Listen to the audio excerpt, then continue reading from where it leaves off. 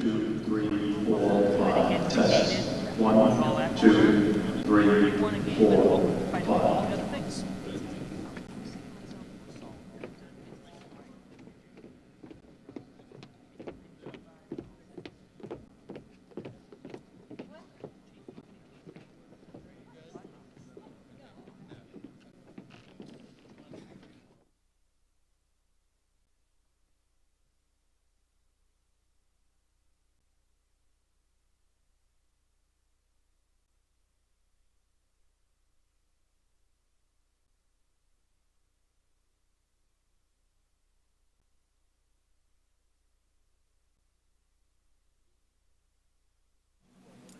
Test 1, 2, 3, 4, 5, 6.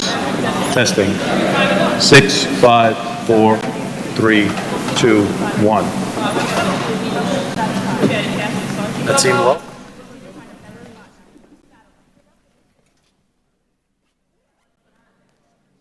Test. 1, 2, 3, 4, 5, 6. Testing. 6, 5, 4, 3, 2, 1. Test microphone 1, 2, 3, 4, 5, 6. Is that good, Mike?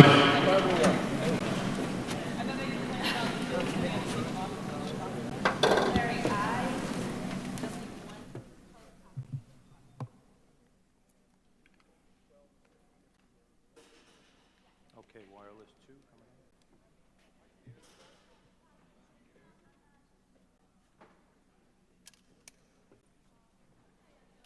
Testing. 1, 2, 3, 4, 5, 6. Microphone 2, 3, 4, 5, 6, 5, 4.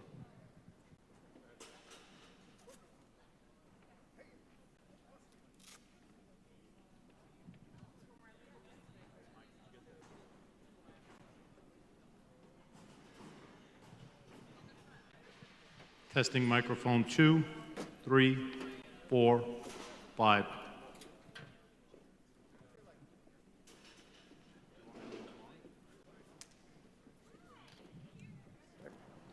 Bless you, sir. Thanks, Ralph.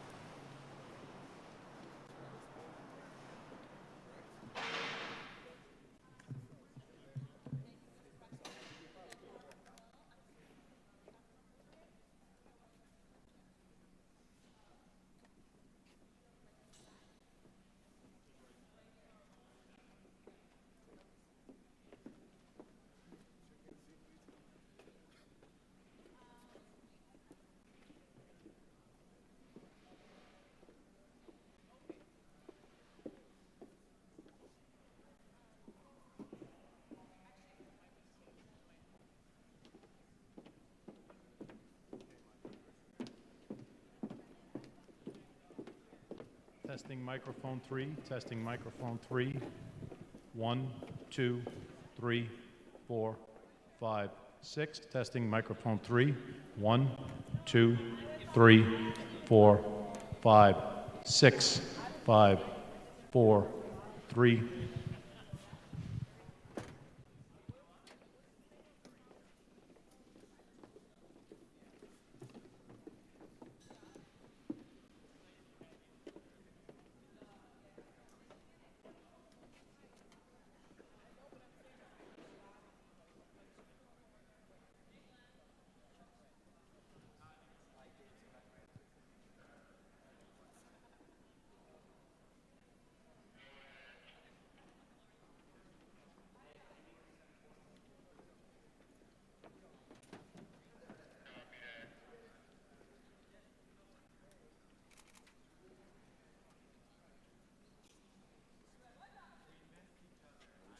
Just turn this bad boy around.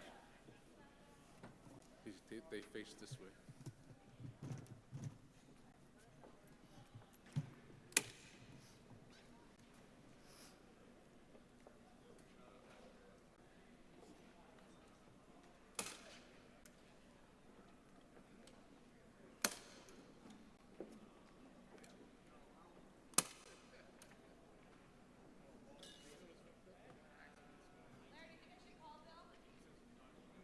Test 1, 2. Test 1, 2, 3, 4, 5, 6, 7, 8, 9, 10. You want me to test each one for you? Would that help you at all? Okay. John. Okay. Okay. Yep. Thank you.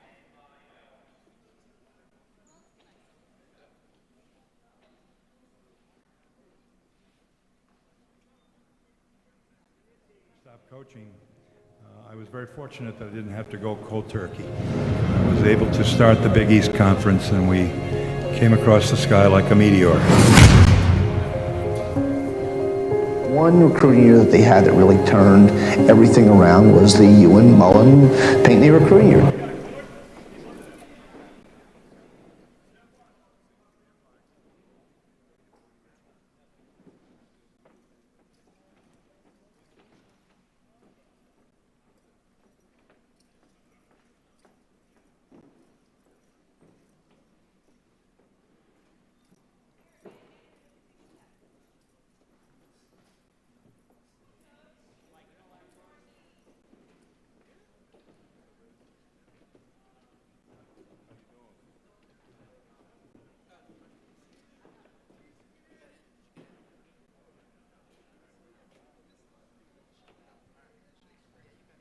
Test mic 4, testing mic 4.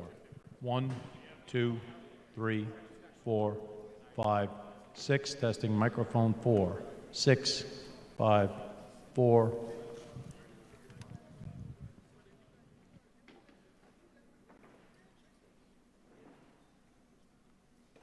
Mike. All right. Testing mic 5. 1, 2, 3, 4, 5, 6, microphone 5. 6, 5, 4, 3, 2.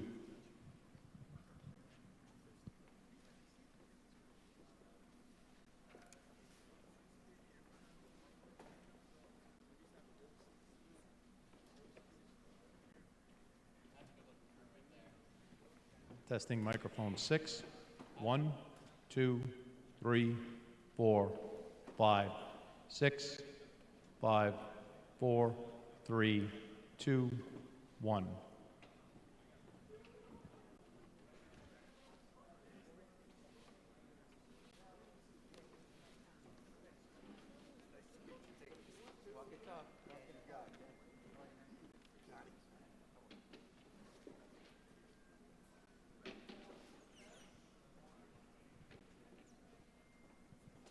Testing mic 7.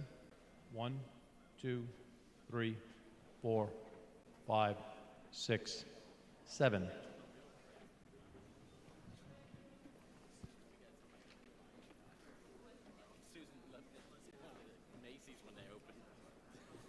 Today?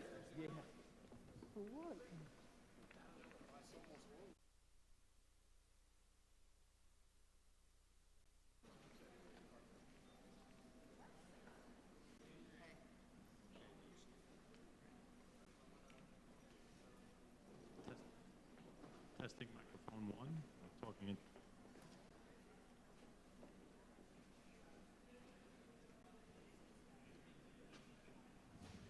Testing microphone 1, 2, 3.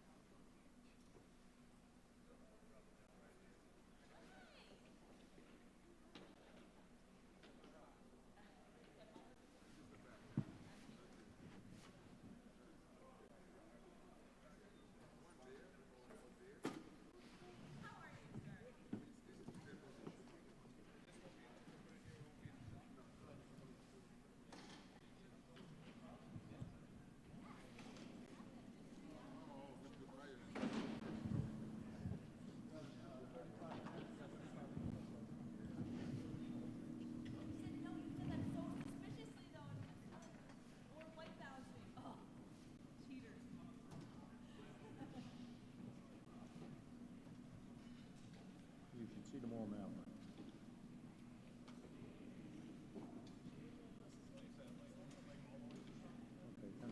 It's a giant blue light. It has to be blue, Tony.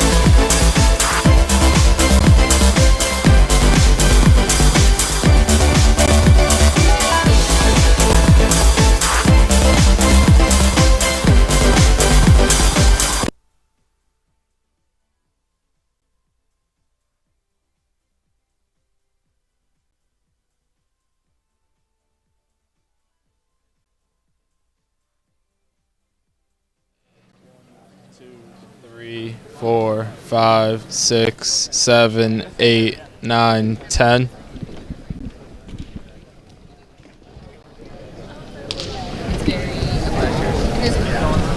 One, 2, 3, 4, 5, 6, 7.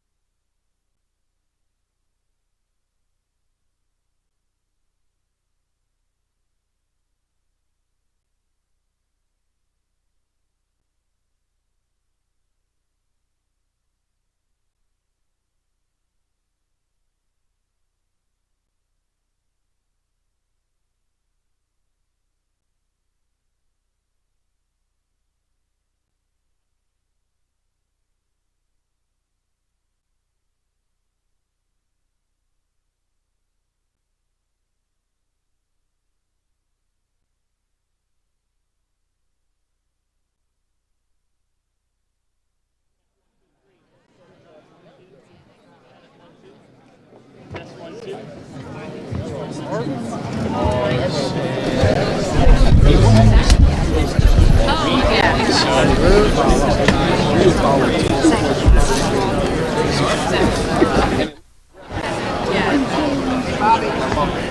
morning, everybody. We're going to start in 2 minutes. 2 minutes.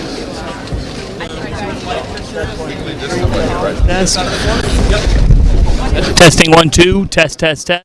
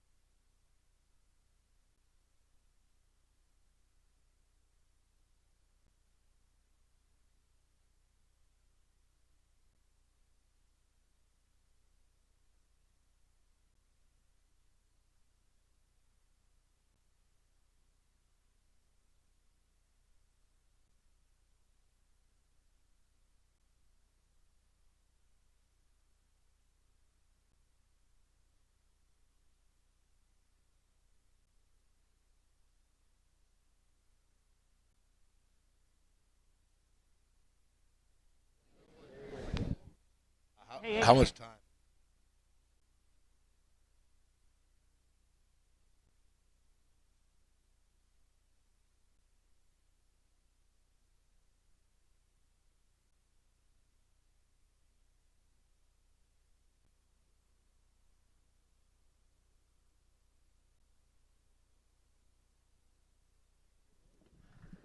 And so another college hoops journey begins. Welcome to the world's most famous arena, Madison Square Garden, for 2019 Big East Media Day. Good morning, everybody from New York City. I'm John Fanta, alongside the coach, my partner from Fox Sports, Steve Lavin. Coach, it's always a great day here. The start of the season feels like Christmas.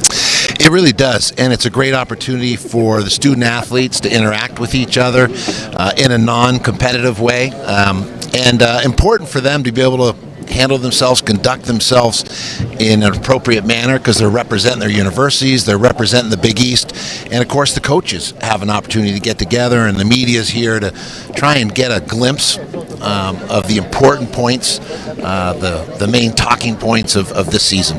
Let's get some of those main talking points. News this morning, the Big East preseason poll is out. The 10 coaches voted, and at the top of the league is the Seton Hall Pirates, edging Villanova by just 1 point in the preseason poll, which tells you at the top the race is on.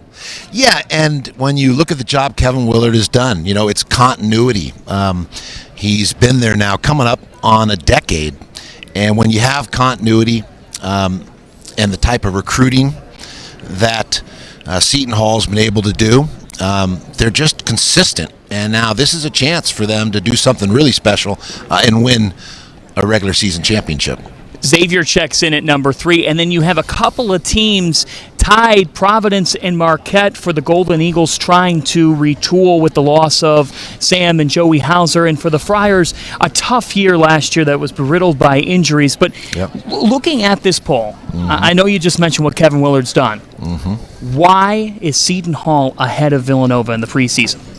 Well, I think that you look at Villanova, and every year we say they're retooling or rebuilding, and yet they last year win the conference championship and the postseason championship as well. And Seton Hall brings back more in terms of experience, and as a result, you know, obviously Miles Powell, who seems like he's been playing since the PJ Carlesimo days for the Pirates, but that veteran leadership, his ability to play make and shot make, he's a crunch time performer as well, and so that's why the Pirates have that edge over Villanova this year. Of course, they got to play the games. They have to play the games. That's why they play them. Yeah. Big East Preseason Player of the Year Miles Powell will join us coming up, but now we send it to John Paquette as our coaches panels get rolling on Big East Media Day.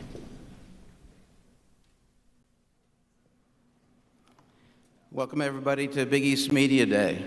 And we're starting with a video for you, and then we'll get started with our program.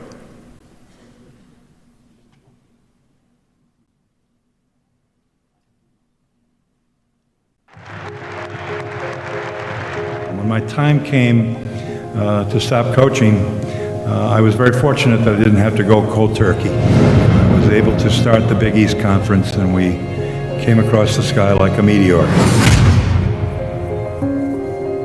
One recruiting year that they had that really turned everything around was the Ewan Mullen Pinckney recruiting year. It changed the face of Eastern basketball probably forever.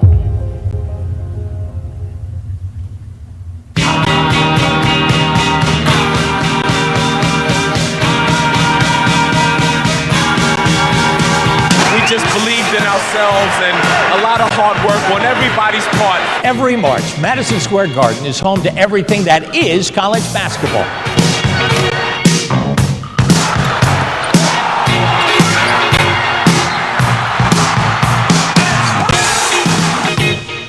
Put on your red shoes and dance the blues.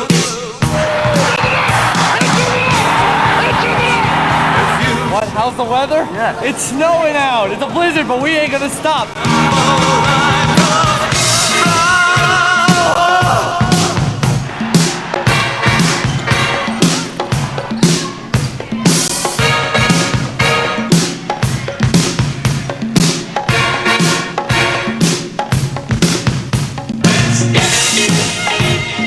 Put on your red shoes and dance the blues.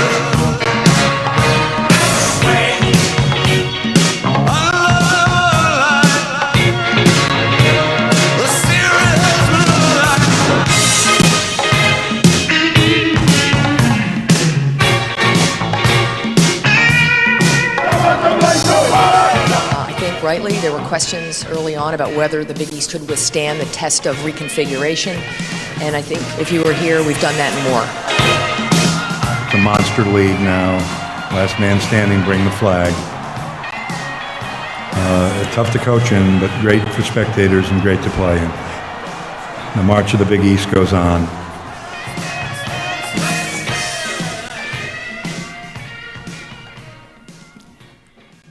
On May 29th, the Big East was 40 years old, so that's some highlights from the previous 40 years, and we're looking for 40 more. Again, welcome to Big East Basketball Media Day. We're happy to be in the world's most famous arena again for a fourth straight year. I'm John Paquette from the Big East Conference. If there's anything anyone from the Big East can do for you today, please let us know. I'll just go through a few details on the operations. We're similar to the last few years. Here, this is our area for the team tables over here where the print and online media will be. The television crews are in the Delta Club. Delta Club's on the overside on the end. Lunch will be served at the club restaurant beginning about 11:45. To get to the club restaurant, head out that corner, walk around, keep going left, and you'll find it. Our Women's Media Day activities, we did make a change in the schedule. They're going to start at 12:30 right here. For wireless, use the free MSG network. There is no password. After opening remarks from Commissioner Val Ackerman, we'll have a quick photo with Val and the head coaches, and then we'll have two 15-minute panels that will include 5 coaches each. Pat O'Keefe returns to be our panel moderator. In the first panel, we'll have Butler, Creighton, St. John's, Marquette, and Villanova. After the panels, we will begin our interview sessions. Now it's a pleasure to introduce Commissioner Val Ackerman. Val?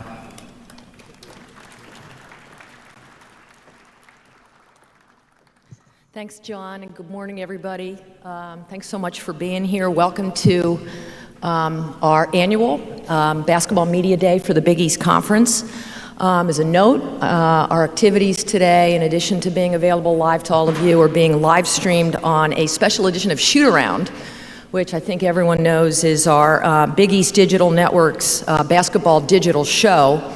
That show is in its third year, and it's being distributed on Twitter, YouTube, and Caffeine. So if there are any shoot-around viewers watching, we wish you good morning as well. As always, we're so excited to be here on the floor of Madison Square Garden. We're ushering in this year, it'll be our 38th year of Big East tournament play here at the world's most famous arena. It seems like yesterday we were here for last year's tournament, another classic, of course, capped off by Villanova's victory over Seton Hall in the title game, so congrats again to Coach Wright and the Wildcats. We had record crowds for that event in March. We were nearly 100% capacity, which was a first for the conference. And so we want to thank our incredible fans all around the league, and of course here in New York City, for the way that they've continued to support the Big East and our 10 great schools. I know we're going to have another unforgettable round of tournament play when we're back here on March 11 through 14 in 2020. I want to extend a very special thanks to my friend Joel Fisher, Madison Square Garden Executive Vice President, for supporting us, for being here today, for helping make this setup here possible. I can tell you we have an unbelievable relationship with Joel and his staff, many of whom are here today also. And we're so proud, Joel, of the association and the history and the emotion that we share with this building. And we look forward to many more memories in the wake of our extension last December, which will put us here in the Garden for another decade, definitively through 2028. And Joel, I'll talk to you later. We'd like that to go a little bit longer. That's okay with you, so that's for later today. As I'm sure everybody knows, many of our schools will be coming through the Garden to play regular season games this year, of course led by St. John's. And I'll also note that we and the Red Storm will also be collaborating with the Garden this year on the NCAA Tournament East Regional, which returns to MSG in March following earlier and very, very successful editions back in 2014 and 17. So college basketball and the Garden continue to make some very beautiful music together. I'd like to welcome our newest men's basketball coach to his first Big East Media Day, Mike Anderson. Here he is, he's right in front. Mike, welcome. For joining us. As everyone knows, Mike was named the head coach of the Johnnies back in the spring. Mike's had a long and very successful career in college basketball. He's had stops at UAB, Missouri, and Arkansas, and his accomplishments include 9 trips to the NCAA tournament, 2 Sweet 16s, and an Elite 8 appearance. So Mike, we look forward to working with you. We know you're going to be a tremendous addition to this already incredible coaching fraternity that we've had for many years in the Big East and continue to have today. We also want to welcome Brian Felt back to Seton Hall following his appointment as the Pirates' new athletics director back in July. Brian was a student athlete at the Hall, got his undergraduate and graduate degree there. He spent 16 years working there before taking the AD job at St. Peter's in 2017. And we know that he's hit the ground running in South Orange, where he'll do, we know, a great job building on Pat Lyons' many advances there. Many of our other athletics directors are also here, and I want to personally acknowledge their tireless efforts on behalf of the now 3,700 plus student athletes on 180 teams across 22 sports that we have in the new Big East. It's an honor for us to work with Barry Collier, Bruce Rasmussen, Jeannie Ponsetto, Lee Reed, Bill Scholl, Bob Driscoll, Mike Craig, Mark Jackson, and Greg Christopher. As I said, several are here today, and I know they'll be more than happy to answer any questions that our media representatives may have during the breakout sessions. Finally, I want to welcome to the conference Nicole Early, who is our brand new Senior Associate Commissioner for Marketing and External Affairs for the conference. She comes to us from George Washington University, and she's here today as part of her first days on the job. So Nicole, welcome to you also. I want to commend all of our coaches for your leadership. It's just a pleasure, honor for me to work with you all. You all are keeping alive a great tradition of excellence on the sidelines in our league. And I want to congratulate most of all our great players. They're all sort of sitting around here. It's been a joy for me to get to know some of you. You know, your accomplishments speak for themselves. You're going to have great lives ahead of you when you graduate from these great schools. And I just want to commend you on the impressive way that you represent your schools and yourselves. So good luck to all of you in the months ahead. I want to recognize Stu Jackson, our newly promoted Executive Associate Commissioner for Men's Basketball, and also John Cal, Big East Supervisor of Officials. Stu, as you all know, has been with us now for 5 years. He's made so many contributions behind the scenes to the conference and our schools and to college basketball through his service on some very important NCAA committees and his continuing engagement with the basketball world at large. We're very proud to have him as part of our staff. Probably won't surprise you to hear me say that officiating is sometimes one of the more challenging areas that a conference has to manage. So I'm very glad that John Cal is on the front lines there, one of the most respected people in the officiating world. We're proud to report that last year, 19 of the Big East's 21 primary officials were selected to work in the NCAA tournament, which was the highest number of referees chosen from any single conference. Stu and John together are doing an outstanding job leading our participation in what is now a 9-conference officiating consortium that includes the ACC, the Atlantic 10, and 6 other leagues. And both of them are here and available to take your questions as well today. I want to recognize and thank Ed Cooley, Kevin Willard, and Stu for their leadership this summer in managing the Pan American Games team, which won the bronze medal in Lima, Peru, despite being up against pro-level players from the other 7 countries in North, Central, and South America that made up our competition. This marked the first time that an all-star team from a single Division I conference represented the USA in this competition, which is played every 4 years. And it was really special to see the incredible bond and the camaraderie that developed among the players, the coaches, and the staff. Our Pan Am players, Miles Powell, Miles Kale, Colin Gillespie, Jermaine Samuels, Mustafa Heron, Alpha Diallo, David Duke, AJ Reeves, Nate Watson, Tyshawn Alexander, and then we had 2 Big East grads, Tyler Weidman and Jeffrey Grizel. They were just simply outstanding. And they represented our country and our conference in an impeccable manner in a way that all of you would be very proud of. And I just want to congratulate you guys on this tremendous finish. And I want to acknowledge LJ Figueroa as well, who played for the Dominican Republic. As many of you know, as the video portrayed and as our logo on the floor brings to life here, we're celebrating the 40th anniversary of the founding of the conference in 1979. We have, of course, undergone tremendous change over the past 4 decades.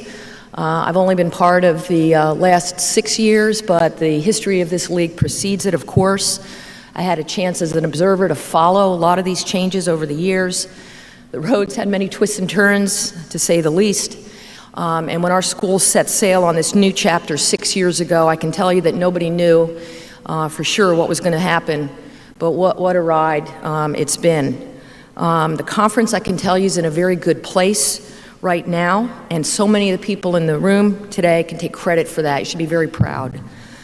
We have a lot of positive activity going on across all 22 of our sports, and we have some very important academic collaborations and athlete development programs that we now conduct annually. That's just part of what we do.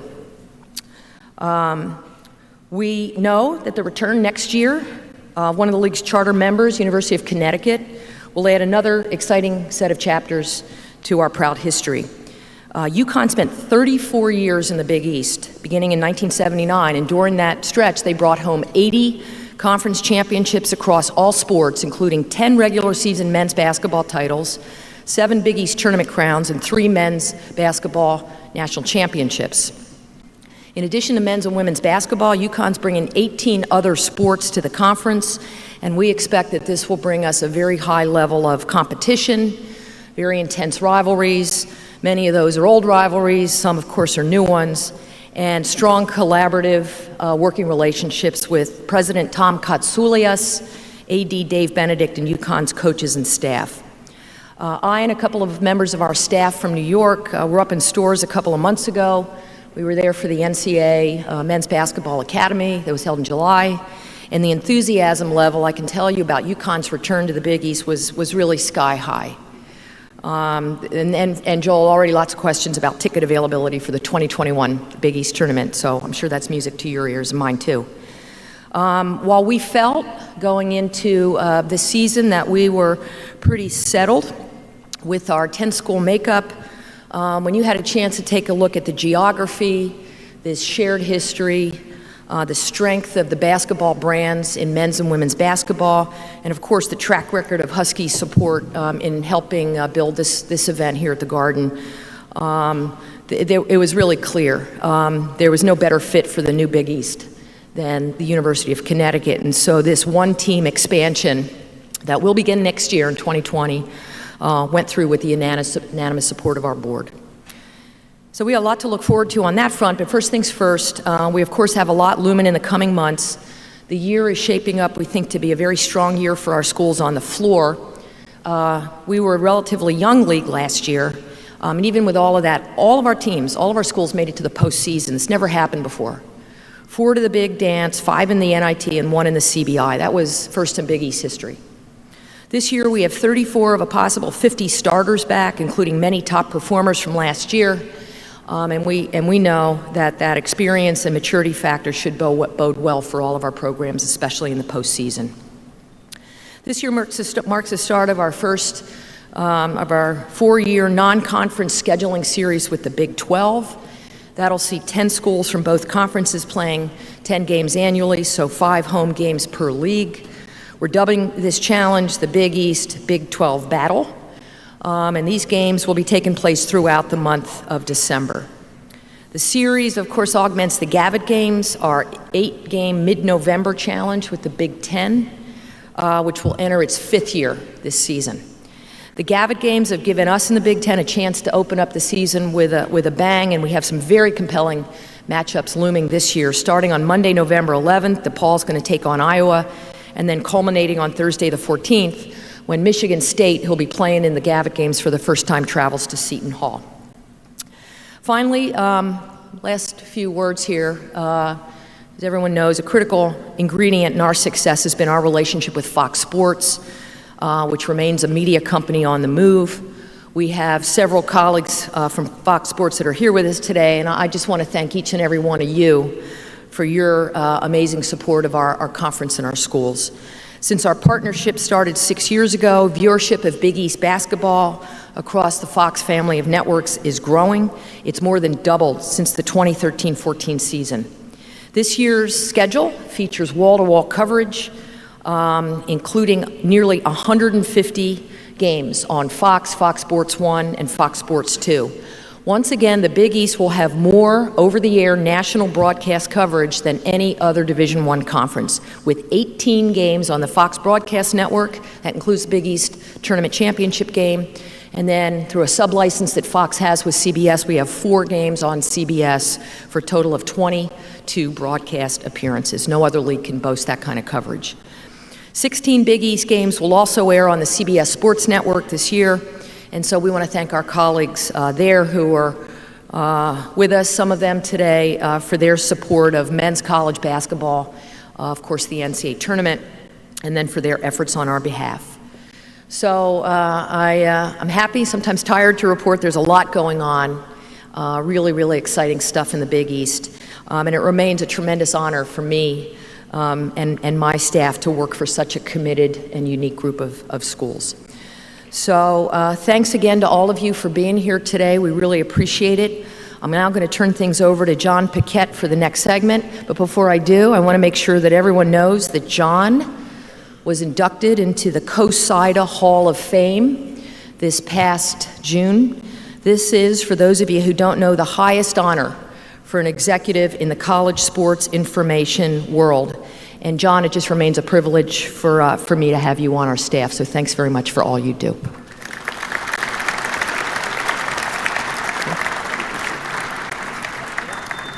And if we could ask all the head coaches to come up to the front here for a photo with Val.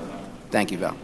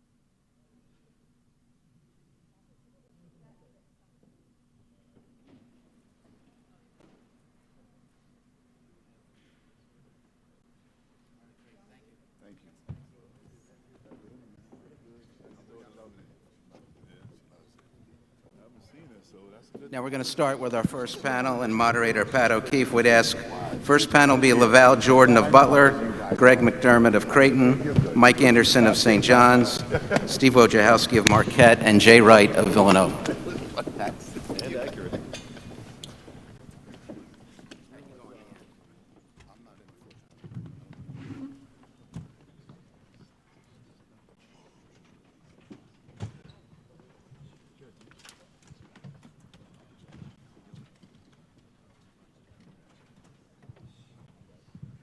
Coaches, good morning. Good morning, everyone. Welcome back for another season.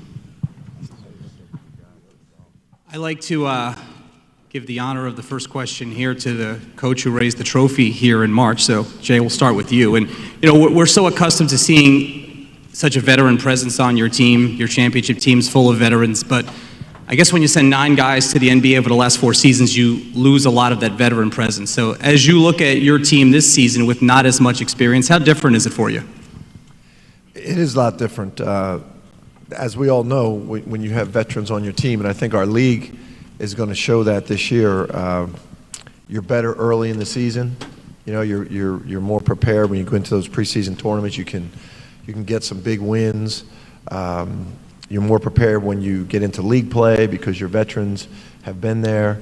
And then when you come here, there's nothing like playing here. When you have veterans on your team and you're playing this Big East tournament, it's a big advantage. So that'll be different for us this year. But the good thing is I think it's going to be great for our league. We've got some great veterans coming back in this league. And I think that showed, you know, in the Pan Am games, what Kevin and Coach Cooley were able to do was great coaching, and also thought they had good veteran players that could handle that playing against pros. So I think that all speaks well for the league, maybe not as well for Villanova this year. Veteran presence is really important. Mike Anderson, the new coach, welcome. Obviously not a new coach with your long, successful career, but as you begin your first season at St. John's, just share with us your initial impressions of being the head coach for the Red Storm, getting ready to play your home games in this building and being a part of this conference. First of all, welcome to my home. This is my home right here, you guys. But it's an awesome assignment. At the same time, it's something I'm looking forward to. As a coach, you're always looking for challenges, and this is the ultimate challenge. And why I say that, when you think about St. John's and the tradition, Coach Conaseca, even from last year, they won 21 games. Chris did a great job. Mike Jarvis, what he did, Steve Lavin. I mean, you go on and on. It's a great history. And so for me to have an opportunity to be the head coach, it's something I'm excited about. Being in New York, what better place? It's the mecca of basketball that you're going to have a chance to play in front of some of the great fans. I mean, I'm so impressed with the knowledge of the fans up here. Not only just fans, but just people that live in the New York area. They're up on Big East basketball. They're up on the NBA basketball. They're up on all that. And so, but for me to have an opportunity to be here, me and my wife, we're enjoying it. We're embracing it. The city's alive, man. It's vibrant. I love New York, and I can't wait to put a team out there on the floor that these fans in the city of New York can embrace. Now, Wojo, in college basketball these days, it's rare you get to bring back a conference player of the year. But now that you have Marcus Howard back for another season, first talk about the year he had last year and even how much further there is for him to grow as a player. Well, obviously Marcus had an incredible year, or else he wouldn't have been named Big East Player of the Year. He's one of the most dynamic scorers in the country. He's a guy that every year he's been at Marquette has gotten better, and we expect nothing different entering this season. His leadership, his experience will all be vital as we try to reach our potential. And Laval Jordan, you had a guy in Kamar Baldwin. When we were sitting here last year, we were talking about how you had lost a lot from the previous year, and you kind of really needed him to step into a leading role. 19 points per game, 5th in the Big East in scoring. You know, talk about his progression and what you're looking for from him this year as he's a first-team All-Big East member again. Yeah, no, I thought you know, Kamar did step up to the challenge in terms of on the court. What's been impressive with him and our seniors, as Jay talked about, with some veterans returning. We've got 3 seniors that have been around and 1 transfer, 5th-year senior. But his off-the-court leadership, I think he's really coming into his own, just having a voice, him and along with Sean McDermott, Henry Badley, having a voice with some of our newer guys and leading every day in practice. And what I love about this group right now is they've got a really good focus in terms of practice and just getting better every day, which, we want to yield the results that being back in the NCAA tournament and performing well in the Big East tournament later on in the season. And Greg McDermott, I want to ask you about really the consistency that your program has shown at Creighton. A lot of coaches, most coaches probably start off with a goal at the beginning of the season to win 20 games, and your program seems to churn that out every year with NBA players, without NBA players. How have you been able to get the Blue Jays program to the point where you're able to put that number up year after year? Well, culture starts at the top, and our athletic director, Bruce Rasmussen, I think is as good as there is in the business, and that permeates throughout our program, and we've been able to recruit the right kind of guys that are unselfish by nature, and we rely heavily on skill. Guys that can handle it, pass it, and shoot it is really important to us, and they bought in. Fortunately for us, they bought into the unselfish manner which we think that we have to play in order to be successful, and obviously the league's going to be terrific this year. As Jay mentioned, where last year there was a lot of newcomers in the league and everybody was anxious to see how they perform. Now all those guys are back with a year of seasoning. So it'll be a challenge for us this year, but I love the group that we have coming back, and the leadership that we've gotten from some of our juniors and seniors have been awesome. Now, Wojo, we just talked about Marcus Howard, and we know what you guys can do offensively. Last year when we sat here, you said you wanted your team to improve defensively. You did that by 9 points per game. So how happy were you with the defensive progress, and how do you keep that going into this year? Well, we were pleased. Obviously, prior to last season, our issues on the defensive end had been a little bit of an Achilles heel. We made huge strides on that end of the floor last year, and that's a tribute to our players. We recognize we're going to have to make a similar jump this year on the defensive end because our team's a little bit different. And so we've been focused heavily on defense, and hopefully we'll continue the improvement in that area. Jay, a big theme this year, we saw it in the video celebrating the 40th anniversary of this great conference, and you've been a part of the conference for more than half of its existence, obviously 19 years now as the head coach. But when you look back on the first 40 years of this conference, what are some memories that you have, and what does it mean to be a part of this Big East Conference? Well, I never forget, as you watch Patrick and Chris Mullen up there, when I came in the league as an assistant in '87, it was really right after Patrick and those guys and Chris went to the Final Four when you had Villanova, Georgetown, St. John's, and Memphis. They were the Final Four teams that year in '85, and I don't think that's ever happened since. And that was the foundation right there, that the Big East was capable of doing this, and the rest has been history, right? The rest is, I remember years when we went to 16 teams, and everybody thought, wow, you can't have a 16-team conference. They're going to crumble, they're going to kill each other, they're going to eat each other up. And then we had 11 teams go to the NCAA tournament one year, and that had never happened before. So the Big East has just continually been forerunners in college basketball, and I think the reason is, and it's what continues now, the addition of Connecticut speaks to this, is that it's authentic. It is, all these cities are basketball cities. We're urban areas that love basketball. The schools are basketball schools, and that's never going to change, and that's why I think the Big East is always going to be the best conference in college basketball. And Greg, you've been a part of it since this iteration, this configuration of the Big East. Over those 7 seasons, how have you seen the league change, and how have you seen it evolve? I don't think anybody knew what we were getting into when we started, especially, I can't speak for Xavier and Butler when we all came, but from our perspective, we didn't quite know what to expect. But, as Jay mentioned, it's all about basketball and what can we do to make our league better as a whole. And that's what's been fun for us as one of the newcomers, the way we were really embraced by the 7 schools that were here before. And, it's about the league, and you'll hear that across the board today from all the coaches, and that's genuine, and that doesn't exist everywhere, which has made it, awesome to be part of this great league.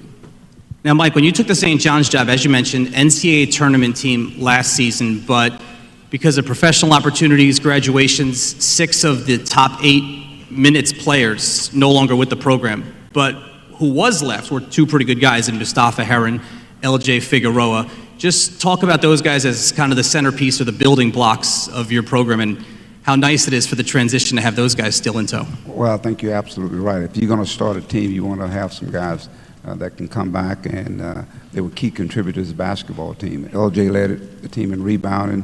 Mustafa, obviously, followed his career because he was in the SEC down at Auburn when I was down there. So tremendous players. And I think what took place this summer, Val talked about those guys having an opportunity to play in the Pan Am game.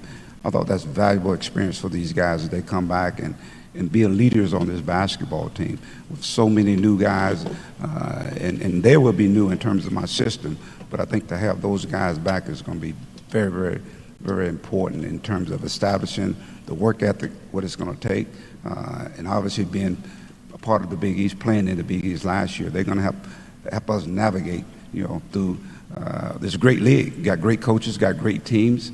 I think they said 36 out of the 50 returners coming, and we have two, and the rest of them are newcomers for us. So we've got our work cut out for us, but again, having those guys hopefully can make that transition a little easier for us.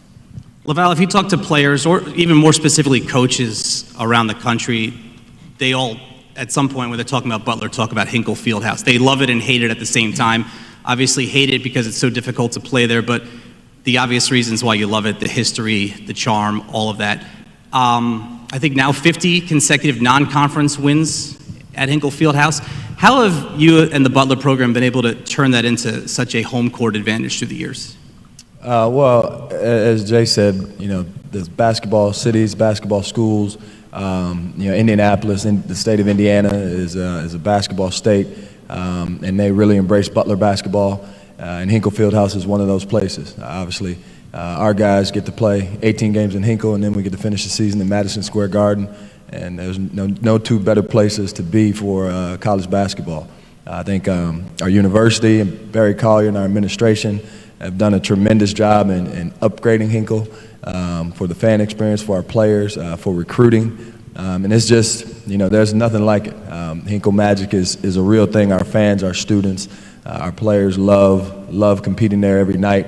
And we don't want the other teams to necessarily like it, but I think everybody enjoys coming to Hinkle at least once. And I'm fortunate and blessed to get to go to work there every day with these guys, and we embrace it and just love it. Now, Jay, for all the history, for all the great teams through the first 40 years of this conference, last year was the first time a team won the Big East tournament for the third consecutive year. So first of all, how difficult is that? And secondly, what does that mean to you and your program to have accomplished that? You don't really think of it now, while you're just thinking about the next season, but you also realize each one of those years.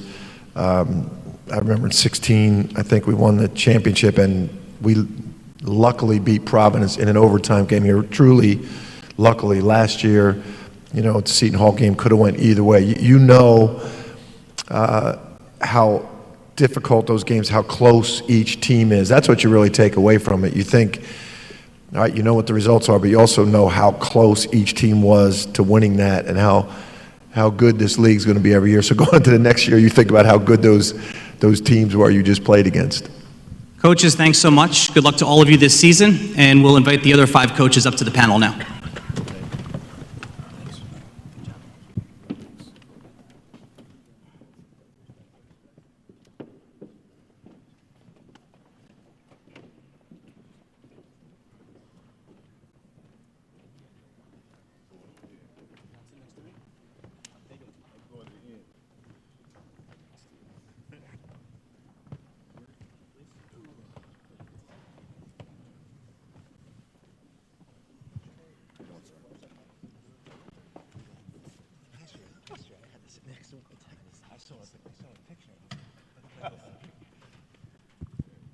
Welcome, coaches. Kevin, I'll start with you. You guys had a terrific year last year. With all that you had lost from the previous year, I think you exceeded a lot of people's expectations, maybe not your own, but obviously the expectations are higher now. How does it feel to sit here, Media Day, as the preseason favorite to win the Big East? I think it's been a long journey to get to this point, and last year we had a really, really good player, with a bunch of guys that really worked hard. And I think this year, I got that really, really, really good player back, but everybody else has really elevated their game. I'm really excited about where my juniors are, my sophomore class. Just all together, I think this group really grew and stayed close together. I think it's a great accomplishment, but it's a great challenge to us at the same time. And love the way these guys have been working and their attitude about it, how we got here and how we have to stay here. So it's a great accomplishment, but I think it's a great challenge at the same time. Now, Ed, you, along with Kevin, had a great experience over the summer. Val touched on the Pan Am Games and leading those kids, many of them here, to the bronze medal in that international competition. What was that experience like for you? It was great to spend time with the rest of the staff and, the players from around the league. I thought we bonded well. It was great to see their personalities. It was good to see their strengths and weaknesses as we try to prepare against them as well. But I thought it was a positive experience. It was great to represent the Big East and obviously the United States, and it'll be a memory for a lifetime. Patrick, I want to ask you about your group of sophomores, 3 of them on the all-freshman team last year. Now, of course, they are sophomores with James Akinjo, Mac McClung, and Josh LeBlanc. What would you say collectively about that group? It's rare you have 3 of them on the first team as freshmen together. I thought they played well last year. They made mistakes. Unfortunately or fortunately, I had to live with it. But they've grown, and I'm looking forward for them to have a great sophomore year. Dave, one of the things we've talked about in the past here is just how difficult it is to kind of move up the pecking order in this conference, because even as your team improves, somebody else has to lose something to move back down. But last year you were able to jump from 11 wins to 19 wins, 4 wins to 7 wins in the Big East. How do you keep that momentum going into this new year? Well, there's a lot that goes into it, obviously, and I think the operative word is consistency, and consistency of mindset, consistency of effort, which hopefully ends up with more productivity. It's a day-to-day journey. Kevin just mentioned that ascending to the top is, you don't understand when you do that all of the arduous days and the process that goes into that. And so I think, for our program to continue to move up, it has to be that day-to-day approach that you can't let any moment go, because it has so much to do with your building blocks. And when you have to play 18 games to prove yourself against extremely good competition and tremendous coaches, then you really have to understand the landscape of what that day-to-day process can bring to you. Travis, talk about your first season as a head coach. You could see the improvement in your team as the year went on, finishing the regular season, winning 6 of your last 7 games. How were you able to get your team to improve as that season progressed? I got a great staff, first and foremost. But I give all the credit to our players for sticking with it. We lost 6 games in a row last year, and when you go through it, the Big East is very unforgiving. There's great coaches, there's great players, there's great programs, and there's no off nights. And but I give our credit to our guys. They stayed positive kind of throughout that time, stuck together, because every game was close. Even when we were losing some of those games, and we'd lose by 1 or 2 points, and we ended up on the right side when we went on the winning streak there late, and a lot of close games as well. But I thought our guys, Quentin and Tyreek and Paul and Najee, really matured as the year went on. They played with more poise down the stretch, especially at the end of games, and learned how to close out games. Kevin, you mentioned that really good player you had last year, and you mentioned that he's back. Miles Powell, of course, the preseason player of the year.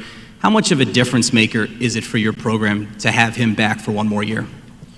It's phenomenal. It's one of those things. I don't think it's just good for us. I think it's great for the league. I think it's something that I think this league has done an unbelievable job at developing players. If you look at all the programs, all the coaches, Ed and I were talking before, all the kids that played on the Pan Am game, you look at Alpha Diallo, Tyshawn Alexander, those kids as freshmen coming into now their junior, senior years. I think all these coaches do such a great job of developing these kids, not only as players, but as men.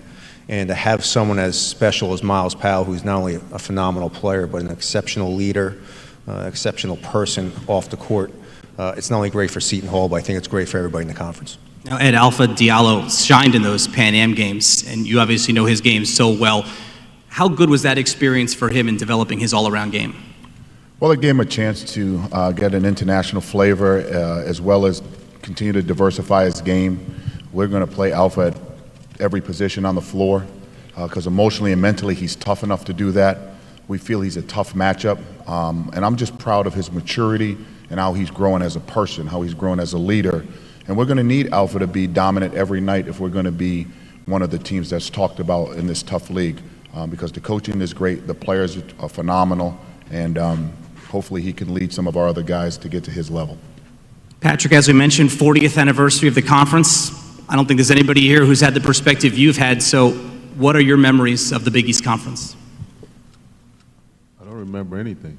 How far the time is sitting. No, you know, I remember the great runs that we had, both as a team and as a league.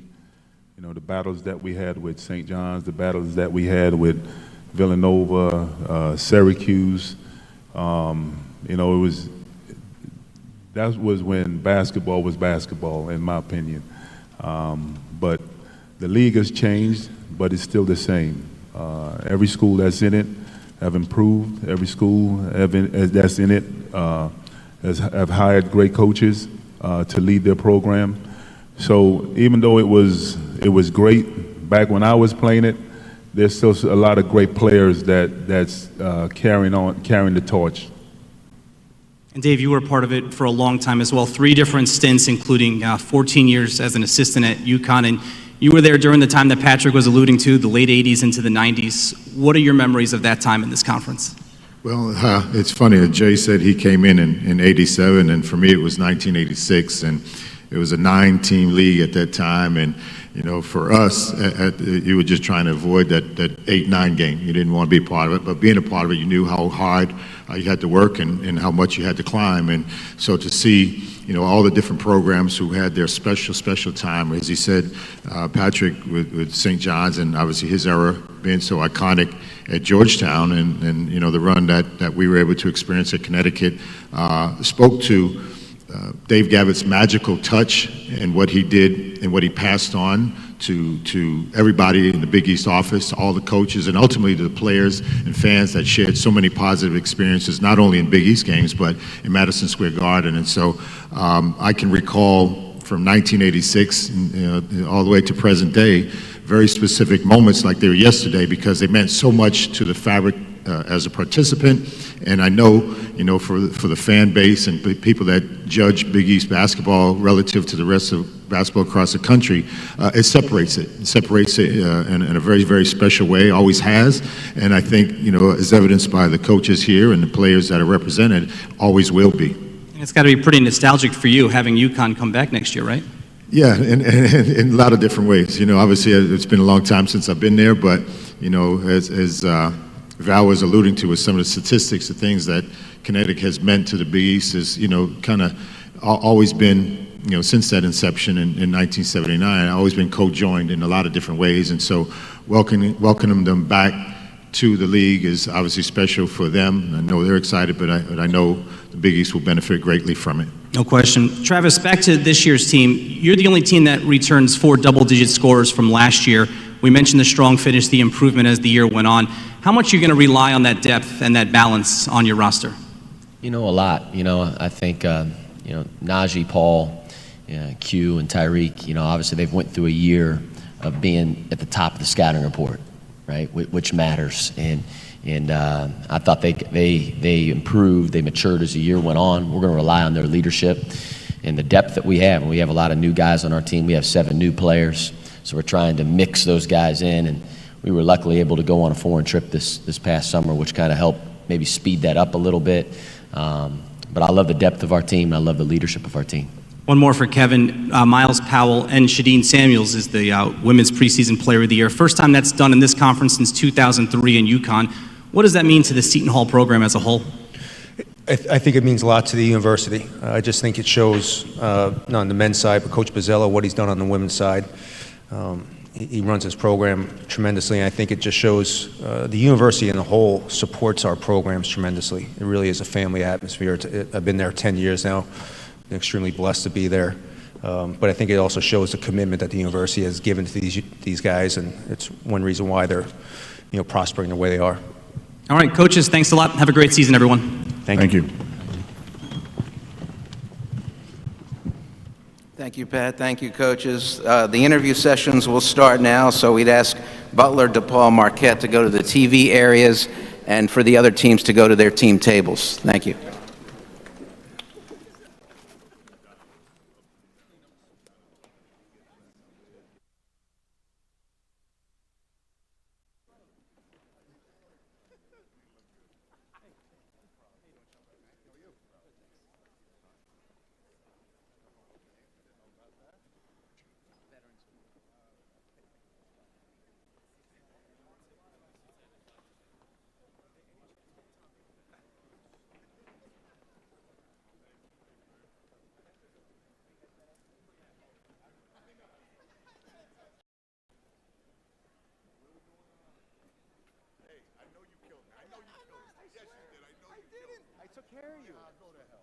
I said, I don't talk bad about Eddie. I said, the only thing I'll say about, the only thing I'm going to say about Eddie, I said, he's a dear friend. I love him. I said, but he's the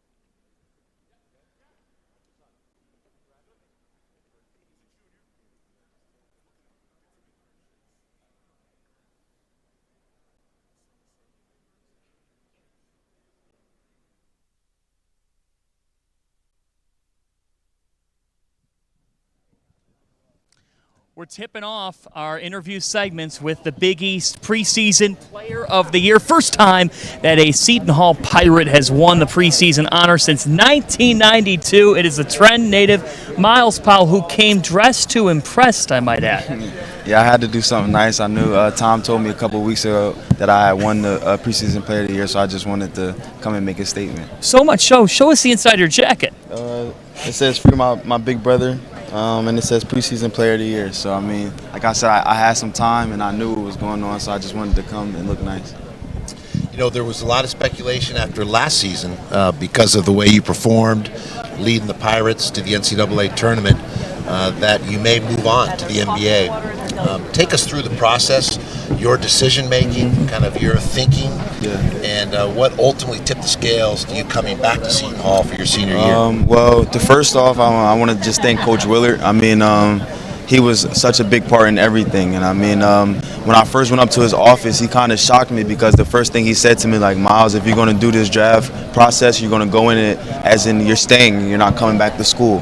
So already, if it didn't matter if I was coming back or I was going, I was staying, and he just wanted me to do the best that I can do. And I mean, I was preparing so well, and at the end, I was out in California. That's where I had my pro day with Rock Nation, and I just needed someone to lean back on. I called Coach, and I wasn't too sure what was going on. Everything was just moving so fast, and he heard it in my voice, and I told him that I needed him there, and it took him about a day and a half to get out there.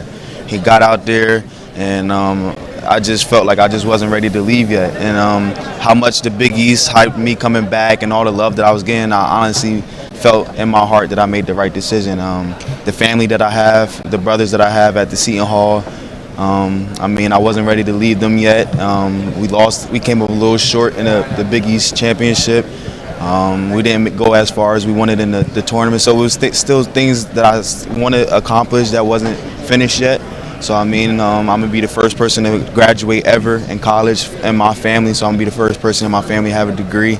So I mean, it's bigger than me. So I just had to sit down and get back and just realize what I'm doing it for and who I'm doing it for. And like I said, it's bigger than me. And like I said, at the end of the day, I feel like I made the best decision. Well, we're glad you're back.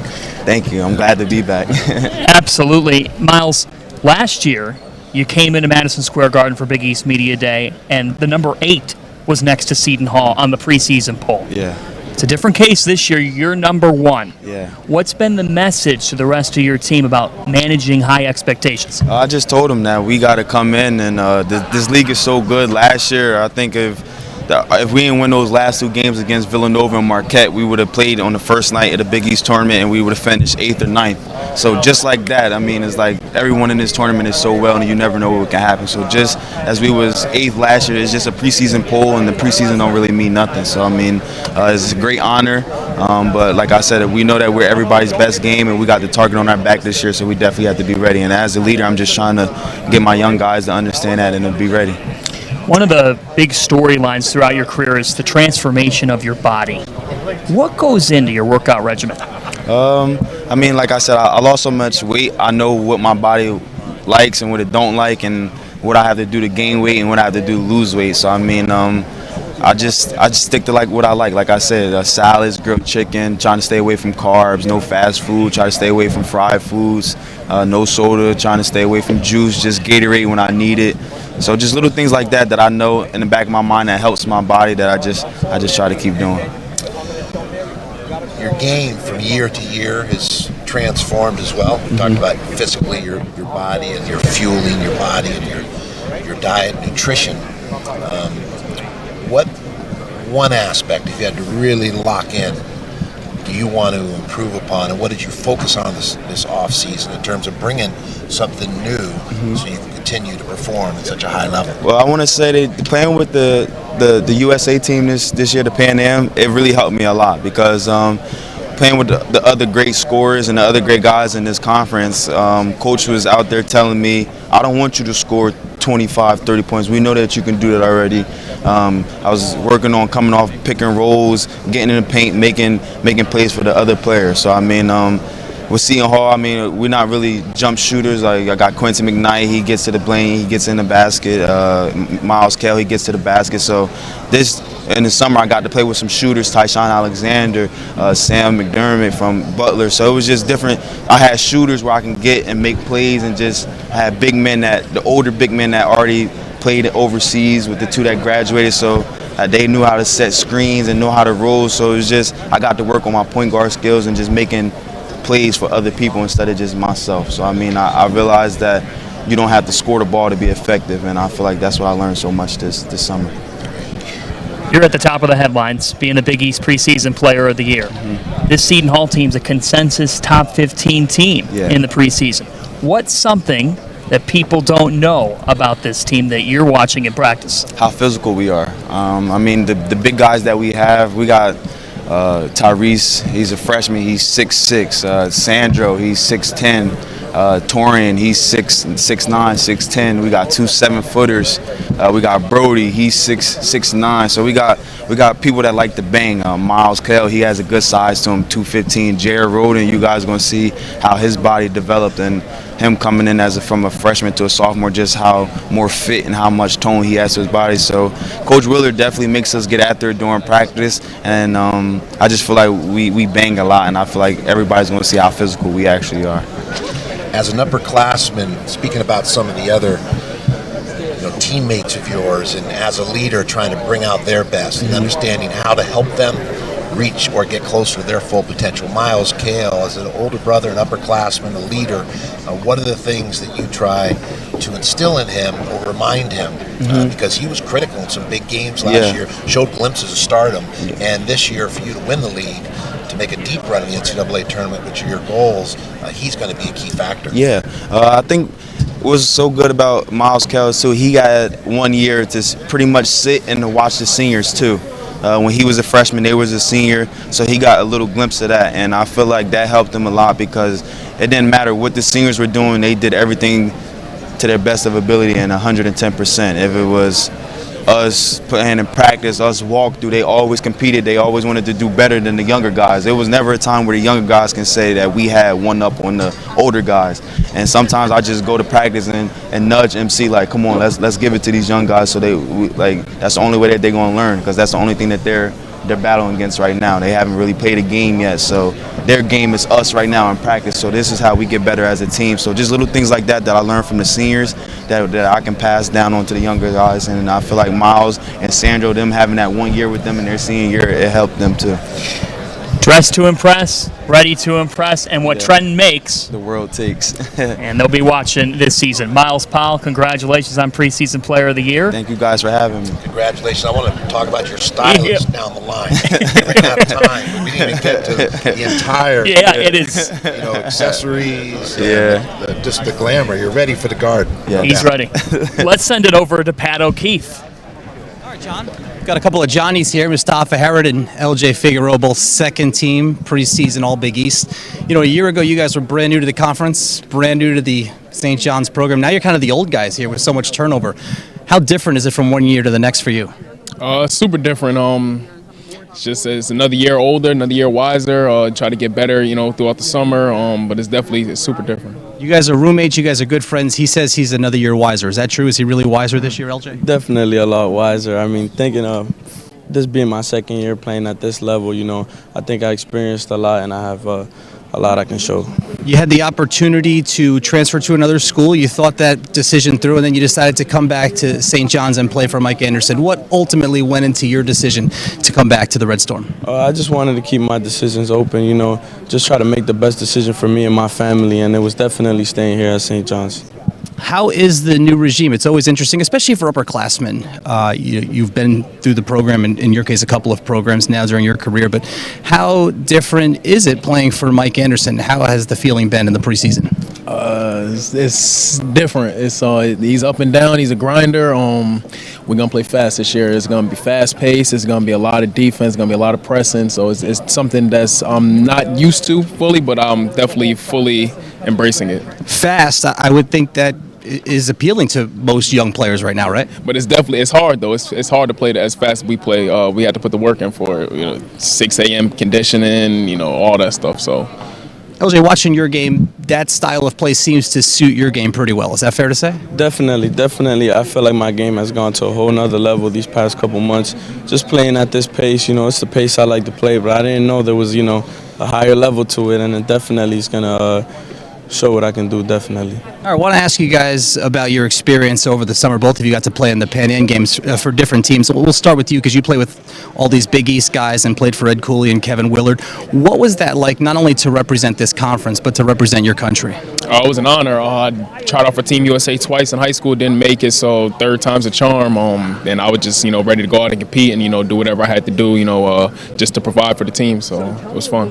What's one thing you learned playing on the international stage? Game is a lot faster, it's a lot more physical, and it's just it's grown men out there, so you got to hold your own.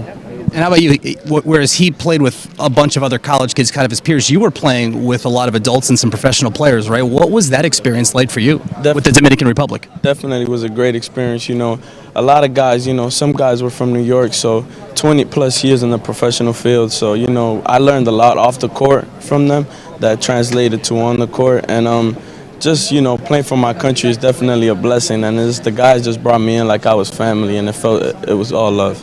What could you learn sharing the court and going through practices with guys who do this for a living?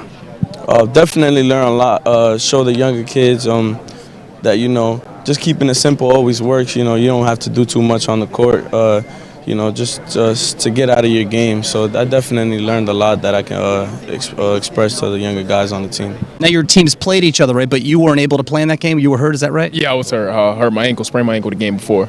So. How disappointing was it for you not to get the chance to play against your roommate and your teammate? It was very disappointing. I wanted, you know, I wanted to drop 40, but, you know, couldn't get the chance. He didn't play. They won, though, so, you know, he hangs up the medal on his room door, and I see it every day when I wake up, you know. I read that. Is the medal really hanging prominently in your room? No, it's not. No, it's not. He brings it out every now and then, but, you know, I might have to snatch it one day. You guys running a little bit in the preseason? You guys in pretty good shape right now? I feel like I'm in the best shape of my life right now, honestly. I leaned up a little bit. Since I've been at St. John's in the past year, I probably lost about 20 pounds. I had a lot of SEC weight on me, so I feel good right now. How about you? How do you feel physically? I definitely feel a lot stronger, feel a lot more mobile. My game just, I feel like it's gotten to a whole nother level, so, you know, my confidence definitely went up, and I feel great. All right, guys, great catching up with you. LJ Figueroa, Mustafa Heron, St. John's. Let's send it over to John Fanta. Was made when this guy, Mitch Ballack, set a Big East single-game record with 11 three-pointers, and you join us now. Let's start with that. What was that night like when you recall it? It was unbelievable. The first shot I got, I had a layup early, and then at like the 14-minute mark, I was kind of open, but the play was for me in the corner to shoot it. So it was one of those iffy shots, you could get it up or not, and I put it up and it went in. And then after that, everything was falling. I thought I missed one at the top of the key. It was a little deep, and it hit the left rim and then ended up going in. And then I think I had like 9 or 10 threes, and one of them hit every part of the rim and fell. So it was just one of those nights.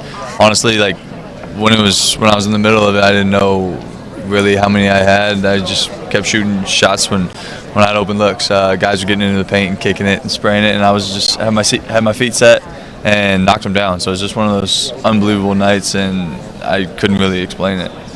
I appreciate the humility, yet you put a lot of work into your game, and when you have a night like that, it's a result of reps and mechanics and footwork, and it all came together on that special night. But talk about and walk us through what your off-season routine is like on individual work. I know as a team, there's things you guys do, but just in terms of what you work on during the off-season to really tighten up those skills. Individually, like you said, I mean, having your feet right and getting your shot off quicker.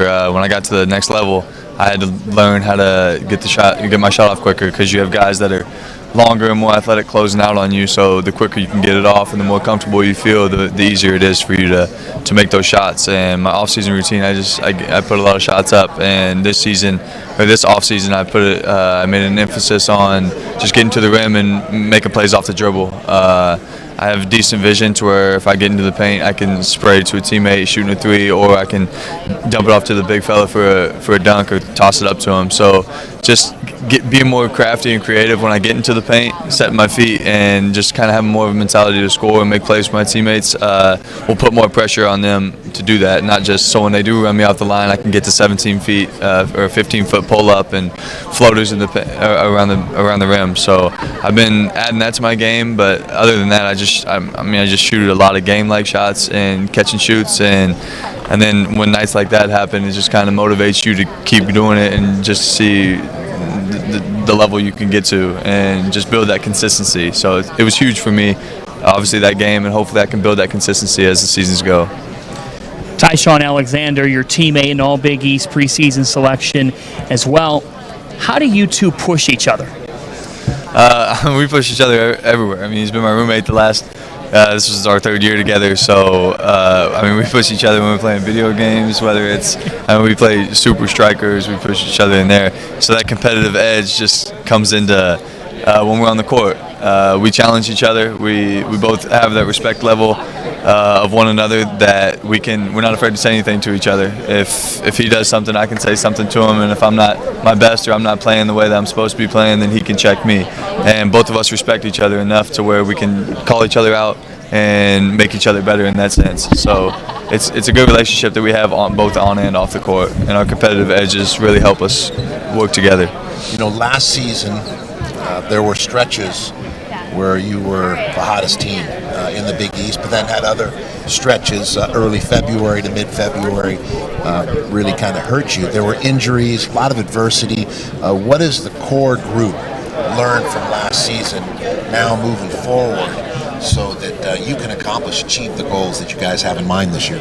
Yeah, I think our core group just learned that the fight's never over. We dropped 4 games in a row, and then we bounced back, and then we just kept together. We stuck together through practices, and Coach Mack just said that, I mean, there's light at the end of the tunnel, and we just kept fighting and kept pushing and kept challenging each other, and having that core back and experience in that and going through that last year, that builds on this year just to help the younger guys out, and we have that feeling deep inside of ourselves that you don't really forget about. When you lose 4 games, it's tough, especially in this conference. It puts you at a disadvantage going into the Big East tournament. So having that feeling and knowing that feeling of playing in the NIT just motivates us going forward into this season. So I think that was good for us. I think that was good for the growth of our core, and I think it's good for the growth of our core to understand that, to relay that message to the younger guys to hopefully avoid that situation going forward this year.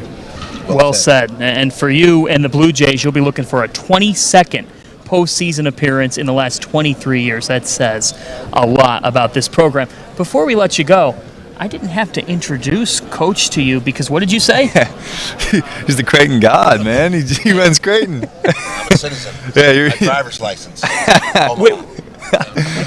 Wow. Dollar beer night, that's what happens. Yeah, dollar beer night. It all comes back to dollar beer night. One way or another. Will you be at a dollar beer night when your playing days are done? Only if I get the invite from the legend. This guy he's a future coach. We know that, yeah. Mitch Ballack. Hey, I respect that. That means a lot. I appreciate you. Absolutely. Thanks so much. Let's send it back to Pat. Thanks, guys. All right, we've got a quartet of Providence Friars here, all upperclassmen too. Let's start with you, Khalif Young, senior grad student. So how much does that help in today's college game to have so much experience on the roster? I think that was one of the biggest things we were lacking last year, just experience, and that having guys older that can help build and train the younger guys and help them get a lot better. But I think it's a good thing for us this year. I think we're building a lot on what we had last year, and we had a lot of talent, but we couldn't kind of figure it out. But with some of these older guys we got to my right of me, I think we're going to do pretty good. Yeah, this guy's pretty good. Alpha Diallo, obviously preseason all-conference, and also a member of the Team USA in the Pan Am Games over the summer, playing for your head coach at Providence, of course, and Ed Cooley. What was that experience like for you to show your game and play with top-level competition on the international stage? For me, it was an amazing experience to represent the country.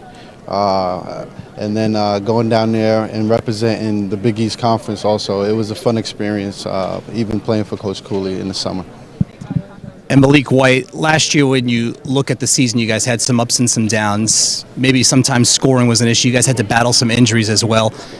How frustrating was it overall, and how eager are you guys to turn the page and a fresh start this year?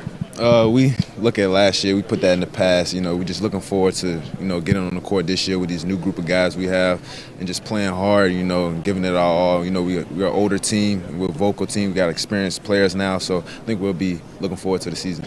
And Lawan Pipkins now adding to the experience of this roster. What have the preseason practices been like? With so many guys that have been through the wars, been through the practices and the preseasons on the college level. Does it make it more competitive? Does it make it more feisty in practice? What's it been like? Practice definitely been intense. Been physical, it's been fun, it's been fast. But just the transition for me has been a lot, kind of hard, I guess. But these guys right here have been helping me through it every day. Just helping me stay confident, helping me stay healthy, and just helping me have a good mind going into the season. How about you? You're a guy known for your overall game. Obviously, the preseason all conference accolades last year, all conference accolades. But getting the chance to play for your head coach internationally, coaching other players, what was that experience like? Did you see him kind of in a different light, Ed Cooley? It was a more fun light for sure, being that it was in the summer and we were in a beautiful place like Peru. But it was great, just interacting with the other players and knowing their characteristics and how they go about things. So it was fun. What was the biggest challenge playing against international competition? You're playing against pros, so it's always a lot more physical. Some of the refs didn't even speak English, so some of the calls were questionable, but it was a fun experience overall. Khalif, you're a guy who likes to play physical, get up and down the floor, hustle. You won the Hustle Award last year for your team. How important is kind of leading by example when you do have young players in the program? How much do you take that leadership responsibility? I think that's the biggest thing for me. I try on a day-to-day basis just be the hardest worker, most vocal, and just make sure that all my guys know that I'm going to be there for them on and off the court too. And that's just leading by example in all ways. I think that's the biggest thing for me. All right, before I let you go, you guys all look real good. You guys all got dressed up. Who's the best dressed right here? Go with myself. You know, me looking like a blueberry. I'm gonna have to go with I'm myself. good. I got the blueberry going for myself, you know what I'm saying? We look alike. You got nothing to say? I ain't even got to talk. It speaks for itself right here. They all look pretty good. They all look pretty good on the court this year as well. Guys, good luck this year. Good catching up with you. Let's go back to John. Thank you, Pat. Speaking of looking good, Coach Lav, what do you make of these Xavier Musketeers? Two stylish GQ gents. They're trying to be like you guys. As good as it gets. Nobody rocks the pinstripes like Coach, but we've got Najee Marshall and Quidden Gooden from the Musketeers. So what went into this fashion statement? It was just kind of, they gave us like some options, and we kind of just chose. Me and Paul kind of had a disagreement at first because I was going with these and he wanted like a darker color, so it was kind of like a majority rule. Like we kind of voted on which one we wanted, and my good man Najee and Tyreek voted for the lighter gray, so we went with the lighter gray. Did you weigh in? Yes, sir. The lighter gray. And they're rocking it today. So for this Xavier team, last year, you win 8 of your final 11 games after some tough sledding early on in conference play. What clicked at the end of last year that needs to translate? We started buying into Coach Steele's system and what he was saying to us. We started getting with the coaches and watching more film, breaking down, what was going on during the game, the rights and the wrongs. And then we started instilling confidence within each other. We gave, Najee kind of led us the way the last 11 games, like you was talking about, and we just kind of picked it back off his back. He got hot. We started believing in him, and he led us the way. The off-season, you guys took a trip, foreign tour to Spain. What value did that have in terms of coming into this year, not just on the court, but even off the court in terms of team building? I think it had a lot of value. We have a lot of young guys plus some new transfers mixed in, with some veteran players. So just to, get that team bonding on and off the court. And then we went out there and did pretty good. So, winning boosts everybody's confidence. So I think it was really good. And the adversity we faced in the beginning of the season to now, I think it set us up to have a great season. Did they have some educational components too in terms of Spain, the culture, the history? Or was it just having fun? It was more like a team bonding trip at first. We got there kind of early, so we got to see a lot of the stadiums, the soccer stadiums and stuff. And then once the basketball games and stuff started, it got back to serious mode. Let's work on us. Let's be a better team. Let's work on develop this team to make the Final Four, that national championship game, and then also being here in Madison Square Garden and winning the Big East tournament. What Coach is trying to say is that the next time you go on a foreign tour, we want to come. Yeah, if you'd like a tour guide, this is someone who's very cultured. Okay. I don't know. I was hoping to learn something about Spain because I do hope to go there someday. Shoot. Well, it's very hot. Yeah, it's hot. I like Madrid better than Barcelona. Barcelona is more up paced. A lot of people. Streets is filled all the time, 24/7. Madrid is more like calm down, very cool temperatures. You know, everybody's mellow. But we went to a famous church in Barcelona. I forget what it's called, but it's crazy. La Familia. I forgot the name. La Familia? Yeah, it's that one. Okay. Hand built is crazy. So It's amazing. just seeing that was crazy. We learned some other stuff. The food's pretty good. Yeah, Spain was pretty nice. It's more Americanized, you know what I'm saying, than some other countries. So, But it was there a pretty fun. curfew? You guys have to be in bed of check course. at a certain time? 12 o'clock. Okay. And then what helped with the curfew was we had a 6-hour time difference. So like when it's early in Barcelona, it's late, you know, back here. So I don't know. We went to That bed. curtailed your evening activities. Yeah. Talking about your game, your head coach, Travis Steele, says you can defend anybody in the country. Where's that defensive edge come from for you? I think it's just, you know, growing up playing basketball where I'm from. You know, defense first comes from New Jersey. If you ask anybody from where I'm from, they love defense. And I'm thinking just having heart, you know. I just, you know, don't like to be outplayed by a lot of people. And I talk trash at that too. So somebody outplayed me, I look dumb. And I just, you know, playing for my team. I love my teammates, and I will do anything to win. And whatever I got to do, whether it's scoring, defense, passing, I'm willing to do it. So, Aspect of play that you enjoy the most? Aspect of play I enjoy the most. I have to say facilitating. You know, getting my teammates involved. I feel like once I get my teammates involved and we all go out there as a team, it makes the game way more fun, and like it opens up things for yourself too. This offseason, one piece, one skill, one tool that you added to your toolbox to complement your ability to distribute and share the ball? One thing I added was just maybe having more strength with my passing, you know, with left and right hand, being more versatile, using my body more, you know, getting myself open and then making lanes for everybody else. I'd say one of those. All right. The Xavier Musketeers picked third in the Big East preseason poll. We're excited for you this upcoming season, but I'm going to have one of you do this because your head coach is waiting. So can you give us a toss over to Travis Steele? Oh, what you wanted to say? Absolutely, yeah. Segment's over. Listen, Xavier Musketeers checking out, baby. Travis Steele, you on? All right, now you can't hear that, but Najee Marshall just said you're on. So you're ready. He tossed it over to you. Good to see you, Coach. Good to see you as well.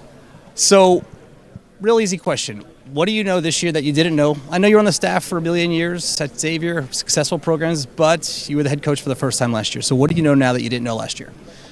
You know, I think, again, your team takes on your personality, right? So the more you lose your mind on the officials, or maybe they missed one call, you know, then your players start losing their minds too on the officials. So I think just having great poise over there on the sidelines, I think they take on your personality, whatever that is. I don't want to say this on the panel in front of the other coaches, but as your team was improving last year, it was just really fun to watch because you could see it clicking. You could see a team coming together.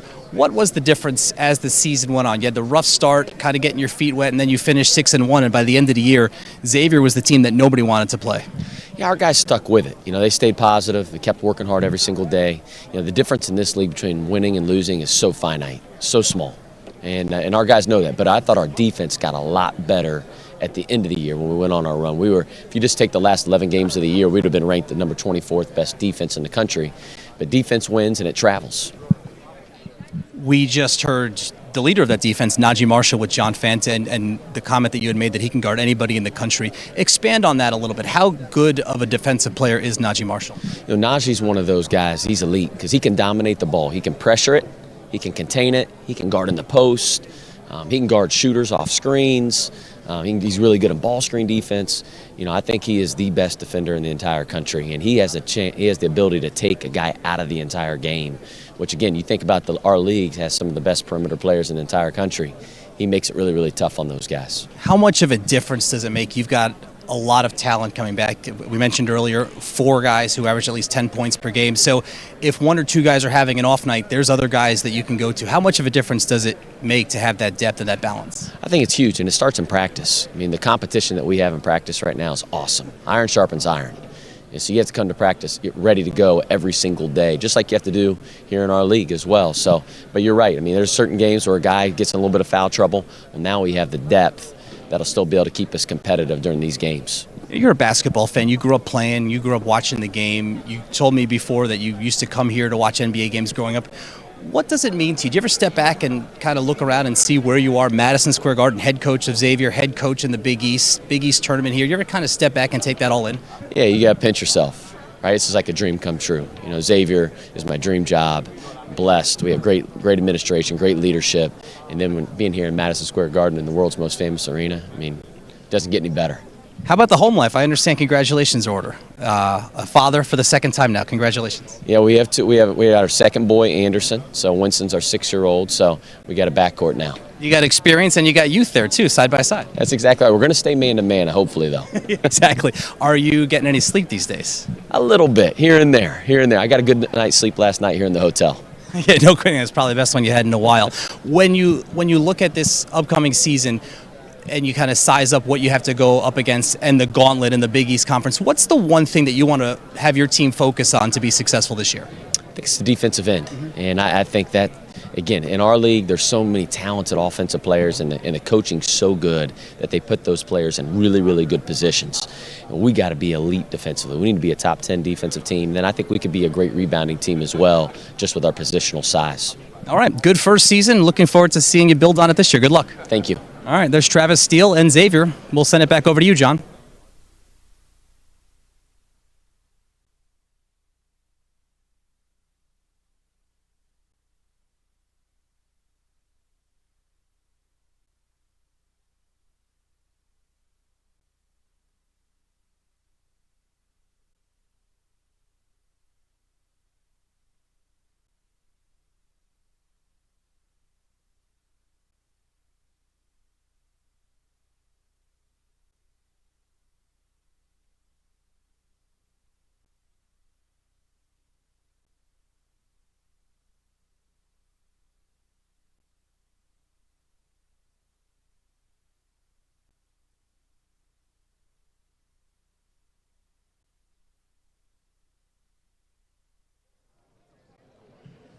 Great to be joined by Villanova junior forward Jermaine Samuels, an all Big East preseason honoree. And Jermaine, you're another one of those players who was at the Pan American Games in Lima, was part of the bronze medal.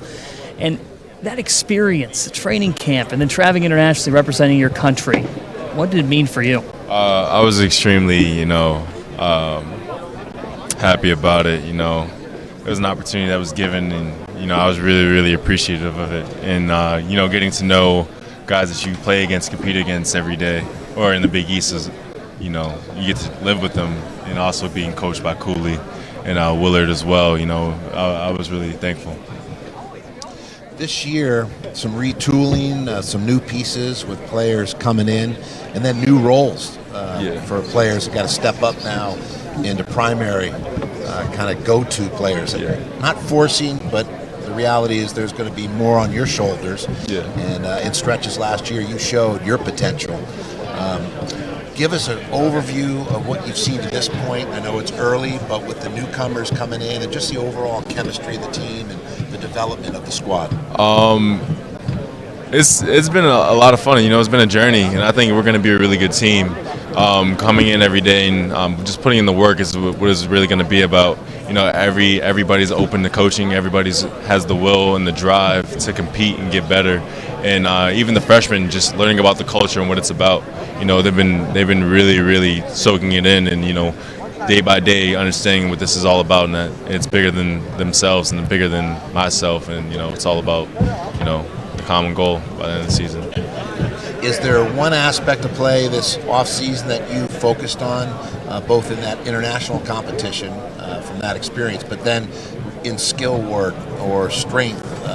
What elements did you really in this offseason go to work on to elevate your performance this year? I would definitely say my shooting, ball handling, and decision making. I think playing as much basketball as possible, to fine tune those decisions and the feel for the game overall. I think that goes a long way.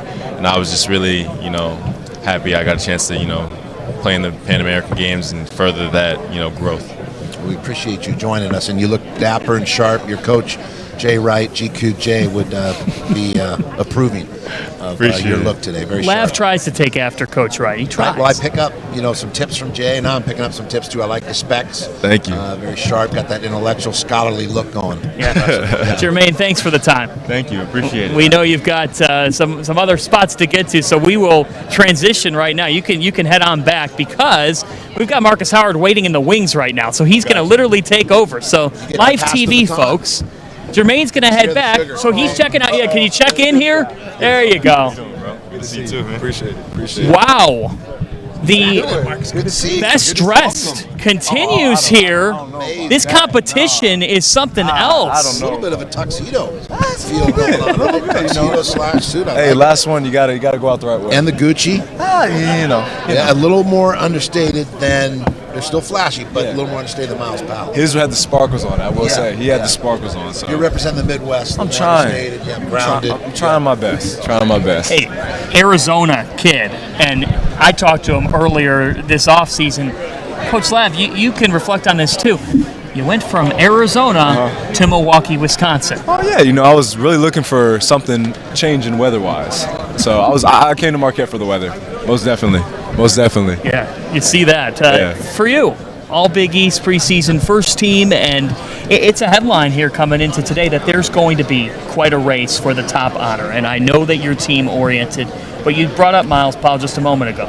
How much do you elevate each other's games? I think a lot. I think it's definitely unique to have a conference with, two really prolific players in the country. And, for us to be in the same conference and able to compete, 2 and 3 times every year, it's definitely something that's unique to have as a competitor. So I'm fortunate, to have a guy like him as well as other great players in our conference to compete against and go up against. So I'm really blessed and fortunate just to be in this conference, that has such great coaches, teams, and players. So it's really definitely really a cool situation. No secret with your numbers, the prolific ability to shoot the ball, to score, really play make and shot make.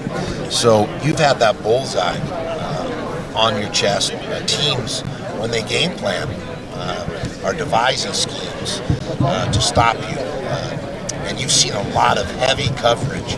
What have you learned from having that bullseye on your chest when people know you're going to stop Marquette, you've got to stop Marcus Howard? What has that taught you over the past couple of years, and how will that help you coming into this season?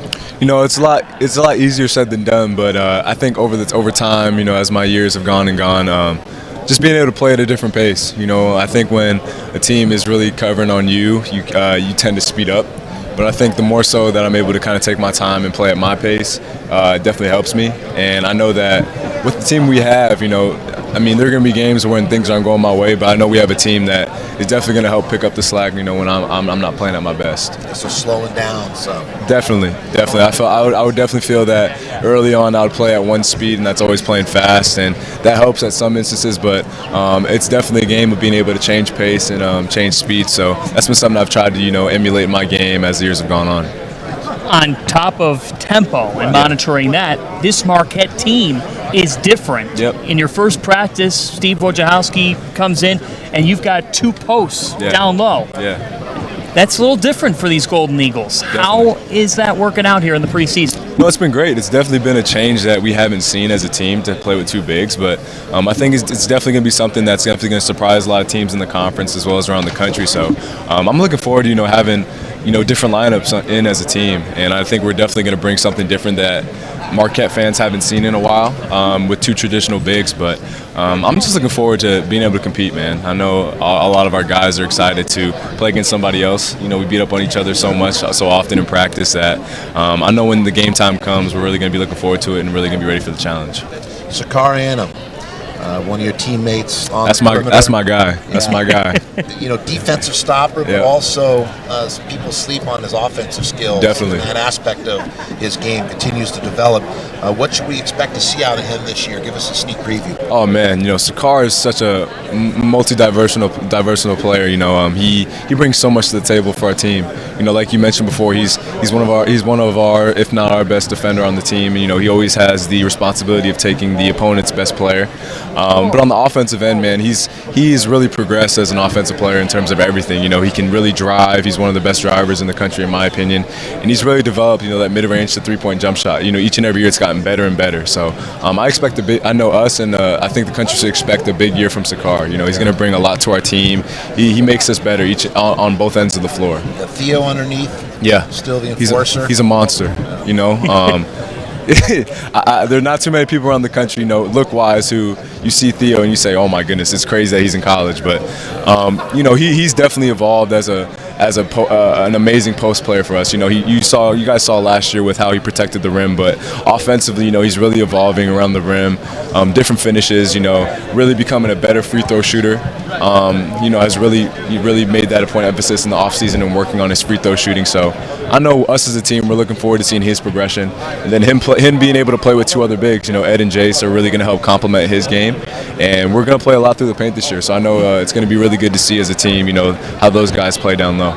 Well, he's already the reigning Big East Player of the Year, an All-American. Everybody's wondering what's in store for the next act, and I'll knock on the wood here because, provided with health, of course, you can become the all-time leading Big East scorer this season in the history of the conference. If all goes as planned, that would be quite an honor. That would be an honor, but I'm just trying to win. So I know you are. Trying to win. That's all I care about. Marcus Howard, thanks so much. Let's send it back to Pat O'Keefe. All right, thanks a lot, John. And we are with Marcus's coach Wojo here, and that's quite a player you have there. I mean, the season he had last year, we knew the talent was there, but I don't know if a lot of people saw that kind of season coming. Did you? Yeah, we were hopeful for it. You know, Marcus has been an incredible player, leader, and ambassador not only for our program and university. What he did last year was absolutely spectacular. By all accounts, and you know, we're so fortunate that we have him back this year. And one of the great things about Marcus is that every year he's returned to Marquette, he's returned a better player. And so that doesn't necessarily mean he's going to score as much as he did last year, but I think you'll see a better player. What are some things Marcus can do to prepare himself to play on the next level? Help Marquette win. You know, I think, you know, Marcus has shown that he's got an elite skill and a scoring and shooting ability. He needs to continue to embrace the areas that he needs to improve on, and you know, he needs to be a part of a winning team. And we've won at a high level, but we want to take that to the next level. You know, last year was a big year for your program. We had watched the progression during your first few years at Marquette, and there were some increased expectations last year. And for the most part, you met those. I know the season didn't end the way you wanted, but, you know, a consistent top 20 team. You got into the top 2 in this conference. How big was last year for your program to take that step to the next level? Well, you know, we've been building and building, and fortunately, you know, every year that we've been there, we've gotten a little bit better. You know, obviously last year winning 24 games, you know, having a chance and putting ourselves in a position to win the Big East was another step for our team. We want to continue to grow and build and improve, and, you know, we think we have a group this year that's capable of that. It wasn't a great defensive team before last year, and those of us who watched you play as a college player knew that was the side of the ball side of the floor where you kind of really shine. So how are you able to kind of put your stamp on the program last year? I mentioned earlier, I think you improved by 9 points a game defensively. How are you able to get the team defensively to where you finally wanted it to be? Well, we're really proud to be the most improved defensive team in the country. I think it's a tribute to our players and our personnel. Our guys bought in to the fact that we needed to be better in that area. We had a heavy daily focus on the defensive end, and it paid off really throughout the year. And in order for us to compete in the Big East this year, which will be as good as it's ever been, you know, we'll have to be an even better defensive team. And outside of Marcus, a little bit of a different look this year. You've got some post players in, you've got some more size than usual. How about the team as a whole? What are we looking at this year? Well, I think we can have a very good team. You know, offensively, we have more downhill players and guys who can get into the paint off the dribble than we've ever had. We have great size guys that we can feel who can be effective and efficient around the basket. And we have really good depth and versatility. So, you know, we may not be able to space the floor quite like we have been able to, but I think we can make up for that in other areas. All right, Coach, it'll be fun. Good luck this year. Thank you. All right, let's send it back over to John. We're just making acquaintances, catching up. We're back at it here with Butler's Kamar Baldwin, an All Big East preseason honoree, and now entering your senior season. Time really does fly. What are your expectations for your final year? My expectation, just to go out there and give it my all. Just play to the best of my ability and let the rest take care of itself. Your personal development from year to year, you've added different dimensions to your game.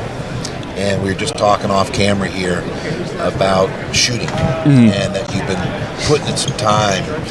Specifically, what areas on the mechanics of your shooting and getting those reps did you focus on? I should say not bringing the ball back behind my head, just trying to be more efficient, shoot it the same way every time, and just being consistent with it. So You're defensively, you've got that prowess with your length, rangy, quickness, good anticipation.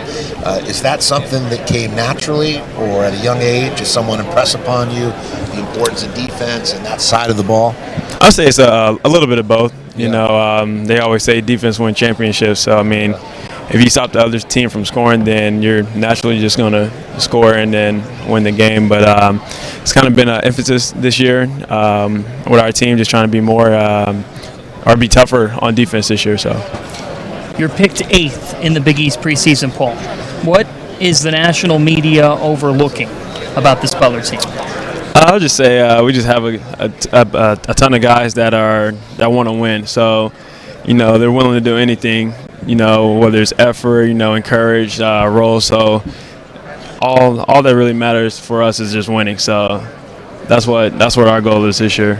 What's going to be different about this Butler team that can lead you to flipping some of those losses into W's? I would say just handling adversity differently.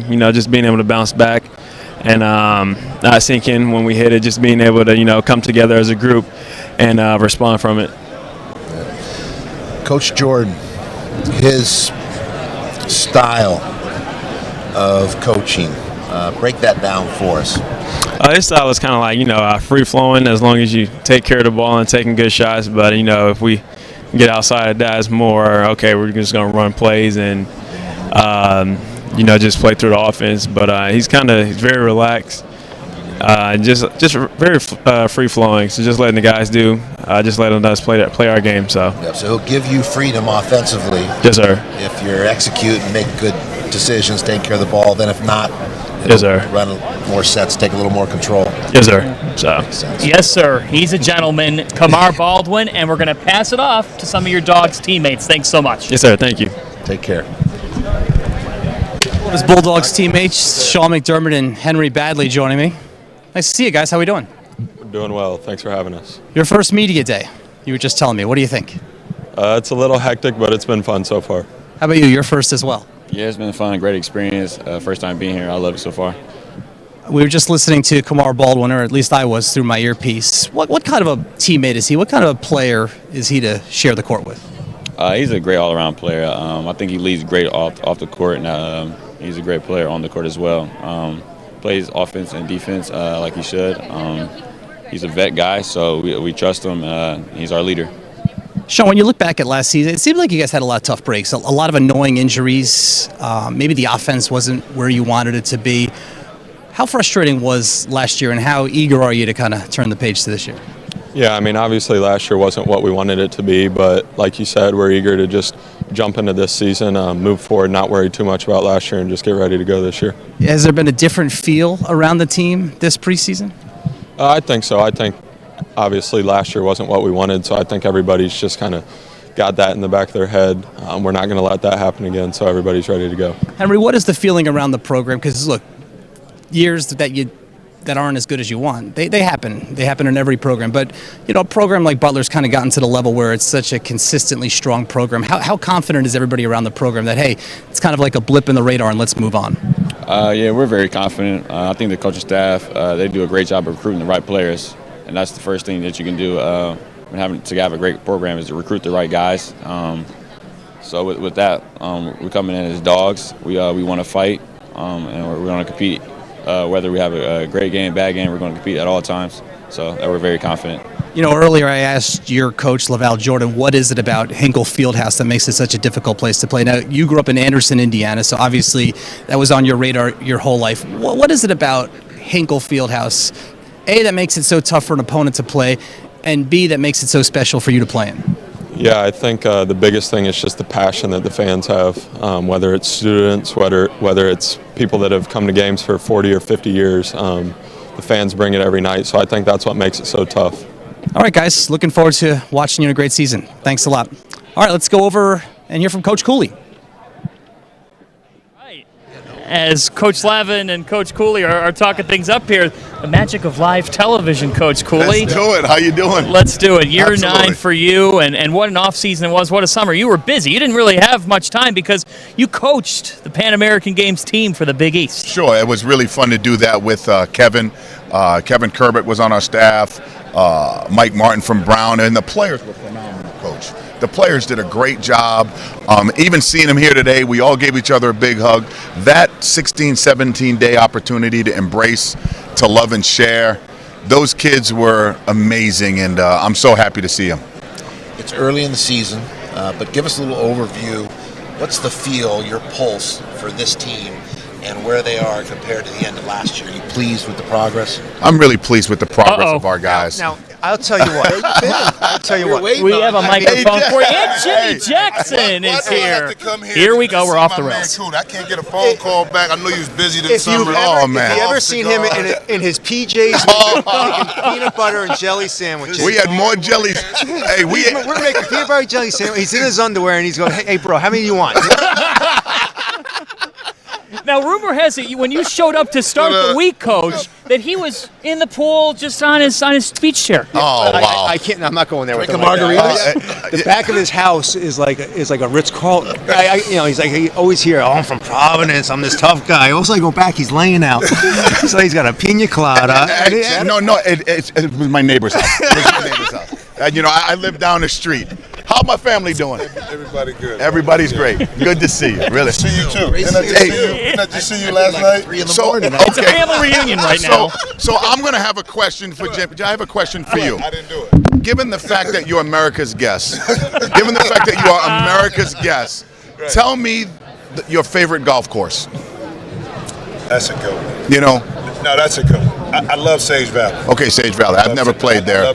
My handicap's too high. I will say my favorite is the one I belong to, which is Double Eagle in Columbus, Ohio. Double Eagle, Columbus, Ohio. OH. I-O. You like Bel Air, though, too. I do like it. Double Eagle. So I know you. Well, if they're watching this, I want a free 1-year membership because you probably need a little bit more diversity on the golf course. Okay? So we're talking about inclusion, diversity. We need a little bit more of that on there. Very progressive. Good to see you. So Double Eagle could be a potential sponsor of Providence College. Double Eagle could be a potential sponsor, absolutely. Well, these guys are great. Now Did that I we're answer back your at it. question? Yeah. Where are we? Where were we here? I think you were going to give us a little bit of an overview of the team and where they are at this point compared to the end of last year. Excuse me. Well, where's Providence College at now? I think we improved. I think Alpha Diallo has made a big jump. I think David Duke and AJ Reeves have made a big jump. Right now we're dealing with a lot of injury. Nate Watson's he's out of practice for another couple of weeks with a bum knee. Luwan Pipkins, who's the transfer from UMass, who his 3 games averaged 25 against us, so why not try to take him on your team? I think Khalif Young and Malik, we're older. Guys have been in this building. They've been in some big games. So we have high expectation of our group, but at the same time, when you look around the league's older, 31 returning starters, really good coaching, a new system that comes in that we'll have to prepare for in St. John's, and obviously going through Seton Hall, Villanova, Xavier. It should be a fun year, Coach. It should be a fun year. When you're healthy, you'll have depth. Does that dictate your style of play? Do you extend defensively a little more? Do you full court? I think that's a great question. I can tell you, Coach. Absolutely, a great coach. We're going to try to do that. We are going to try to extend the pressure a little bit and utilize 8, 9, 10 guys because we have the depth for it and we have the experience for it. You're going to have 5 seniors who have all played major minutes for our program throughout the years, and you're going to have freshmen who played major minutes. So the depth is good. We just got to get healthy right now, Coach. We got to get healthy quick. Is there one clear leader? Is it Diallo? Is there that alpha male? Or is it something you're going to wait to emerge? Or is it by committee? But in terms of you've had the great guards, the great leadership on the teams that made those runs into the tournament and won the Big East Conference tournament. I think it's emerging. I mean, Alpha will have a big voice. Khalif has a big voice. We're trying to get Malik to grow into that more of a voice. Pipkins, although he's in his first year with us, he's not afraid to give his opinion, and what he says, for the most part, he's dead on. He's just got to continue to build his relationship with his teammates. What's the difference for David Duke and A.J. Reeves heading into this season as opposed to last year? Well, experience. Like, a famous coach said, and I don't know who that famous coach was, but I heard it, you can't Google experience. And these guys have experience playing in the Pan American Games, even more experience, and feeding them more confidence. Young men, people in general, just thrive when you, the leader, just infuse confidence in them. And when we do that, those guys play at an elite level. And when Pipkins is healthy, how much do you think that could allow those two to maybe have some pressure off of them because of the amount that they were tasked with right away last year? Well, yeah, we threw them into the fire. We threw him right in there, and for the most part, they did really well. But having an experienced guard on the floor, he's very tough. He can make a shot. He can get you 30 in a game. He can make free throws. We're going to make him defend. You will defend or you won't play. So having that option and his ability to score the ball gives us another dynamic scorer on the floor. Okay, before we wrap it up here, your number one wine. My number one wine, Boone's Farm. I'm solid. No, my number one wine would probably be a Brunello from Italy. Nice. You can't go wrong. We're all about that. Yeah. Now, because you're going to be in TV, you're made for TV, you're made for coaching, you're made for... Greg McDermott is waiting on our other set. Can you toss us to Greg McDermott? Coach from Creighton, one of the best schools in the country, is going to be joining us shortly. McDermott, who enjoys playing golf and enjoys a really, really cold beverage every now and then. We're going to throw it to Coach Mack right away. Talk to you soon. Later, guys. And I think you missed your plane because he was talking about his favorite wine. I've been listening to him talk about himself all day today. I've followed him the whole time. I mean, him talking about his favorite wine, that's a half a day event right there. He did give you kudos to your golf game. Yeah, I know you weren't listening, but he did give you kudos to your golf game there. Well, compared to his golf game, mine is good, but I'm not sure that means mine's any good. It's funny. I'm looking at the panels of coaches before, and you alluded to the fact that you weren't sure how this was going to go when Creighton and Butler and Xavier joined the conference 7 years ago. And then you look at the 10 coaches, and you're one of the 4 originals for this iteration of the Big East. That happened fast, didn't it?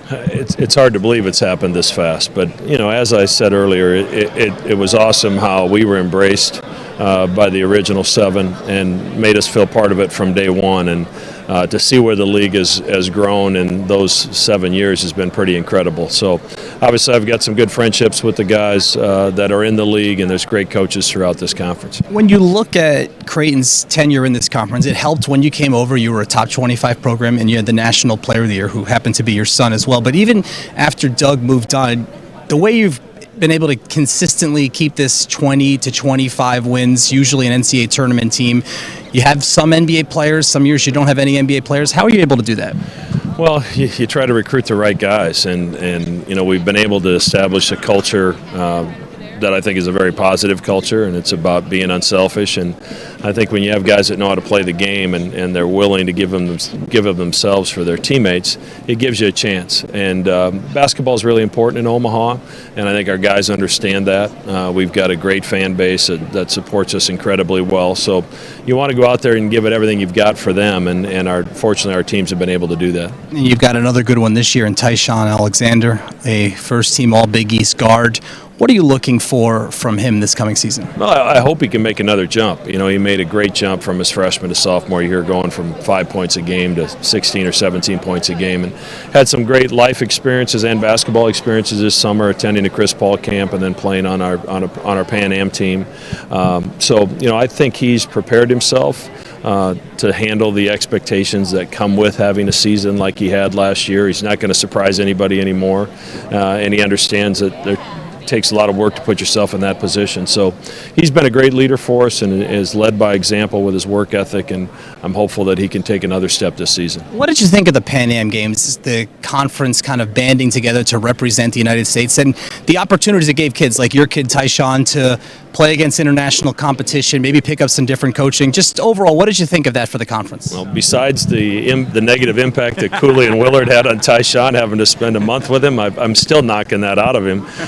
But no, it was incredible, and something that Tyshawn has talked about the relationships he was able to form with guys that otherwise were competitors prior to that. And then, I think Ed and Kevin created an environment. While they wanted it to be competitive, I think they made it enjoyable. And I think because of that, it's an experience that Tyshawn will never forget. All right, well, 20 wins and Creighton can shoot from the outside. You can mark it down every October, right? Well, I hope so, and I hope that ends up in an NCAA tournament bid where we do some damage while we're there. All right, Coach, good luck. Thank you. All right, let's send it back over to you, John.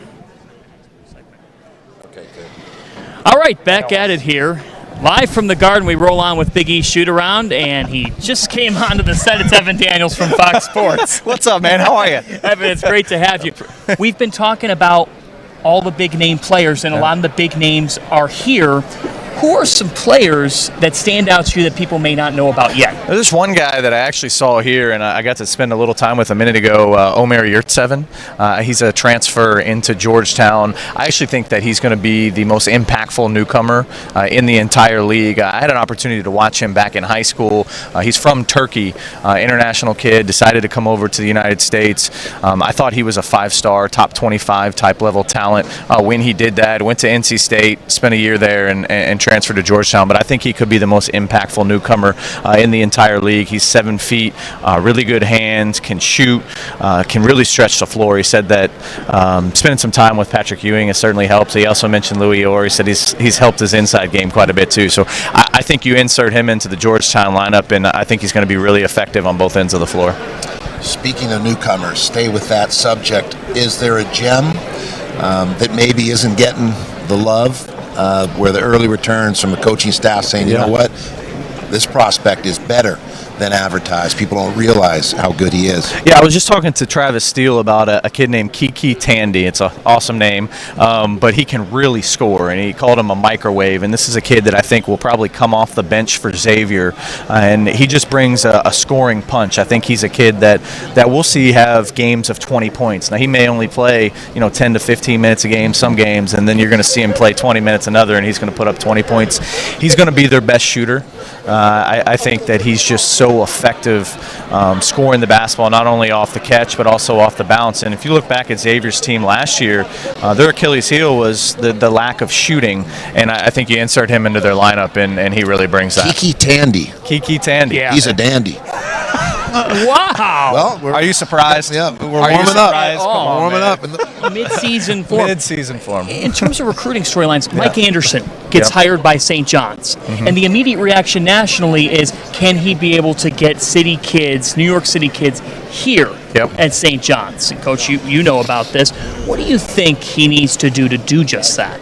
Well, he's going to have to hit the road and really be visible, not only in the state, because obviously the state's important, but if you look at the history of recruits, and you know this as well as anybody, is they're spending a lot of time at the prep schools now. A lot of the best players in New York City end up heading off an hour or two to the Brewsters of the world, and the Vermont Academies of the world, and the teams in the NEPSAC. So the most important thing is visibility and being out and seeing these guys. But I think the most important thing in recruiting, Lav, as you know, is relationships. And they're going to have to lean on some of their relationships, not only Mike Anderson, but the whole staff.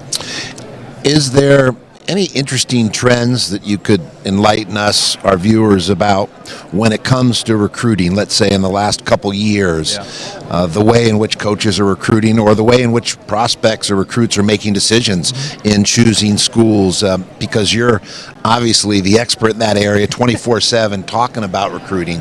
Anything interesting there? There's a couple. I mean, I think the biggest storyline in the recruiting world right now is the availability of other options outside of college in terms of potentially going pro, like a guy like R.J. Hampton, who opted to go to the NBL in Australia. LaMelo Ball did the same thing. There's a kid that next year has already decided to sit out. His name is Marjon Beauchamp. He's a 5-star player. He's going to sit the season out and not even play. He's a senior in high school. He's already made that determination. So I think that's kind of a trend that I think a lot of these kids are paying close attention to what R.J. Hampton's going to do. I think of the top 25, I've heard of 5 or 6 that may look into going that route. So they're considering, the top tier guys are considering other options.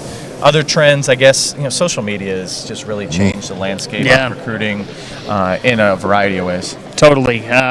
Evan Daniels. You can listen to the Sidelines podcast on iTunes. You can watch him on FS1 all season long. I'm waiting for the Daniels Lavin Sidelines pod. I cannot wait for that. Yeah, that'd be fun. Evan, thanks so much. It's coming soon. It is. Absolutely. Thanks so much for your time. I'm being told that DePaul is somewhere around me. Is that true? Is there truth to that rumor? Yes. They're right back here. Come on down. Evan, great to have you. All right, I'm going to swap enjoy you it. out and swap you guys in. It's Paul Reed and Jalen Butts from DePaul. How are you guys? We need another chair here. We'll bring out Elizabeth, our stage manager. It's moving pieces and parts. I like that. Great teamwork, but we just keep on rolling because that's what we do here on Big East Shootaround, live from MSG with the DePaul Blue Demons. You need a mic Chicago as well. Chicago in the house. I've got it here somewhere. Let me see here. Yes. Saw you guys a couple. Saw you guys a couple weeks ago in practice. What's different about this DePaul Blue Demons team? Go ahead, P. Let me just keep it real with you. We just got a whole bunch of dogs on our team, whole bunch of go-getters, whole bunch of dudes who gonna go out, play defense the whole time, the whole game, and get buckets. You feel me? You had big news last week. Charlie Moore, the Kansas transfer, deemed eligible. What kind of a difference can he make in the backcourt? Take this one over, Bees. He's a great guard. Obviously, anytime you can add an addition like that, a shooter, all-around individual that can dribble it and pass it well at a high level, definitely boosts your team chemistry and just team overall. So just having him being able to step in and contribute to us right away is a great deal for us. You two last year developed a great 1-2 punch. You complement one another well because you're different, equally effective, but come at teams in a different way, and showed your physicality around the rim and finishing, and then your ability in terms of fluidity and grace and getting up and down the court. Both of you, what did you focus on in this offseason in terms of adding a dimension? I've been asking the players that because the great ones always keep adding tools, right, to that toolbox as they develop or round out their game. What did you focus on? Then I want to hear from you as well. I'll go first. What I focused on is improving my shooting ability, and then defense, and then ball handling. I've really been working on everything, every aspect of my game, like getting stronger, getting in better shape, condition-wise, and being a better leader mentally, getting mentally right too. So just every aspect, trying to be as best as I can be. Along with him, I try to improve my shooting ability as well. I worked on my ball handling a little bit. I'm just trying to stay as physical as possible. I try to stay in the weight room a lot. Try to work on conditioning. And again, back to what he said, mentally just trying to prepare ourselves for this season and being able to step up and be those leaders for the guys we have coming in. So just overall, I feel like the growth, is coming along, and we're just continuing to try every day and work on our flaws. So, baby. How tired are you guys of being in the basement of this conference, and what's it going to take to get out of it? I'm tired of it, but honestly, we know that. Honestly, I don't feel like it's something that we look to. I mean, obviously it's a ranking, and obviously, that's what people see us as. But honestly, I don't feel like it takes anything away from us. If anything, it motivates us more. Seeing that, it just makes us go even harder. So I just feel like that doesn't really take away from anything we've done so far. It's just something someone else sees. So I feel like it's just motivation and more motivation for us to do better. Yeah, and I'm gonna piggyback off what he said. Like, it's motivation for real. Like being in last place, it just really makes us want to make the more difference in our program even more. Like, what he said. What makes you think that this can be a season where you turn that corner? Just the new program we got, and then us two coming back, being more experienced, being more ready for this moment, and then the new team we have with all the other assets on our team that we have, all the more talent we have, and then I just know. Just going to get it. You just know. Yeah. It does seem like it's the most balanced DePaul team when you look at size and strength, skill and quickness, backcourt play with Gage and now Charlie Moore, and then being solid along the front line, that inside-outside combination, and then you add the experience. So I really think you guys are turning into the sleeper pick of the Big East as the pieces fall in line. And Coach Lado has gotten DePaul to the tournament before, so he's been there before, has a blueprint for getting back. So don't sleep on the Blue Demons. They're developing that hard edge, too. You can feel it with these two, talking about the dog in them and the toughness and the ruggedness you guys plan to bring. Coach Lav's not sleeping on you guys. No, not sleeping on the Blue Demons, no. Guys, thanks so much. Best of luck this season, and we'll be checking in with you throughout the year. Yes, sir. All right, that's the DePaul Blue Demons. We keep it rolling here on Big East Shoot-Around. We'll take a brief time out and be back with you here with more from the world's most famous arena. Thank you. Good work, fellas. Thank you. Yep.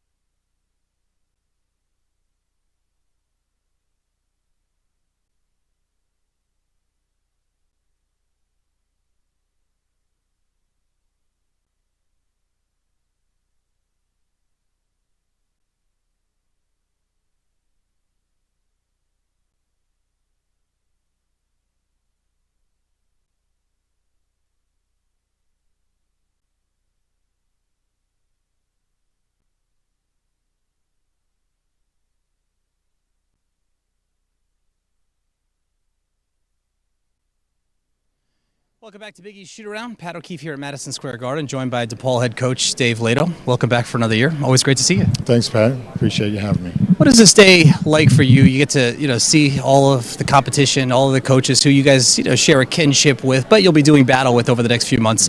It's obviously the official start of the season. What is this whole day like for you? Well, going back over the years and talking about me today, and it's the start. It's the start of another successful season potentially, and the amount of work that you have to put in goes there. But most importantly, you get to see, for one of the few times every year, all your colleagues and players in the room at the same time. It means the fabric of the family atmosphere that Big East basketball is all about. But most importantly for me, you get to size up the competition. I think everybody's thinking the same thing when they see it. Hey, nice to see you, but I want to beat you. And I think when we go back to our respective campuses, I think that's the message that we'll move forward with our team.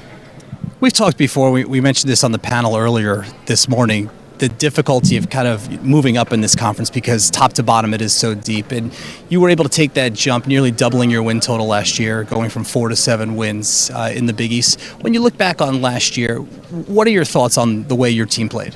Well, I think you have to be happy with progress, as you mentioned with the numbers and how many wins we were able to get, and a late season run in both the regular season and postseason. So I think you have to be happy about that. But you also have to understand the razor-thin nature of success versus non-success and what it does. And we were going at Creighton at the last regular season game, and if we won, middle of the pack finish. And if we didn't, we end up in 10th places. And not winning that game meant that all the work we did, didn't end up to where we wanted to be. And so we've got to continue to understand that, know what it means, and then be better moving forward for this season. Max Strus had a great year for you last year. He's on the two-way deal with the Boston Celtics now, so we'll see how that plays out. But with him gone, Paul Reed really stepped forward. I mean, he was honored as the most improved player last year. What are you looking for? What do you need from him this coming season? Well, I think not just for me, but all DePaul people in general, that he can have the kind of breakout year that everybody anticipates him having. There's a lot that goes into that. He's wildly talented in a lot of different areas. He's a natural scorer and he's a natural rebounder. And so as we put more emphasis on giving him the ball in certain spots, that he can increase his productivity and become one of the best players in the league. But he also has to understand, I think he's growing in this every day, and the responsibility that comes with being a go-to guy. We had Eli and we had Femi, and especially, as you mentioned, Max last year. So there are times where he was not the focal point of a scouting report. Every opposition that we play this year is going to focus on him. I think he'll be physically ready, and now, most importantly, getting him ready mentally is important to our success. Coach, always good to see you here at the Garden. Okay, thanks for having me. All right, that's Dave Lato of DePaul. Let's send it back across the floor to John Fanta. 3 for Laval Jordan, head coach of the Butler Bulldogs. And Laval, we talked to some of your players earlier. How is this Butler team different from a year ago? Well, I think we have, obviously the roster is different. There's some new additions. We bring back Kamar Baldwin, Sean McDermott, Henry Badley, 3 seniors that have been around the block. Aaron Thompson, who's played logged a lot of meaningful game minutes. Guys that have been in the rotation somewhat, Christian David, Jordan Tucker, those guys are back. But new additions with Bryce Enzi, Derek Smith, Caleb Battle, John Michael Malloy, our 2 freshmen. So the 2 transfers, 2 freshmen, kind of changed up the roster dynamic, add some versatility, which is a good thing. It was something that we're excited about, especially defensively, having some versatility, being able to play big, being able to play small. There's an unselfishness that I like about the group that stands out. There's a connection there, and I think right now we're pleased with our upperclassmen leadership.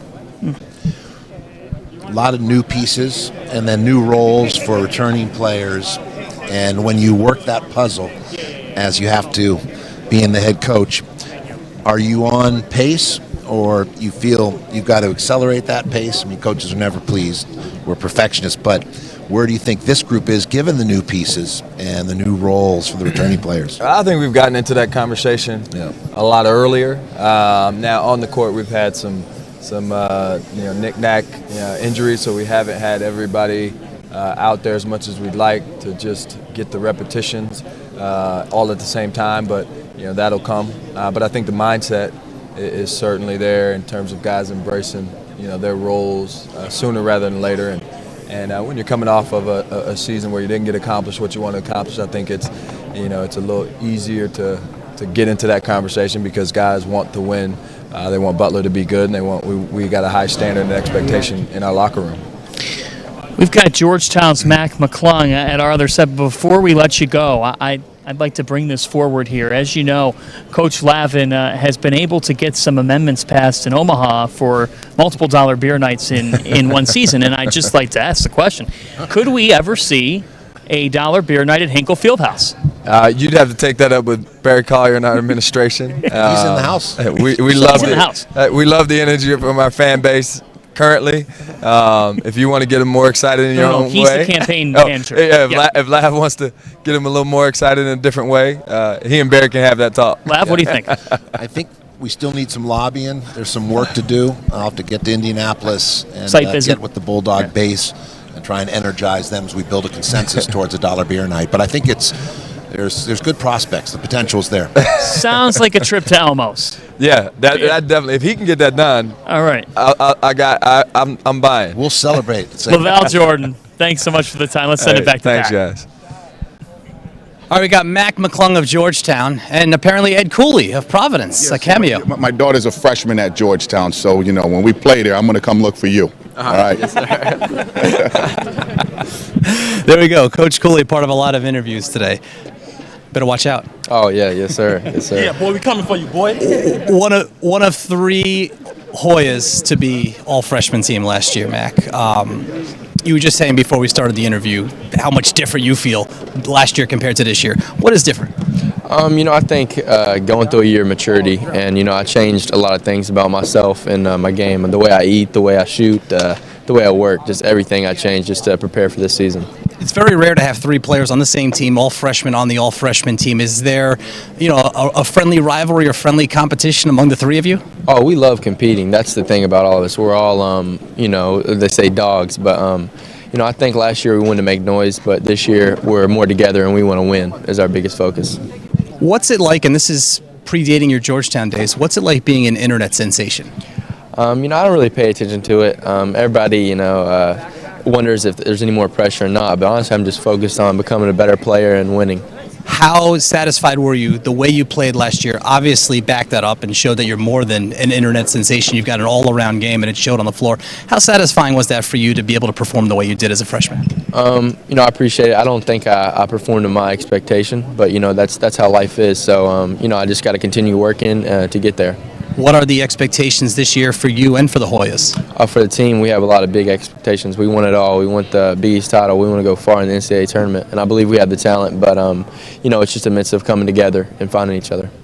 How tough is Coach Ewing in practice? Oh, he's the toughest, which you got to appreciate it because he knows, he's been there. He knows he knows the real and the fake. So I try to just soak up everything he says and all his knowledge. Does he still have the scowl? I mean, those of us who grew up in New York saw that for a couple of decades. Does he still have that? He brings it out from now and then. He'll bring it out, but mostly he's just very encouraging and he demands a lot of you. But I wouldn't want it any other way. What is it like for your teammates and you and James and Josh? You're playing for a guy who you said has done everything and seen everything in basketball. So when he's telling you something, you know he knows what he's talking about. How much confidence does that give you in your head coach?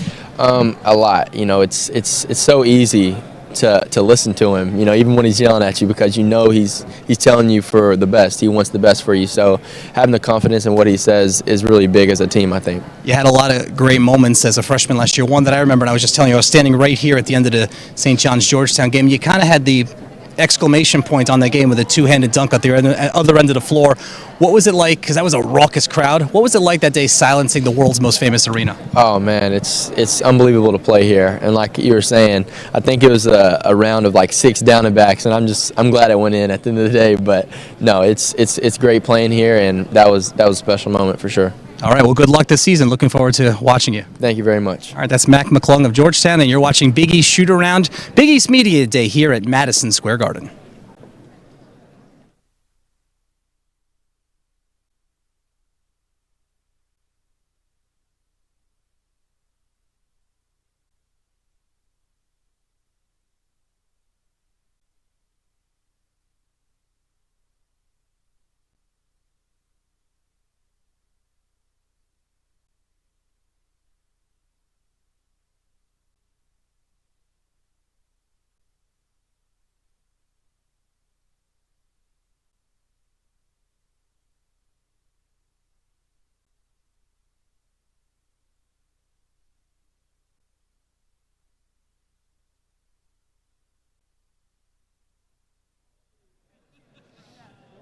Welcome back to Madison Square Garden, right here on the set from Big East Media Day. It's Big East Shootaround, our Season 3 premiere.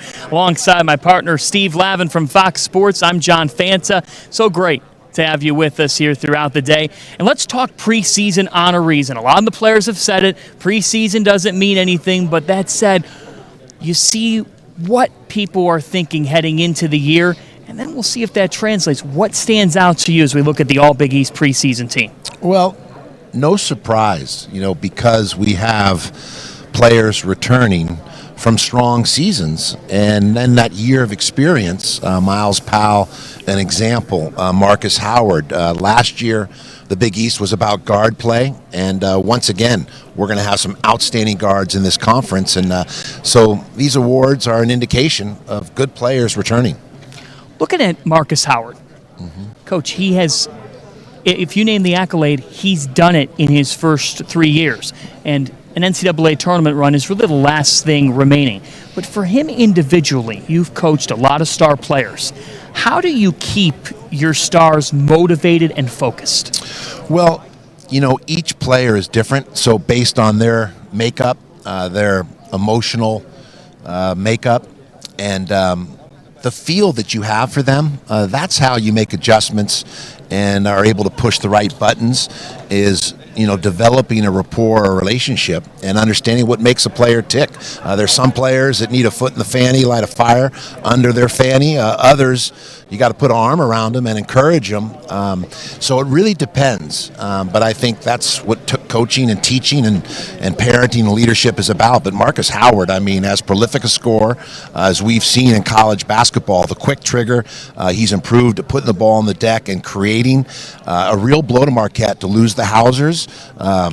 Their second and third leading scorer, their first and second rebounders. But that's what coaching's about. Wojo's going to make some adjustments. They still have players, Theo Johns and Sakari Enum, some newcomers, some transfers. And, of course, when you've got a player like Marcus Howard, you're going to continue to ride him as well. And Marcus Howard will be facing Miles Powell twice, maybe a third time here at Madison Square Garden. That will be a matchup that is looked forward to around the country in terms of a 1v1 matchup once again. And now Powell, Big East preseason player of the year. The incumbent in this race is Marcus Howard, but at least for now, with Powell being the preseason player of the year, what separates him from the rest of the pack of the great guards in this league? Well, he seems to have an ability to step up and seize the big moments, and that's what great players do, whether it's the biggest shot of the game. Even defensively, we've seen him improve over the course of his career.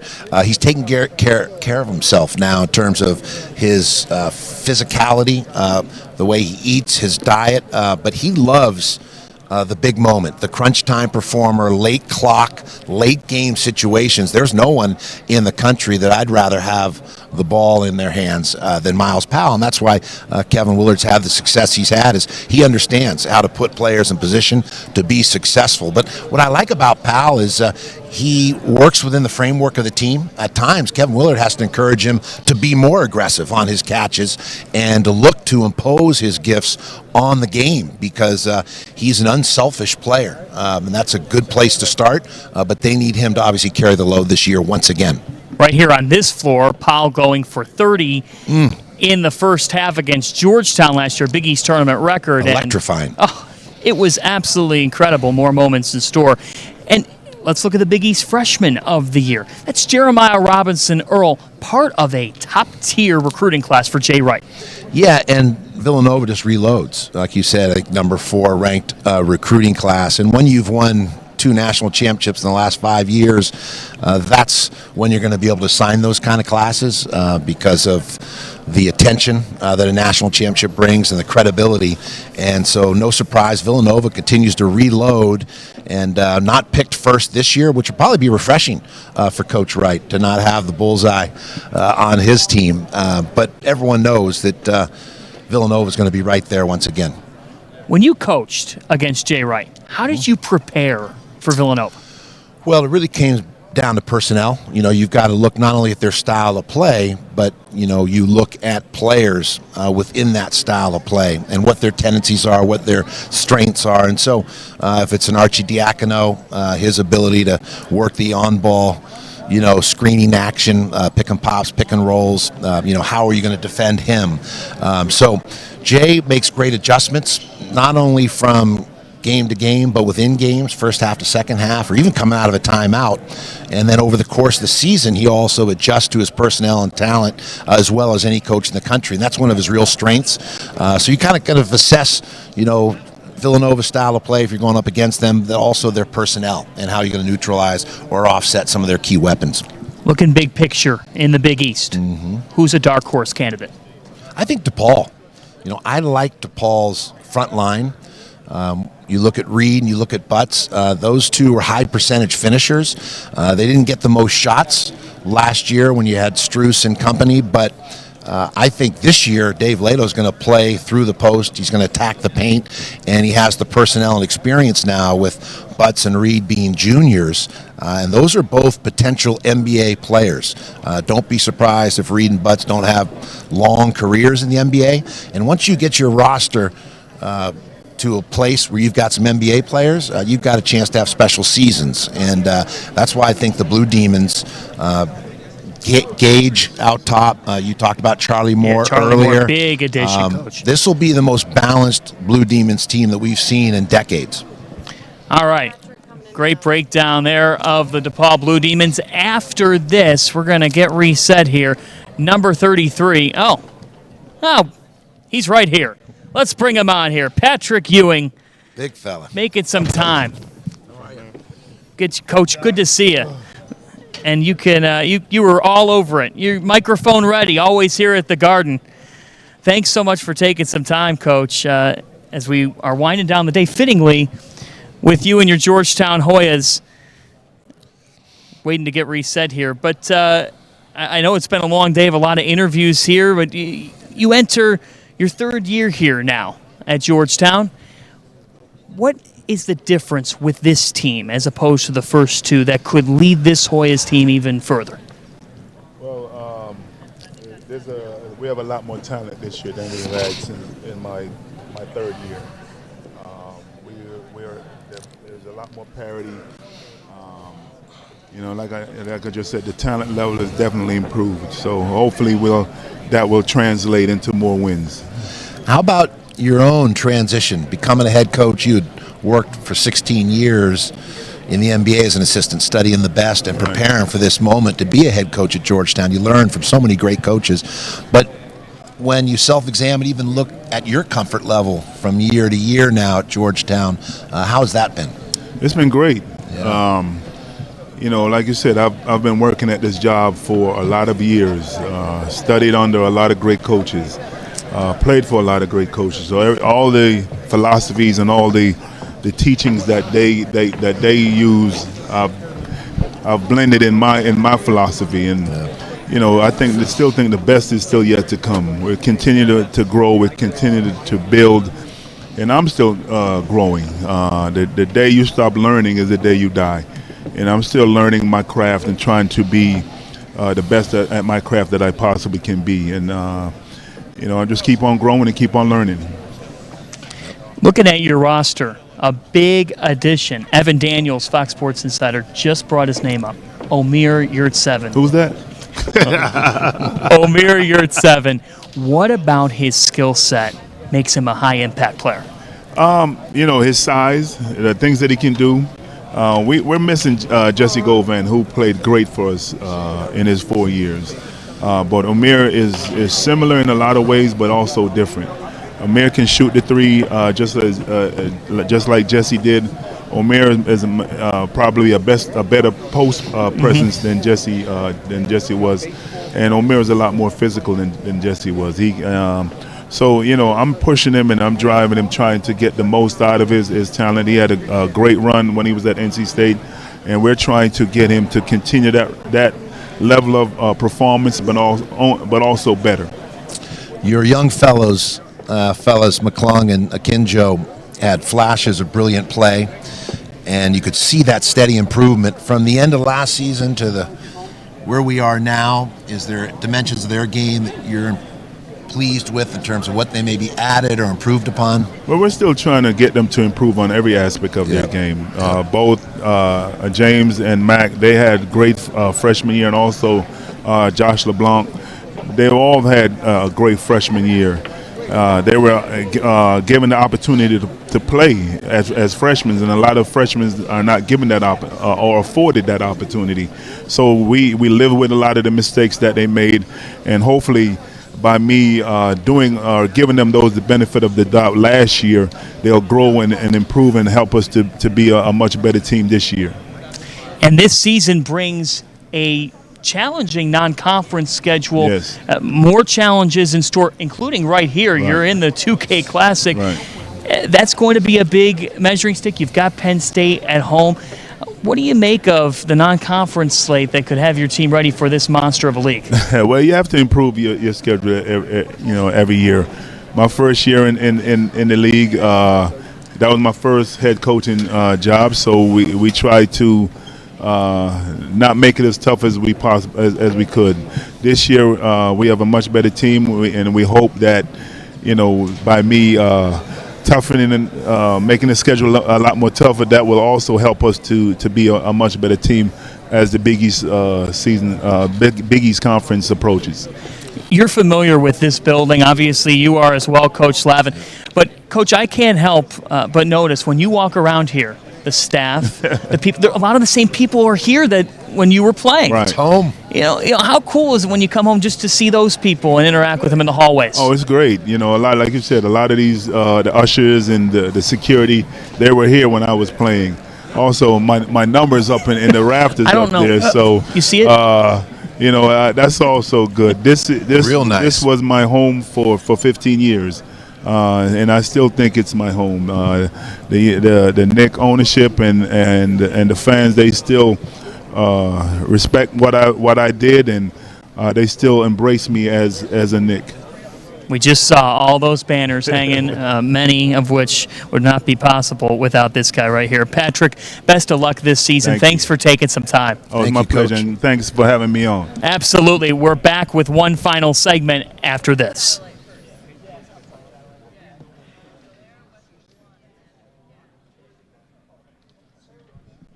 Good work. John.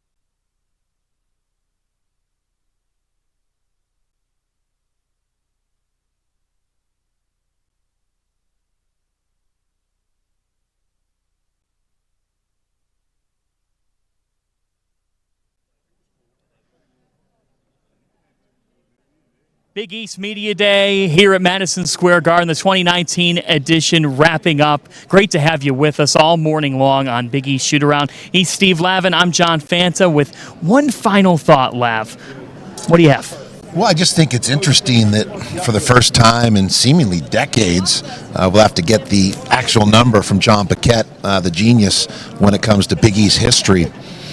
But Villanova not being picked to win the Big East in the preseason poll, and new territory for Seton Hall. What a credit to Kevin Willard entering his 10th year at Seton Hall, and just a steady, solid program. They've gotten better year to year, and I think Kevin Willard really in the prime of his coaching career, and has answered some critics with this run of NCAA tournament appearances. And I think Seton Hall has the pieces. It'll just be how do they respond to being gunned at. This is a new role for them when you're out top and everyone is gunning for you. They can't sneak up on anyone. But with Miles Powell, Miles Kale, Mamu, the inside-outside presence, Quincy Wright, they've got a solid enough core to be able to win this conference. First time the Pirates were picked number 1 in the Big East preseason poll since 1992-93. The Pirates would win the Big East tournament here over Syracuse, but it's been a long time. I wasn't even around. Decades. I was not even around back then in 92-93. But next time I see you will be for those Pirates and Sparty, Michigan State in the Gavitt Is that November 14th? November 14th. Your calendar's marked. I'm on it. Maybe dinner on the 13th or 15th. I'm hoping Those are for Kevin Willard off-air. should be buying.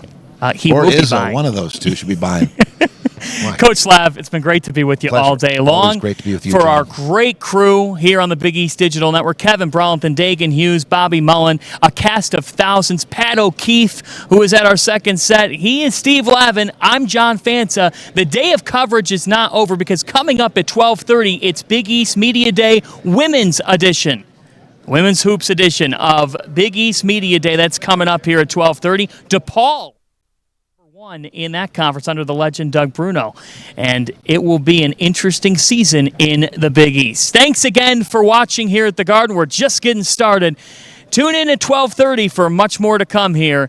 I'm John Fanta, signing off from the world's most famous arena.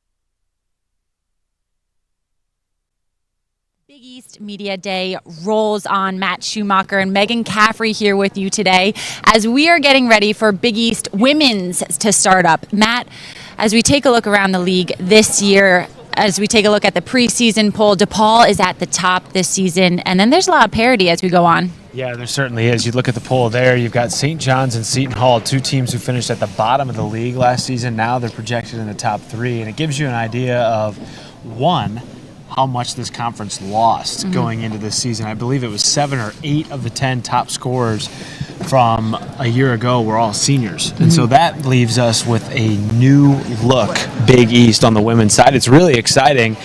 You know, you got a team in Georgetown who made it to back-to-back semifinals. Somebody always has to be picked in the 10 spot, and it's them. Wow. That leaves a very exciting door open for a lot of teams in this conference. And Matt, speaking of the excitement this year, we have 2 new coaches on the women's side of things at Xavier and Marquette, so fresh faces to get in the lineup. And fresh faces across the board at Marquette, too, having lost all of their starting 5 from a year ago. The one thing that they do have returning, though, Selena Lott. She was in the starting lineup a lot last season. We'll get a chance to talk more about Marquette as the show goes along today from Media Day. But, you know, Marquette's an interesting team, and we knew this was going to happen, right, over the years because they developed such a strong core of freshmen who became sophomores, juniors, and seniors, and now they're left with a very young group. As you look at the preseason first-team all-conference, a lot of different schools represented there, partner. Oh, yes, certainly there. And the Big East preseason player of the year this year comes from Seton Hall in Shadeen Samuel. She's coming off of a season where she earned the most improved player of the year. She really had a huge jump from her sophomore season to her junior year. She was averaging over 20 points a game in conference play. You know what's so great about Shadeen Samuels is that her freshman year, she only played 15 minutes per game. And a lot of times across the college landscape, especially now, you see players transfer when they're not getting clock. Shadeen stuck it out, and Tony Bozzella told me last year he was just so proud of her work ethic and her desire to get better last year, a career season for Shadeen Samuels, and a very, very deserving preseason player of the year. And Matt, also with her, I think the one thing that you look at is, and we'll speak to her a little bit later on, but she has really gotten confident off the court as well and being a leadership, getting into that role. And we are going to take a break here as we get ready for coaches panels coming up next.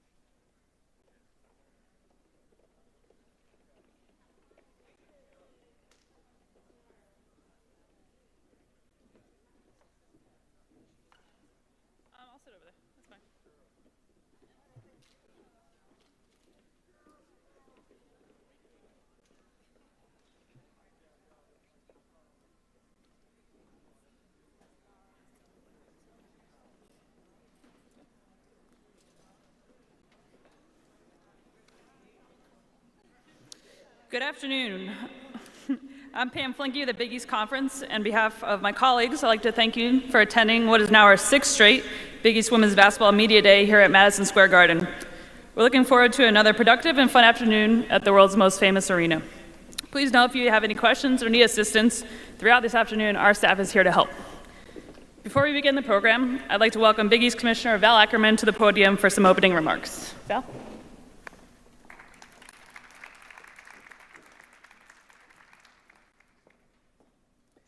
Thanks very much, Pam, and welcome everybody and welcome back anybody who was with us earlier today. We are once again very excited to be here. to host our 2019 Women's Basketball Media Day here in New York City. This year, for anybody who's keeping track, is the 38th year of women's basketball competition in our conference, and we have, to say the least, a very strong year of play ahead of us. I want to start off by acknowledging Tracy Ellis Ward, our Associate Commissioner for Women's Basketball. I know is with us. Tracy does a great job for us. Pam, our Assistant Commissioner for Media Relations and Digital Network Services. And I also want to recognize Deb Williamson, who I know is with us as well. There's Deb in the back, who is our Supervisor of Officials. These ladies do a fantastic job for us, and they are all here, as Pam noted, available to answer questions or assist with any of our media participants with any of your needs this afternoon. I'd like to start off by extending a big welcome to our two newest head coaches. First, Mel Moore, who was named the head coach of the Xavier Musketeers. Hi, Mel, in April. As many of you know, Mel comes to Cincinnati from the University of Michigan, where she served as associate head coach, and while there helped the Wolverines advance to 7 postseason appearances.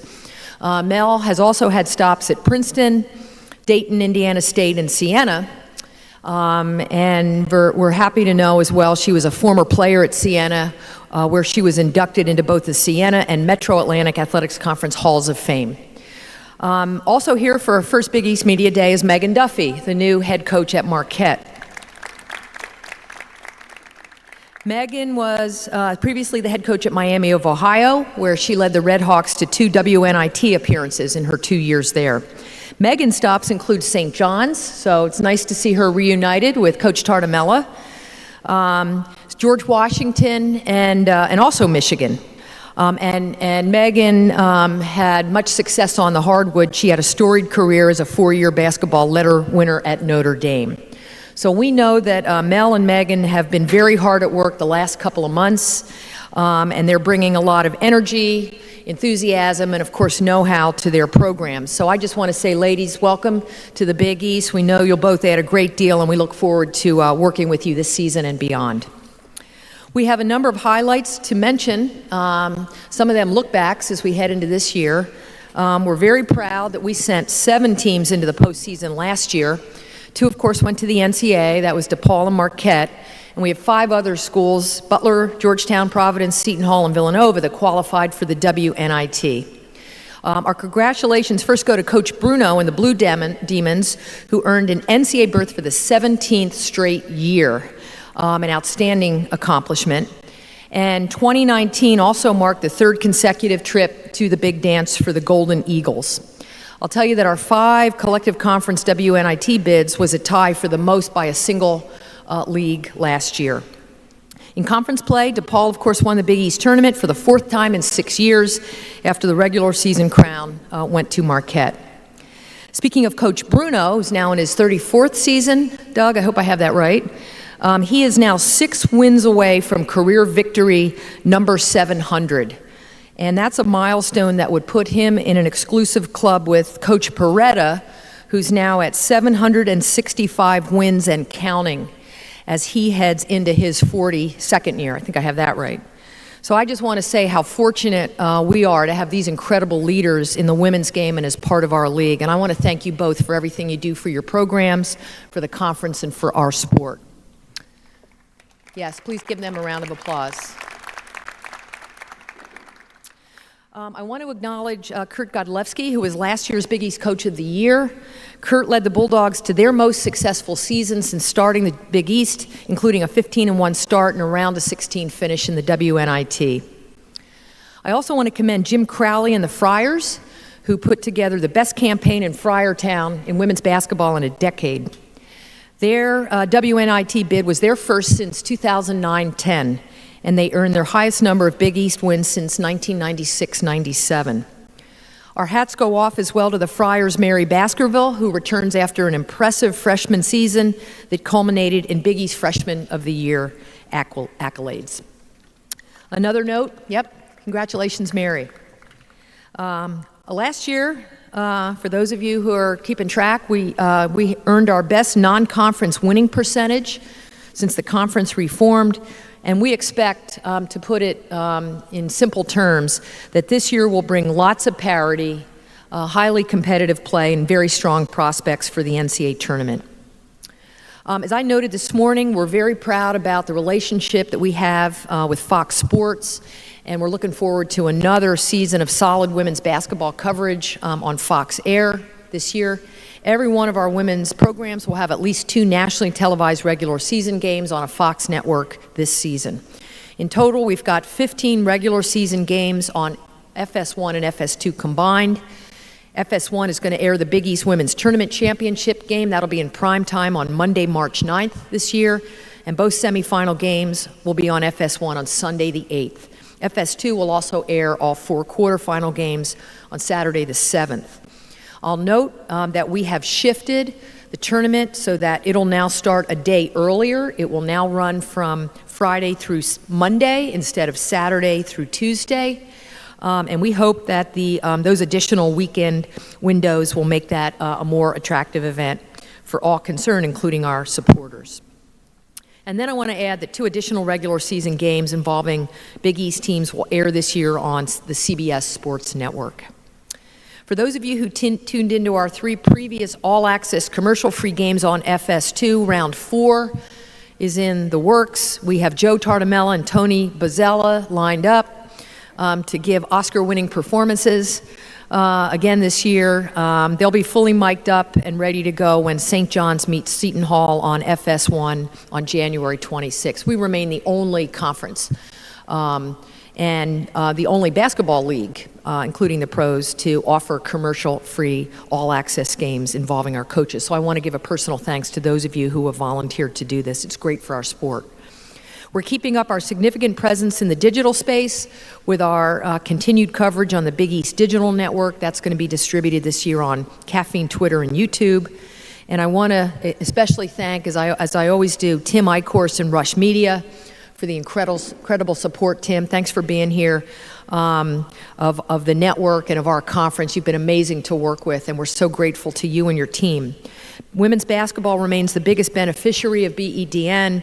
We'll be streaming 75 regular season games this season, including all the league contests that are not carried on Fox or CBSSN. Speaking of our tournament, we're excited to be returning to Wintrust Arena in Chicago for our 3rd year of play. We've enjoyed the balance of having our men's tournament here at the Garden and our women's tournament in the Midwest. And as expected, Wintrust has given us a first-class setting for our coaches, student athletes, and fans. And we'll be sharing more about our promotional plans for that great event in the months ahead. Off the court, we recently conducted the 4th edition of Transition Game.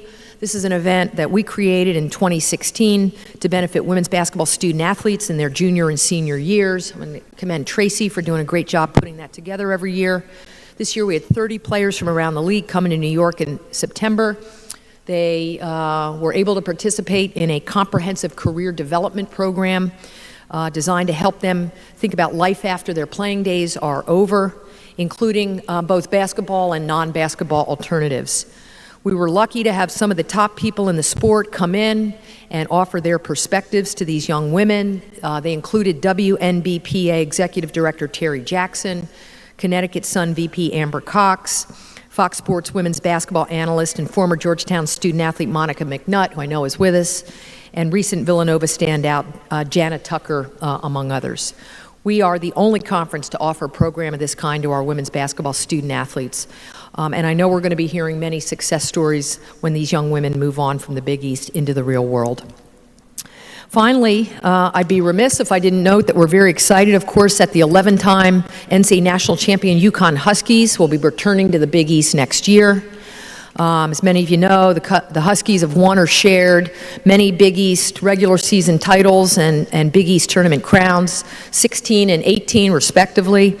And while they'll, of course, present daunting competition to our 10 existing programs, people have to lose eventually. And we believe that having them back in the conference, meaning them, not us, I'm talking about them losing, we believe having them back in the conference will elevate the quality of play in a way that can benefit every school. We're going to have a preview of things to come when Seton Hall and DePaul each face off against the Huskies in non-conference play this season. So on December 5th, Seton Hall will take on the Huskies, and December 16th, DePaul will play them. And the good news is both of those games will be airing on Fox Sports 1. I've had the privilege of knowing Coach Gino Auriemma for nearly 25 years. I can tell you that few have done more for the women's game, and I'm really confident that he's going to be a great contributor as we look to build on the Big East's proud women's basketball history and the new foundation that we've created in recent years. So we've got a lot going on here, very excited about the season. Want to especially give a nod to all of our coaches and our amazing women who represent our programs. We wish all of you the best of luck this year. We'll be seeing you along the road. And we have a couple of exciting coaches segments ahead, which I know you're eager to listen to. So I'm going to turn things over now to Pam to get things started. Thanks so much, everybody.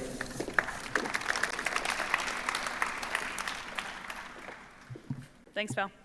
Up next, we have our coaches panels hosted by News 12's Pat O'Keefe. Our first panel will feature Jim Flannery, Doug Bruno, James Howard, Tony Bozzella, and Melanie Moore. But before we get to the panels, I'd like to invite all 10 head coaches up for a photo with Val.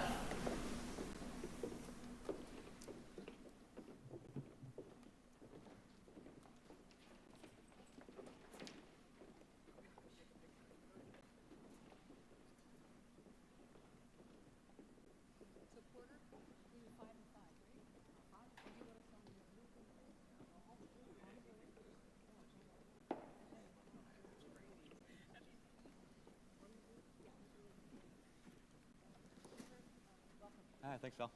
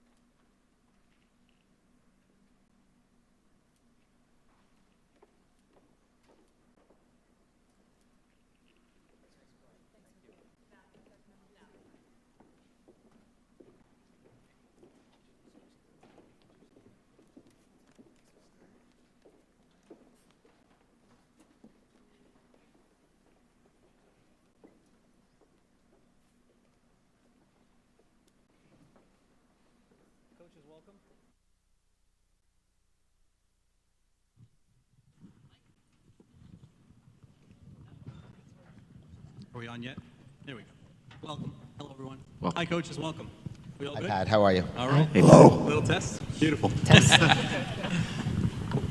So I want to start with you. Coming off your back-to-back conference tournament championships, and obviously going for a third this year.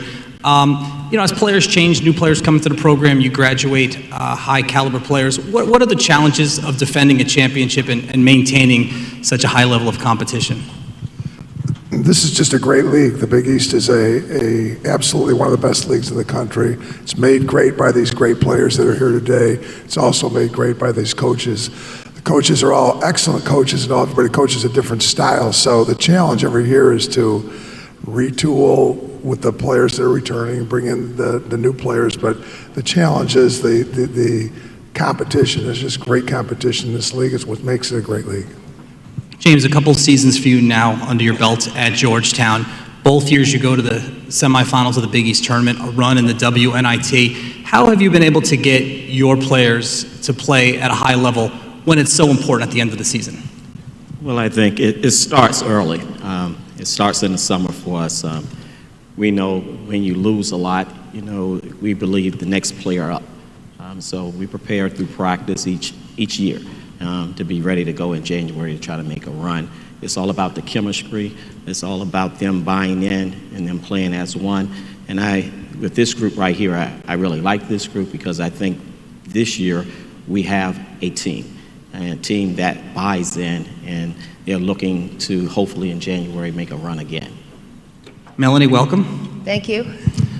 When you take over a new job and you take over a program at Xavier, what is the first thing that you focus on as you dive in?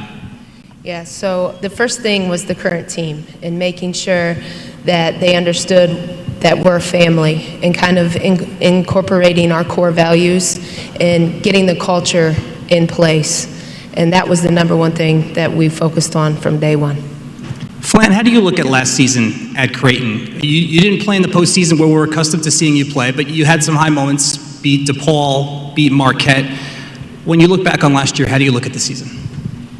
Well, we weren't, not to make excuses, but we weren't healthy for a lot of the year, and we had people in and out, and I think it was just hard to build continuity. So I think there were times where we played well, and at the end I thought we were a good basketball team, but we weren't good continuously. But so we've got to build our depth so that we're a little bit better able to withstand that, and just have plan Bs in place. I think all of us, the longer you coach, the more you understand that injuries are a part of the game, and you better have a backup plan and a backup plan to your backup plan.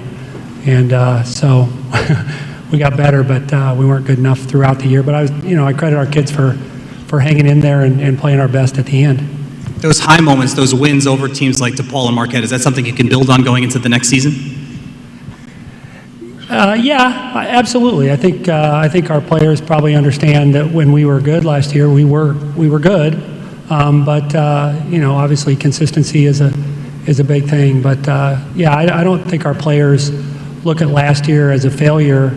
I think they believe that we can be back in the postseason this year. We have enough experience and people who've been in the locker room to know what it takes.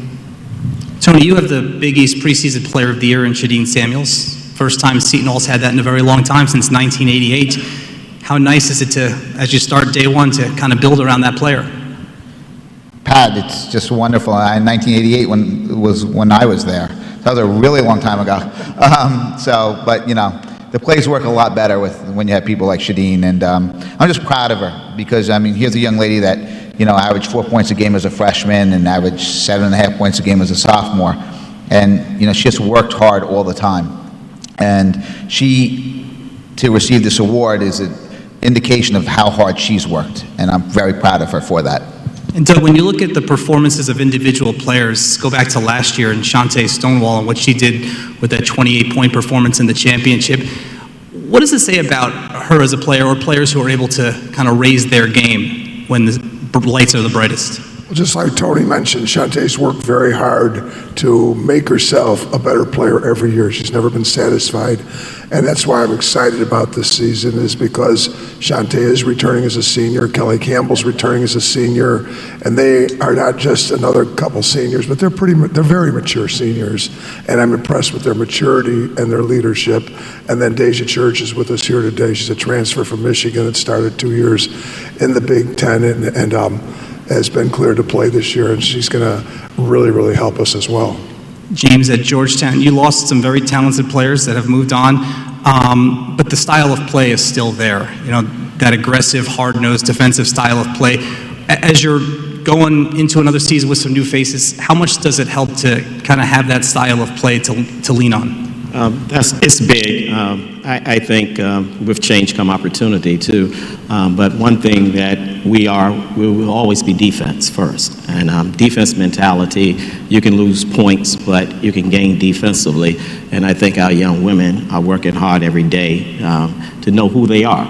And when we speak Georgetown, we speak gritty defensive team that's going to try to make it hard for you each and every night. And I think we got a good group that believes that, and we'll see what happens. Melanie, you inherit Ariana Gray, among others, the leading rebounder from last year. How much does that help to lean on her as you get ready for your first season? It helps tremendously. I tell Ari every day she's a walking double-double. So just trying to challenge her every day to get better. And, okay, so you averaged double-double last year. Now everybody knows that, so they're going to be gunning for you. So ways that she can get better every day and improve on last season's success. And Flan, of course, you're represented on the preseason all-conference team with Jalen Agnew. What are you looking for her as you look for her to kind of take a next step this season, as you're probably looking at her right now? Just enjoy her senior year. I think sometimes, and she's a fifth year, so she's a really good player, and she's a great person. So I just want her to have a great year. And I think if she relaxes and plays and has fun, that the success will come. But I think sometimes as seniors, you have to believe that you're good enough and you deserve the success that you're going to get. And so that's my wish for her. Tony, we heard Val mention before, you and DePaul are both playing non-conference games against UConn this year, December 5th for you in your gym. How much are you looking forward to that challenge, and what's it going to be like to welcome them back into the Big East Conference next year? We're excited for the challenge. That's why we scheduled them. I mean, our goal is to play the best and challenge ourselves. That's what we've built at Seton Hall. I think it's a program right now that's as good as it's ever been. So why not challenge ourselves? And Coach Auriemma was very gracious in agreeing to a home and home, and we're excited for that. I know our fan base is excited for it. I know our players are excited for them. The 5 of them are here. Are just so proud of representing Seton Hall, and I think what better way to showcase the Big East, showcase Seton Hall, than to have one of the best programs in the country coming into your gym and then rejoining our league. Coach Auriemma has been a great person to me and a great mentor to me. They have the most outstanding program each and every year, so for them to join our league is only going to raise the bar for everyone. My AD had once said, rising tides raise the boats for everyone, so we're excited for that. And Doug, you've had a long relationship with Gino Auriemma as well, and you'll be playing them this season, competed against him for many years in his program. What's it going to be like to welcome them back into the Big East next year? Well, what people have to understand is UConn is not just a good program. They're arguably the best program in the history of NCAA intercollegiate basketball, men or women. So to have a program of that stature join and rejoin the Big East, it's just really awesome for the Big East. It's going to make it harder for us day by day, but as Val said, it's going to make it much better for us in the big picture. So I'm very excited about having UConn back. We've played them every year since realignment, so we're used to playing them. Now we're going to play them twice a year and hopefully maybe 3 times a year. Melanie, when you return 4 starters, how much does that ease the transition for a new head coach at a new program? It's huge. Experience is everything, right? So they have more Big East experience than I do. So I'm going to lean on them a lot as we get going. But we're just excited to have 9 returners, 4 starters. They've been through it before. And just to compete and get better every day. And Flynn, you're kind of in the same boat, right? You've got 9 returning players, 3 starters from last year. They're accustomed to what you do. They're accustomed to the program's success. How big is that going into the new season? Yeah, I think it's as Melanie said, it's huge. I mean, just especially in this league when you're having to compete the way you do night in and night out, to have, even though we didn't make the postseason last year, we have 4 kids who played on an NCAA tournament team the year before, and so I just think, it just gives you stability in practice. It gives you a consistency in practice, and you improve in practice, and the more veterans you have, the more they understand how important practice is, and that's. If you're super young, you see your younger players just be more erratic in practice. But the older you are, I think the more you value practice and the more you improve within the course of the October all the way through February. James, you mentioned you like your team this year. Players like Dorothy Adamako and Michaela Venson, Deanna White. It's a lot of, especially offensive production, really both ends of the floor that have moved on. So who can we look to fill some of that void this year? A group. I believe that we're going to do it by committee. I think everyone has to buy in, and we talked about that. It's going to be some nights you're going to see a different leading scorer, but I think the balance of it all, we'll be able to make up those points through the whole team. I think we're deeper, but it's paper. You know, we have to go out. Our actions have to lead us. The same shot that we take every day in practice, when we get to game, you got to see that basket just like you see it in practice. And if we get those things done, I think we'll be able to compete, you know, in the conference this year. And Tony, I'll finish with you. I asked Kevin Willard this question earlier. It's the first time since 2003 that the men's and women's preseason player of the year has come from the same school. It was UConn back then. What does that mean to the Seton Hall community and the programs to have that this year?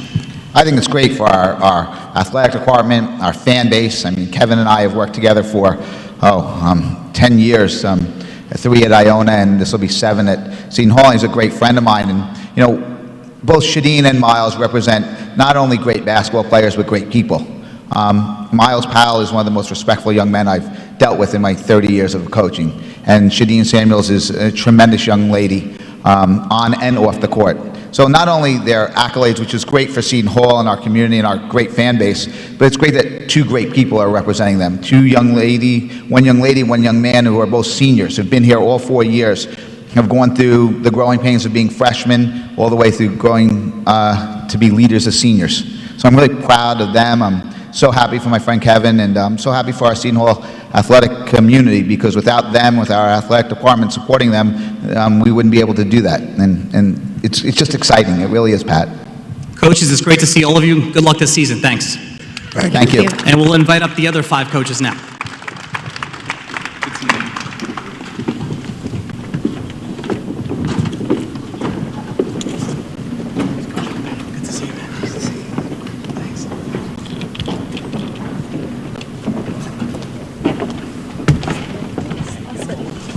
Hey, Joe.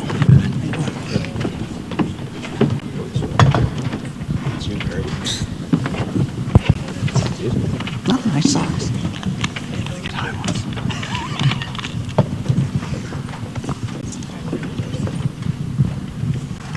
Coaches, welcome. Thank Good you. to see you all.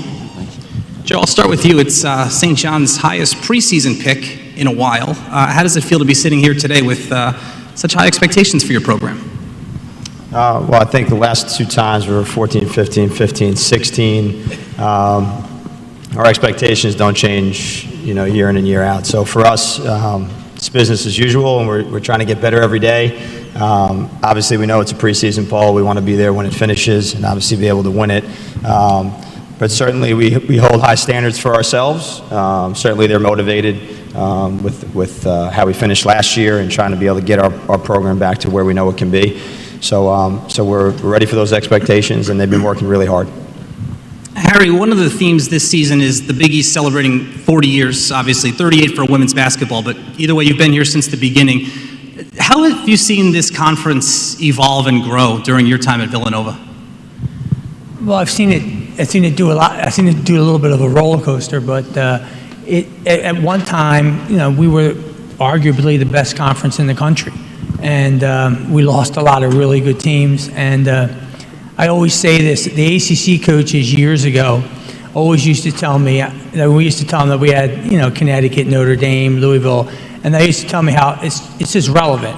You know, it's the same as their league. Well, I always remind them when Notre Dame went into the ACC, it took them 3 years to lose a game. So I wanted to know if it was still relevant, you know, that they're in the league. But it's just, you've just seen it grow from where it was years and years ago in infancy now to where we're going to probably go back to being one of the better conferences in the country with Connecticut coming in. But at one point, I mean, we were arguably the best conference in the country. Megan, welcome. Thank you. Good to see you at your first Big East Media Day. You know, Marquette graduated at kind of a historic senior class last year. But when you're, you know, looking at what you have going forward, it helps to start with the incoming Big East Freshman of the Year in Jordan King. Talk about her and what makes her so productive. I think we're going to have a new look, obviously. We're losing a lot of seniors, but, you know, 6 freshmen on our roster right now that will need to play and have an immediate impact, and we're building that every day, and led by Jordan King, who was a tremendous prospect coming out, and a kid that can play multiple positions, a kid that works hard every day with a great attitude, and we're looking forward to seeing how she progresses when she's thrown into the fire. I think that'll be kind of a theme of our team this year, of people are going to get opportunities maybe quicker than they've had in the past. Kurt, you guys had a big year at Butler last year. We had seen the progression. We had seen you take steps towards that. But to finally break through last year, 23 wins, Coach of the Year for yourself, what did it take to get to that level? It took our three seniors to lead the way, and we got a tremendous amount of buy-in from the underclassmen. But it was Whitney Jennings who, physically broke down in my office in the spring, saying, I want to go out on a high note.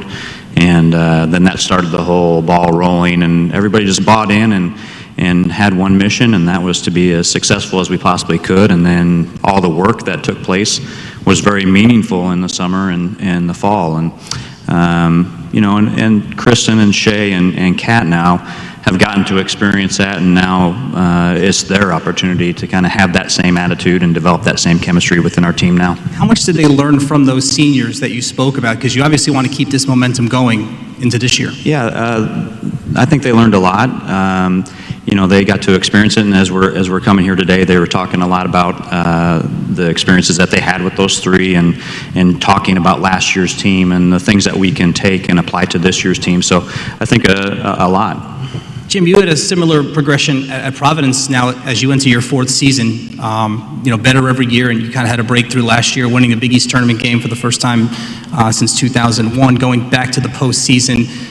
How do you graduated a very good player, a very good shooter like Yo-Yo Nogic. How do you keep what you've built going and continue that progression as you bring new players in? Well, it really falls on the players. They know that their responsibility is from what they learned last year, and they owe it to Maddie, Yo-Yo, and CCR seniors from last year who sacrificed so much and had to go through 3 really difficult years to get a payoff.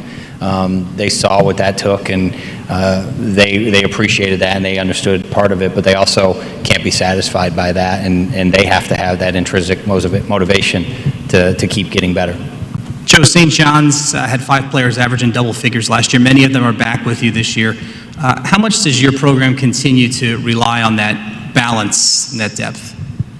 Yeah, I think we probably had 7 dressed for most of the year, so I was hoping 5 would maybe more balance than depth.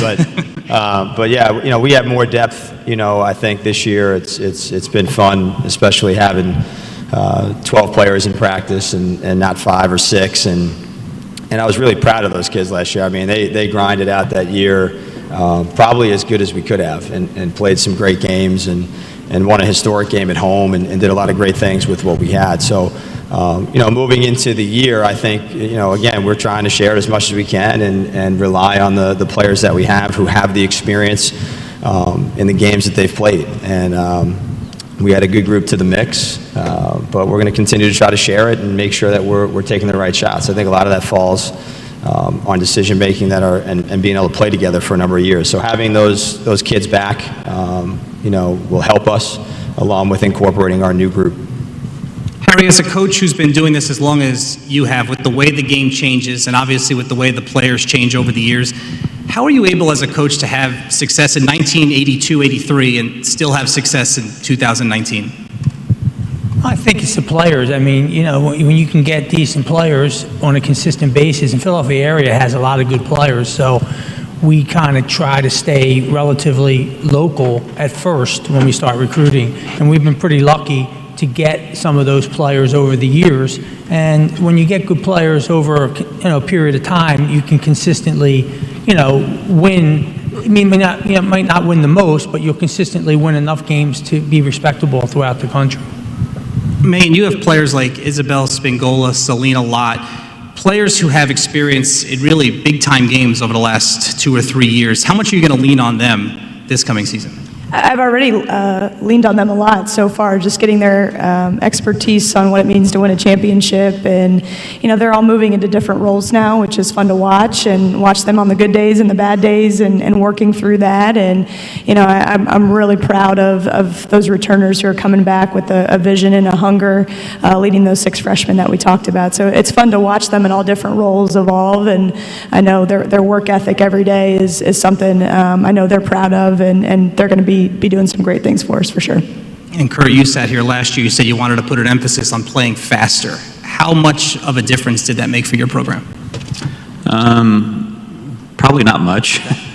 I think the defensive side of the ball was the real key to, a lot of what we did last year, and the result of that, from where we moved standing-wise in 16, 17, 17, 18 to last year's team to being one of the better defensive teams in the league, I think was a big product of what we were trying to do and why we achieved so much success.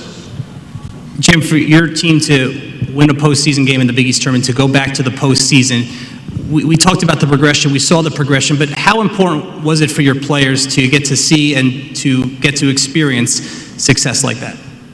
Well, I think it was really important to get a payoff. They had invested a lot, and so to get the payoff and to have success in the Big East tournament, minimal, but to have some. And then to get a chance to play in the postseason and have home games and to get the community excited and for a lot of the community to get a first look at some of our young talent. I think it helped motivate them for the offseason of what is possible and not be at a point that this is good enough, but there's some more things we can do and what it takes to get there, because we still couldn't get past Georgetown, obviously, but so there's still some things to reach for and a chance to get better. Well, coaches, thank you. Good luck this season, and we're looking forward to another great year. Thank you. Thanks. Thank you. Thank you.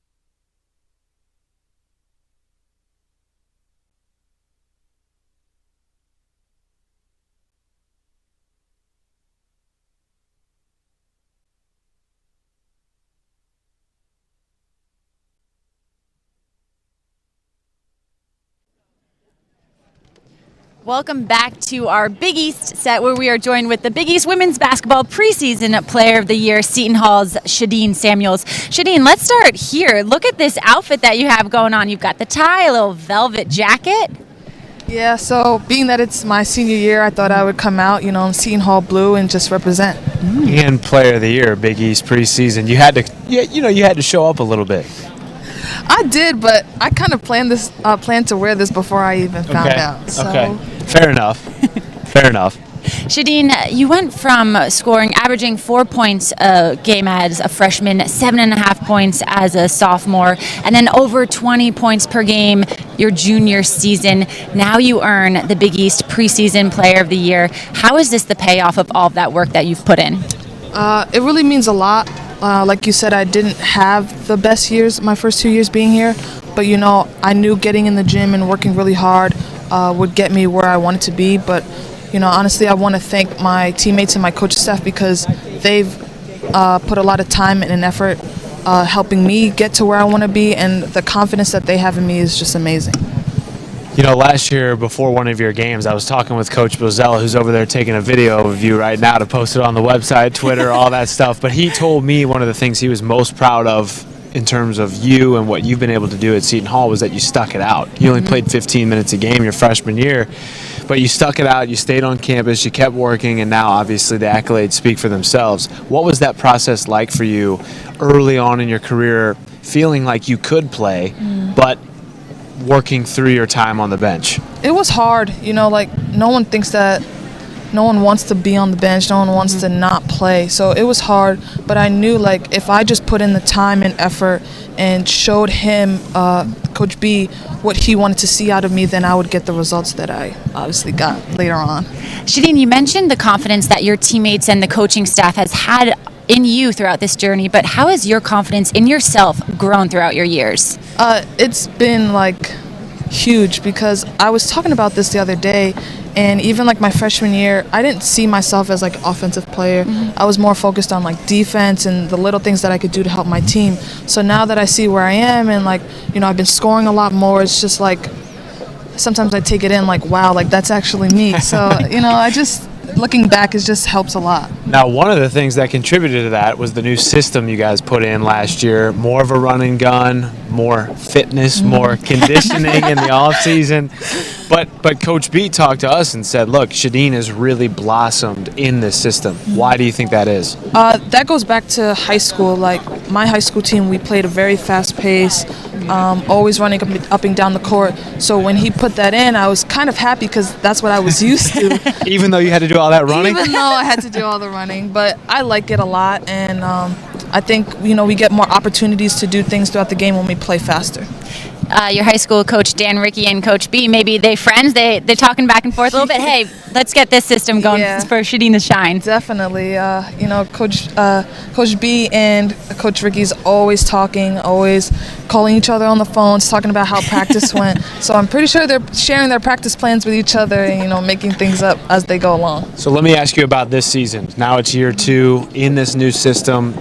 Your returning players are coming back with that familiarity, that feeling of, okay, we've played in live games in the Big East in this system. When you look at the team and how you guys have been training so far throughout the preseason, what excites you most? The way that everyone took, especially the summer, very serious. We worked a lot on, being fit, eating the right things, working on ourselves individually. So being that everyone took it so serious, now I can see a lot of results and know that, when we get on the court, I can trust my teammates that they're going to do the best they can because they put so much time into that. You talk about food. Can you cook? Can you mix it up a little bit in the kitchen, or what? I can cook, yes, but I don't like to. Okay. Yeah, before I got here, my mom was like, you need to get in the kitchen to learn how to cook because I'm not always going to be there. So I know how to cook. You have a go-to meal that you can cook? I like barbecue chicken. I could do some There you barbecue go. chicken. Ooh, okay. With mashed potatoes and zucchini. I love zucchini. All right, now if you're not in season and you're not on your diet game, what's your cheat meal? I love burgers. I go to Shake Shack like Okay. as Get the much as I milkshake can. too? Sometimes, but I get that double cheeseburger, fries. That's the way to go. And Shadeen, we had mentioned a little bit earlier the all-access game that Fox has done in the past, again this year.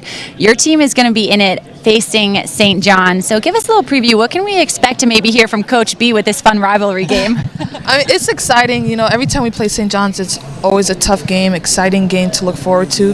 So I know that's going to be a good game for everyone to watch. I'm excited that that's the game that we'll be showing. With Coach B, he's just Coach B. He's excited, Coach B. Yeah, excited for every game, whether it's on TV or not. So, he's going to bring the same energy whether we play St. John's or UConn or anyone. Shadeen, thank you so much for joining us. Big East preseason player of the year, everybody, Shadeen Samuels. Now let's check in with the third member of our crew, Monica McNutt. Thanks, Megan. I'm standing with some Georgetown ballers. Okay, I gotta address my bias. These are my alums. This is my alumnus. Anita Kalava and Nikki is here with us. Guys, what are you most excited about as we head into the new season? We're most excited about how we're gonna look this year because we've been working hard. We have a team that is playing together, working hard together, buying in, and it's just a pleasure to come and practice every day. We heard Pat ask Coach Howard, Nikki, about some of the firepower that you lost to graduation last year. But as you move into the season, Anita just talked about working hard and focusing as a unit. How will you guys compensate for those absences? So I think this year our strength would be in like a teamwork because everybody is on the same level. Everybody is, I think, a great player. So I think that would be our strength to put everybody at the same place and not focus on 1 or 2 players. So just focus on 5 great players at the same time on one court. So I hope that would be our strength this year. In order to create that type of balance, it requires a consistent level of competition and practice. How would you describe practices at McDonough for the folks that don't know? Because I got inside track. Okay, for us, I feel like this year we're a lot more communicative. So we are really good in voicing what we're doing right now. So like that comes big in defense. So we pride ourselves on defense. So when we play against each other, you have defense pounding on you. So of course you got to show your teeth and you got to play against that. So it's very competitive. It's very fun. And it's just, we all are like enjoying basketball. Enjoying basketball is something that I think people take for granted, but in the midst of enjoying it, you're working very hard. How do you maintain that energy as we get into the games and then the ebbs and flow by the time we get to conference play come December? I think the huge motivations are like this year's our logo is to win. So I think that's our huge motivation this year, and as Anita mentioned before, we are working really hard. I think we're more vocal. There is this huge impact on defense, so I really hope if we put all these attributes together, we will get to the point where we want to be and be on the championship. All right, ladies, Media Day is a blast, and you look fantastic. I wish we could do a little red carpet. What are you wearing? Tomorrow, I know you guys will have Hoya Madness, and then games are about 2 weeks and a half away. Midnight Madness, are you excited? You got dance moves you're going to whip out?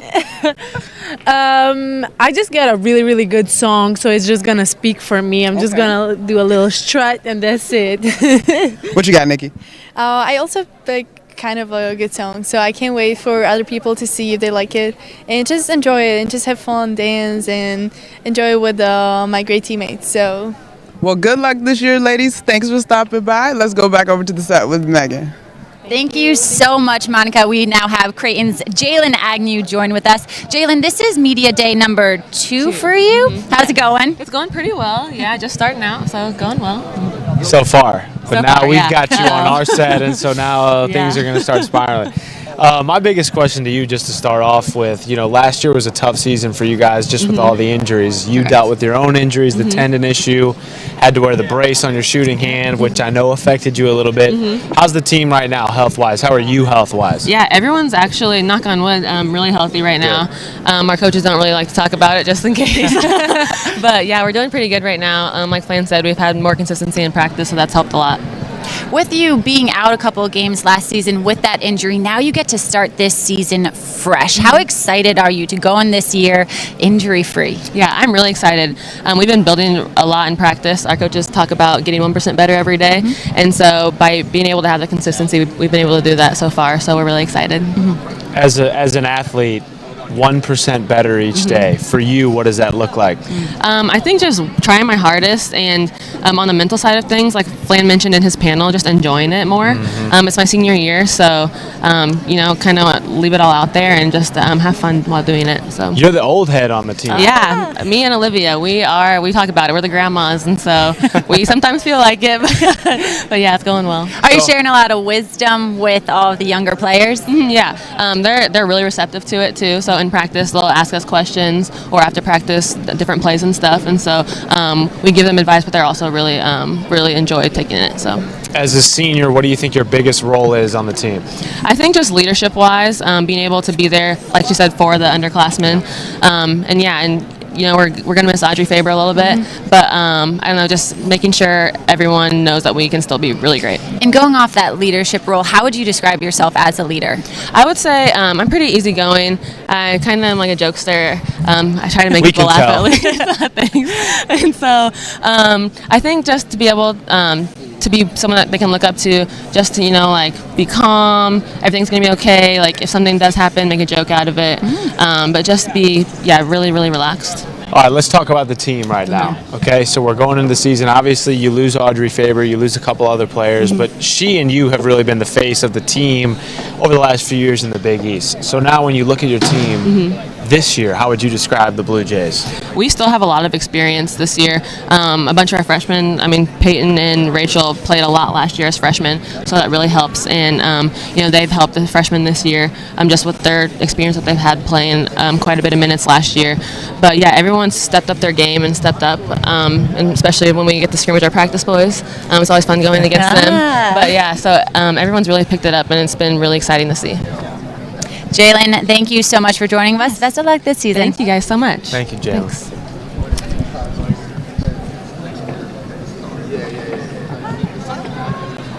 All right, Jalen. Cool. Thank you.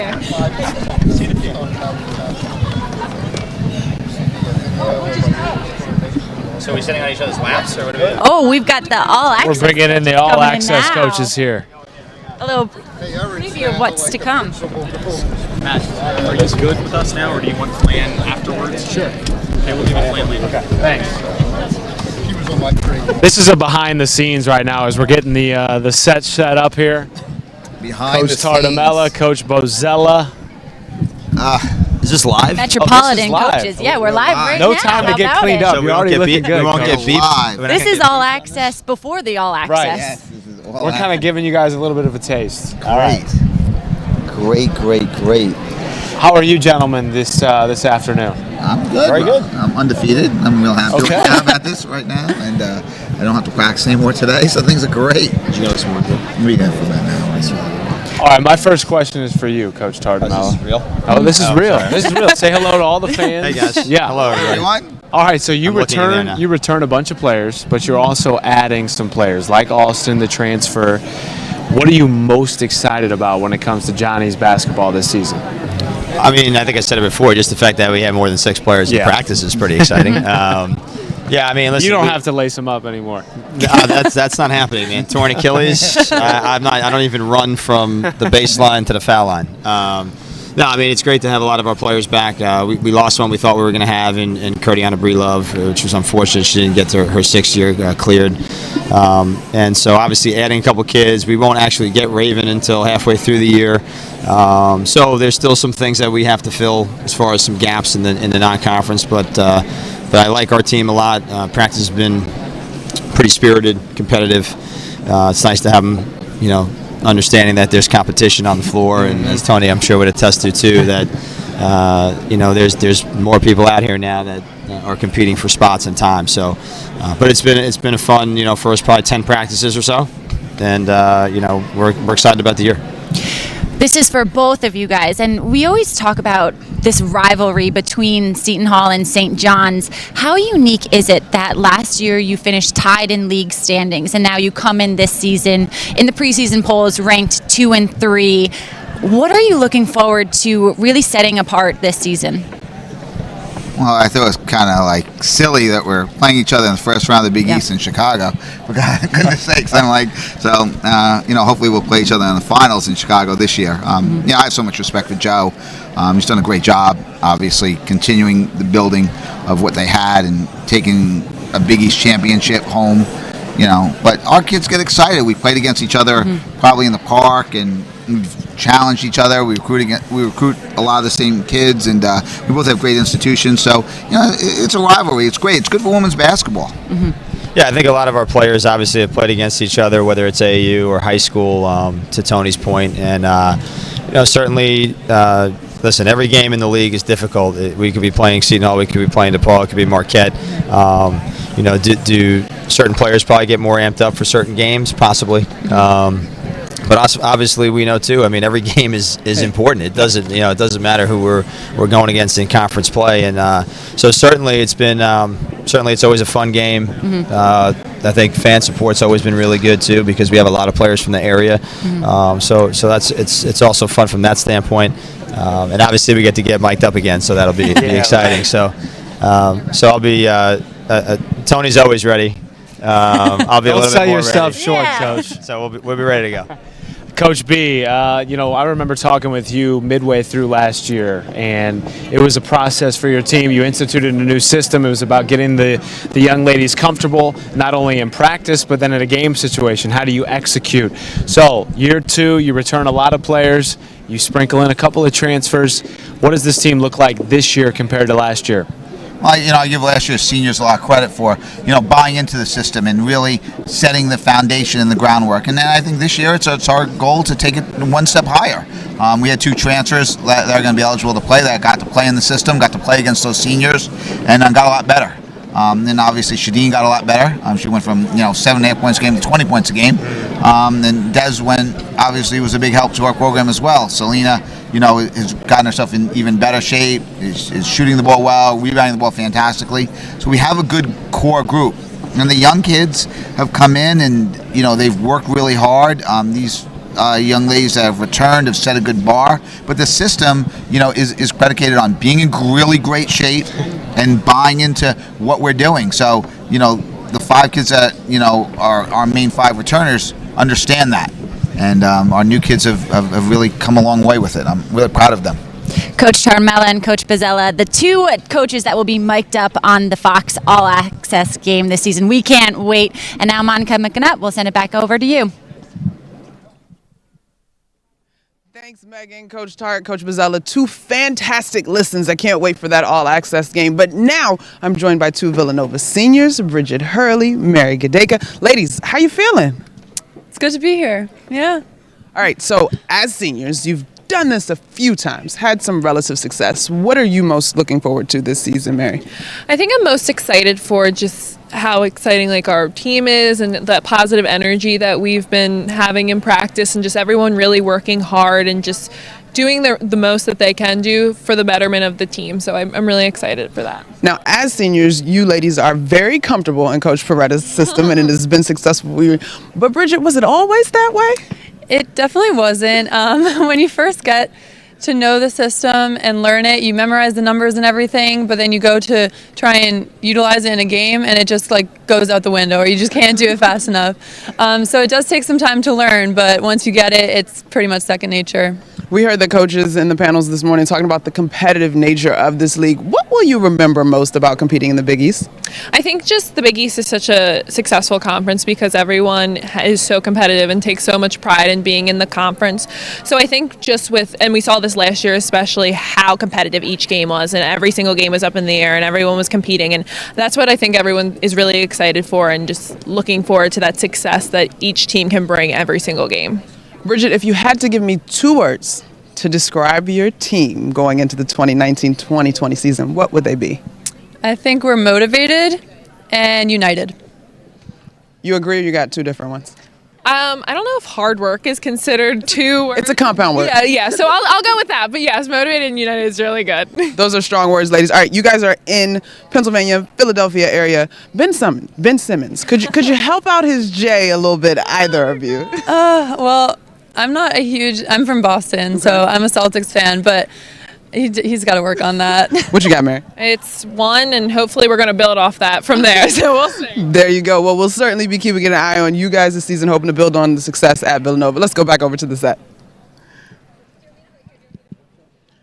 Creighton head coach Jim Flannery. Coach, in the panel before, you mentioned the injury bug that plagued your team last season and the importance of establishing continuity. It's a fresh slate this year. How important is it to establish continuity right from the beginning? Yeah, it's. I just think it's important because you have to set a course for what what pace you're going to play, what style you're going to play, and we're always a little bit flexible there based on what our personnel.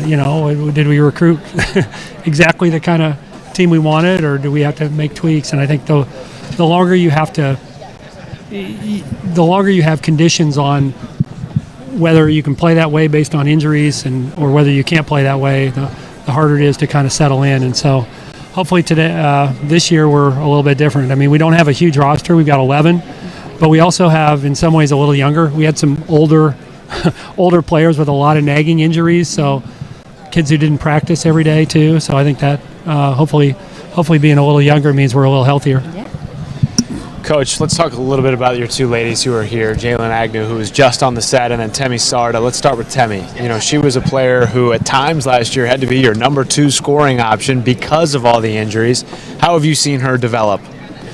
Yeah, I think she's probably ahead of schedule. Even as a freshman, she made the all-freshman team, and I think when we recruited her, I thought, okay, here's a kid who defensively is going to come in, be ready to play because of her quickness and her strength and her ability to kind of stay in front of the ball and guard, I think, elite players. But she probably was ahead as a freshman of where I thought she'd be offensively. And then, to your point, she had to make it probably even a bigger jump as a sophomore than what I had anticipated, and I thought she did a good job of it. I mean, she got better as the year went on, and she probably got more comfortable in that role, and that should serve her well this year, having to be maybe a little bit more of a scorer last year.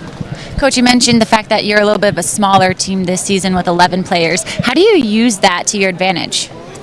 Well, the nice thing is it gives you fewer, like your rotation. Not as many tough choices for you. Yeah, well, your rotations are a little easier to come by, and outsiders don't necessarily understand. Like, okay, you might have at some point you may draw a line, and then there's a lot of gray in terms of what your roster looks like. I mean, you might have 4 kids that are clearly better than 5 through 9, but 5 through 9 is really muddy, or you've got 6, and then 7 through 10 is really muddy. And I think sometimes, over the years, you've got a group of about 4 that are going to play, and you try to play all 4 of them, and then you overreact when 1 or 2 of them has a bad stretch.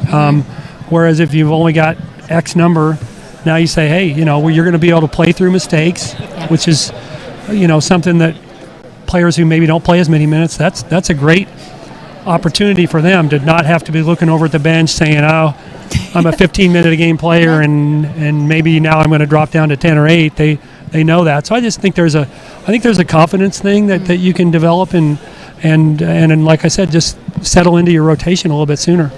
Coach Flan, thank you so much for joining us. We're going to head back over to Monica McNutt, who's with DePaul head coach Doug Bruno. Thank you, Megan. And this gentleman, you already said his name. Other than that, he does not need an introduction. Very, very successful program in DePaul. Coach, you gearing up for another year? What are you most excited about with your squad? Excited about senior leadership. Shantae Stonewall and Kelly Campbell are 2 seniors, and they are really taking their senior leadership seriously. They're working very hard, so I'm excited about that. Excited about Deja Church, a junior transfer from the University of Michigan who's been declared eligible to play. And then I think we have a lot of depth on this team, and we have much more size on this team.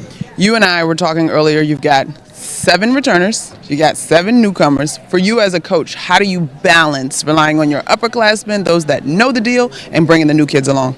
Interesting, the 7 newcomers require more time. So it really becomes a opportunity for the older players to review, because you have to give the younger players the time of the teaching, and what that does is it forces the older players basically to get better and review what they've already learned. We've talked at points through last season about Shantae and Kelly and how they have been so diligent in coming on and being what you need them to be for your program this year. What do they need to do to be those leaders to continue the tradition of success at DePaul? I think they just have to keep getting better at what they do. I mean, Kelly is one of the leading assist to turnover players in the country. Just keep doing that and do it better. And then Shantae is a versatile player, so her game is expanding all the time because she has the ability to play a face the basket position. She's got the ability to play with her back to the basket. She's got the ability to play with guard skills. So her game is expanding, but just get better at what they do every day. You think we can anticipate any more triple doubles out of Kelly? I think triple doubles are a possibility, but there's other players here too, Monica. I mean, our sophomore class they were freshmen last year. Maya Stovall, Lexi Held, Sonia Morris. Those 3 players all played last year, meaningful minutes, and each of them helped us win games. And I'm excited about that class as well. Kiara Dahlman is a junior college transfer that's at 6'2", a very strong player. So I think we have a lot of depth here, a lot of possibilities. I heard you mention the SLU twins, and quite honestly, Coach, you stole my next question because I was going to ask you for some names of kids that maybe we don't necessarily think of immediately with DePaul. But when you mention those kids and the valuable minutes they played last season, what have you seen in the offseason that gives you confidence that they're ready to take the next step? I think they're more fit, and they're just, the best thing about a freshman is to become a sophomore. And the unnamed player so far is Deba Kelja. Deba Kelja 2 years ago was the freshman player of the year preseason in the Big East.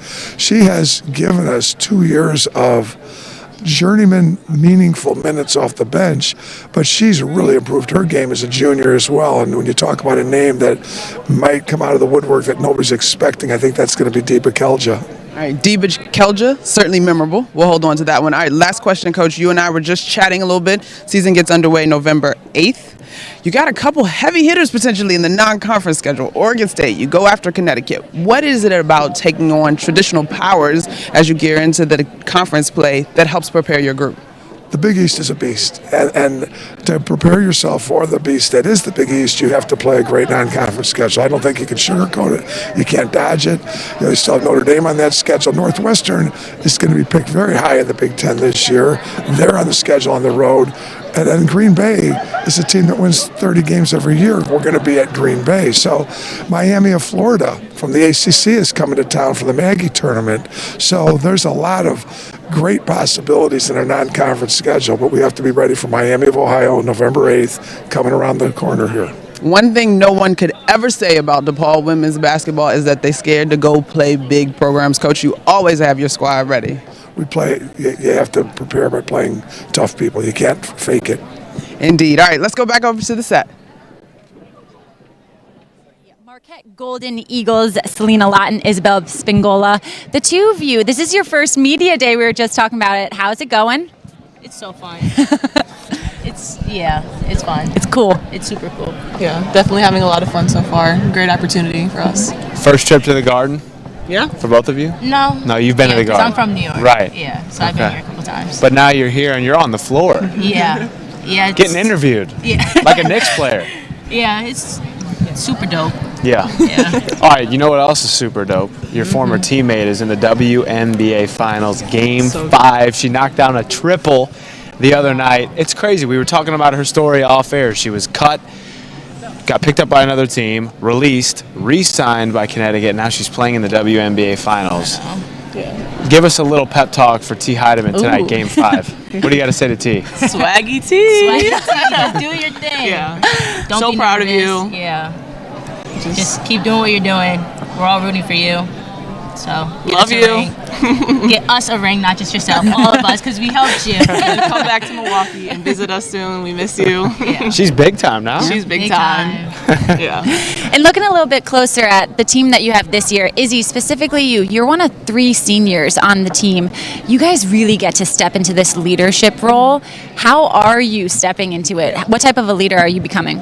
So yeah, I'd say me, Altia, we definitely stepped up as leaders as soon as the season ended. So I just say, as far as like connecting with our underclassmen and obviously Selena and everybody else, and just showing them what hard work is, what hard work ethic you have to have, and coming to practice every day and just giving your best. I just think that leading by example is obviously one of the best ways to lead, and then just developing and building more relationships with them off the court as well. Selena, my last question for you. In your sophomore campaign last year, you were able to start 21 games due to some of the injuries, got a chance to really play a big role in the offense. How do you grow going into year 3? Just keep your confidence up. And then I know it was tough for Zaya to come out and she was hurt with that, but you just got to play another role. Obviously the one that I wasn't playing it before, so I just had to step up. Selena Lawton, Isabel Spingola, thank you so much for joining us. Monica, back to you. Thank you. All right, guys, so we got St. John's in the house, Kadasha Hoppy, Tiana England, classic New York style guards. These ladies got handles, y'all. All right, so off season is behind us. Guys, what are you most proud of in terms of the progress that your team has made in the off season? Definitely we are a more faster team, I would say. We've been running a lot. We do 2 days now. We do mostly conditioning in the morning. We're doing a lot of stuff in that nature. So I would definitely say we're in way better shape, so that we can be good in those fourth quarter situations. And yeah. See, it wasn't as if y'all were in bad shape last year. You're in even better shape? Even better. And I feel like you said what we're more proud of that we've done in the preseason. I'll say our freshmen. They've definitely been working hard, and they're quick learners, and I'm just proud of them. You guys are juniors, so you definitely, as guards, you guys play lots of minutes for Coach Tart, take on some leadership responsibility. What are you saying to the freshmen to get them ready for the rigmarole that is the Big East? Well, I'll say for our guard freshmen, I told them that I've been there. Like, I was the one that had to, get thrown in and take on a big role at a young age, But I just was telling, I'll say, Unique, that it'll get better as long as you focus and you learn the plays and get things down. She'll be fine. Q, we heard Coach Tart talk about the goal not changing for your program. And I get that, but to a degree that is a little bit of coach speak. Internally, do you guys have very specific marks that you want to hit that will indicate success this season? Definitely we weren't happy with how we ended the last season, not being in the postseason. So definitely that's something that we, pinpoint every day. Like, that can't be us again, So that's a big goal of ours, and, we kind of put that through our team every day that, it's a bigger picture and stuff like that. All right, one word each to describe your team going into the 2019-2020 season. I would say unique. We're a different team this year. We're different than any other St. John's team that you've seen before. So, I'll say consistent, because that's what our main goal is, to be consistent throughout the entire year. No roller coaster. How many wins here, then we lose, and it's downhill. So I'll say consistent. Unique and consistent. I like those ladies. Tiana England, Kadasha Hoppy, St. John's. I'm going back to Meghan with Coach Harry. By Villanova head coach Harry Peretta here at the Big East set with us. Coach, another media day for you. Does this ever get old? It's getting old. I'm getting old. It's been a long time, but it's kind of fun. It's always fun to watch the new kids that you bring up every year. You're always bringing two different seniors or three different seniors, and watching them like see Madison Square Garden and hanging out in here is kind of cool watching that. Coach, this being your 42nd year, I believe. 43rd year as the head coach at Villanova. As Val Ackerman talked about, you're 6 wins away from 700. We're getting in our earpiece. You got to hold the mic. Oh, okay, I got you. Come on now, you've been doing this 30 years. I'm getting tired, man. Come on. Okay, so you're very close to a very big milestone. You got me mixed up with Doug. I apologize. Doug's 7 away. Doug's 7 away. You're at 742. I'm like 762. 762. We're gonna push it to 800. I ain't getting to 800 this year. Don't worry about it. So you've been doing this a long time. You lose some of the players from last year, like Adriana Hahn, but you're returning some players who had big minutes for you last year. Somebody who's at Media Day this season, and Mary Gadeka. Yeah. What's her role on the team this year? Well, she's going to have to do everything because Kelly Jaycott's not going to play. She tore ACL up at the Big East tournament last year, and she's going to be out for the season. So Mary's going to have to do a little bit of everything. She's going to have to score the ball. She's going to have to rebound the ball. She's going to have to defend the post player on the other team.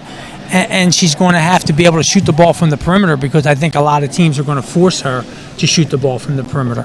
So she's been working on a three-point shot, I know. If she can just get into the 30 percentile, that's all she needs to do, is to get somebody to respect her from out there. Then she can use her speed to drive it by her. So, we're going to be asking her to do about everything. And talking a little bit about Mary, Coach, you also coached her mom, who was the Big East Player of the Year back in 1998. Yeah. How unique is it for you and for the Villanova program that you've been able to coach these players and their moms and really get to see the dynamic of what it's like? It's kind of cool. It also shows like the history of the program. Like, we've kept it in the family. And I'd said that on the panel. Like, we have a lot of good players that are local. And when you get a kid that like Mary, who was highly recruited, but her mother played for Villanova, you have a shot at getting her away from a Power 5 school, because you have a connection.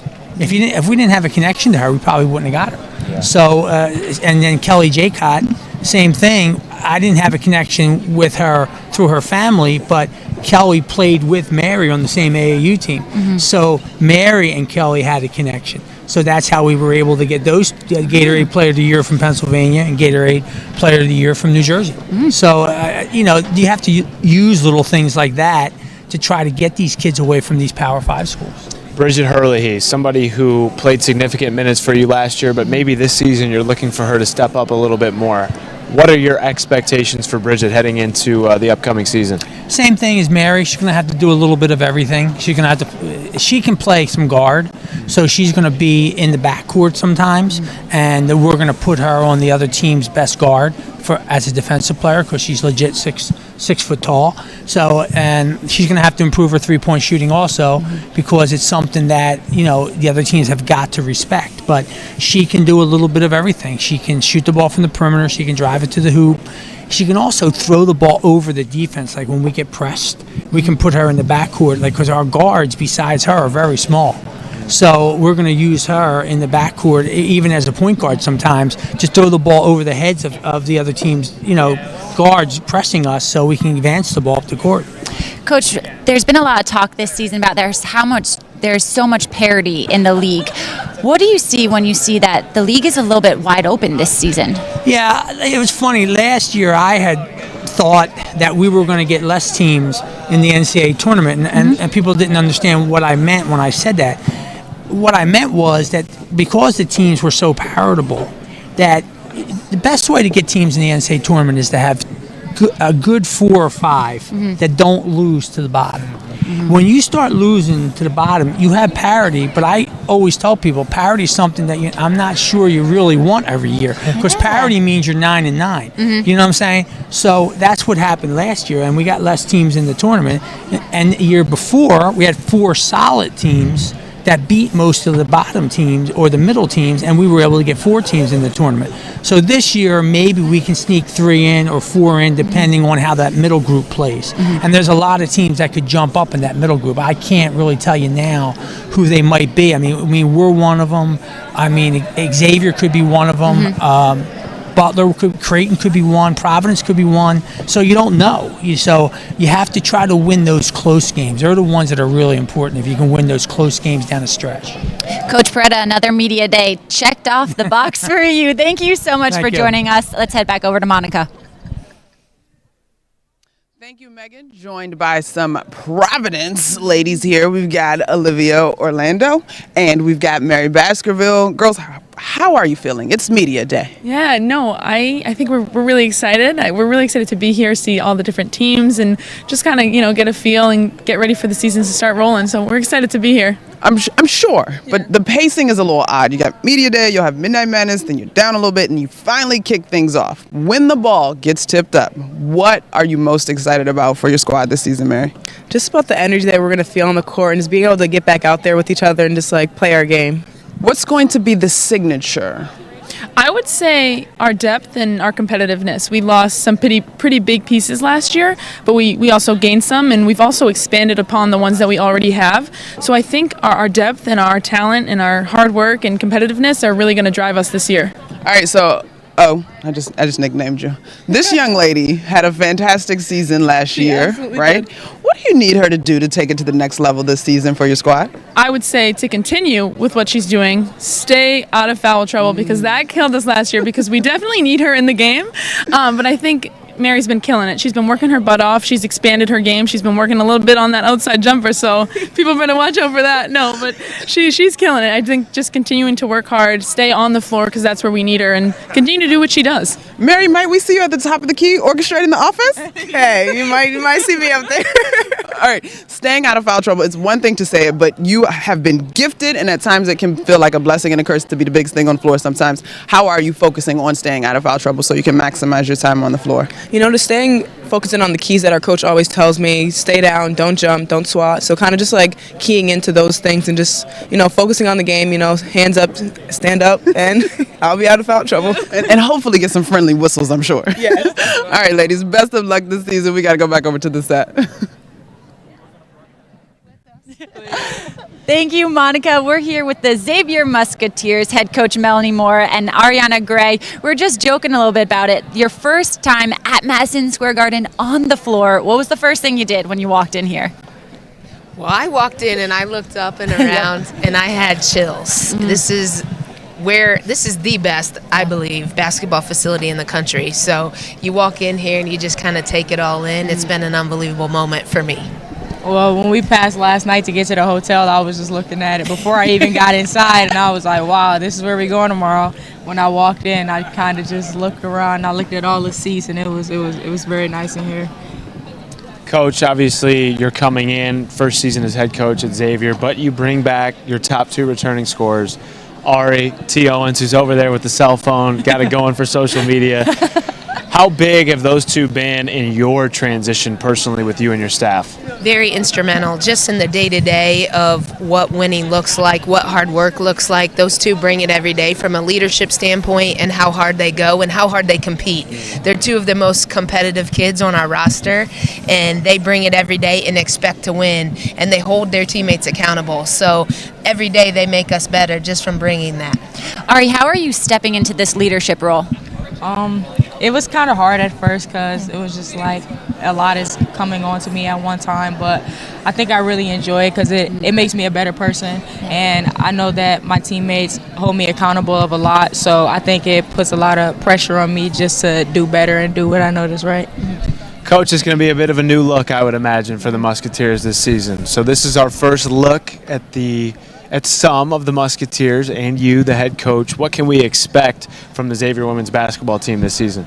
Up tempo. We're going to play. All right, here we go. Get ready. Let's go. Get ready. I love to play up tempo and to coach it. So that's changed for our team, but we want to get out and go, run, and eventually press, but get up and down, and then play with a certain heart and passion on the court that people are excited to watch, where we're diving on the floor, taking charges, we're hyped on plays, we're getting stops when we need to, just bringing a passion and energy for the game of basketball. We're looking forward to that. I can see the grin on Ari's face right ready. now. She's ready to rock and roll. Coach Moore and Ari, thank you so much for joining us. Let's throw it back over to Monica. Thank you. Thank you. Thanks, Megan. I'm joined by Butler head coach Kurt Gavleski. Coach, how you feeling? Great. Yeah, it's been a wonderful summer. Good fall. Ready to get going with games. All right, so the secret is completely out on your revamped defense at Butler and the way that you make teams really sit and be very deliberate. Will it look the same this year? Yeah, we're going to try to keep it the same, especially half court. We do have some added athleticism with India Fly and Upe Atuso. Those two can really get out, pressure the ball, along with Genesis Parker. So, we're looking at doing a couple of things, three-quarter court, full court, to try to mix things up, but we're still going to have the same foundation that we built this on last year. You mentioned when you were on your panel early, Tori, Whitney, on to the next chapter of their lives, but I remember talking to them, and they all took so much pride in the defensive prowess of that unit. Has that continued? We're getting there. Okay. So, yeah. Now, with Kristen, Shay, and Kat, they get it. Talking on the flight over here, they understood what their responsibilities were and what we were trying to accomplish. It's them conveying to, the underclassmen what we have to achieve. Kristen Spolier, Kat Strong, Shay Bry, 3 of your returners, but who are some names that folks might need to look out for this Butler squad? That's going to be India Fly, number 1. She's a fantastic guard, and she's very creative, can really shoot the basketball, can apply a lot of defensive pressure. Then I think, you look at Upe Atuso and Genesis Parker, 2 combo guards that both can be creative and both have a certain amount of toughness. Upe is more of a three-point shooter with Genesis more of a slasher. So I'd really keep my eye on those 3 newcomers. Well, we're excited to see what your squad looks like out at Hinkle this season. Yeah, me too. We're looking forward to it. All right, we're going back to the set. We got players with Megan. We're now joined by DePaul, Kelly Campbell, and Shantae Stonewall. We're just talking a little bit here about how Media Day has you so excited for the season. You come in the reigning Big East tournament champions. What are the expectations you are putting on yourselves for this season? I think we definitely have a lot of expectations coming off last season. But this year we definitely want to win Big East season outright and then the tournament as well. So that would be big for both of us. Yeah, like Kelly mentioned, it would be really nice to end out our senior year by getting a three-peat during the Big East tournament. So that's definitely one of our goals. Shantae, the shot Stonewall. Can we say that? I like it. The shot went down and you won the tournament title. This was now many months ago, back in March. So you've had your taste of that March magic. And kind of going off what Kelly just said about how you guys really want to take the regular season, what's the mindset of this team going into the year? Obviously, DePaul has a lot of expectations.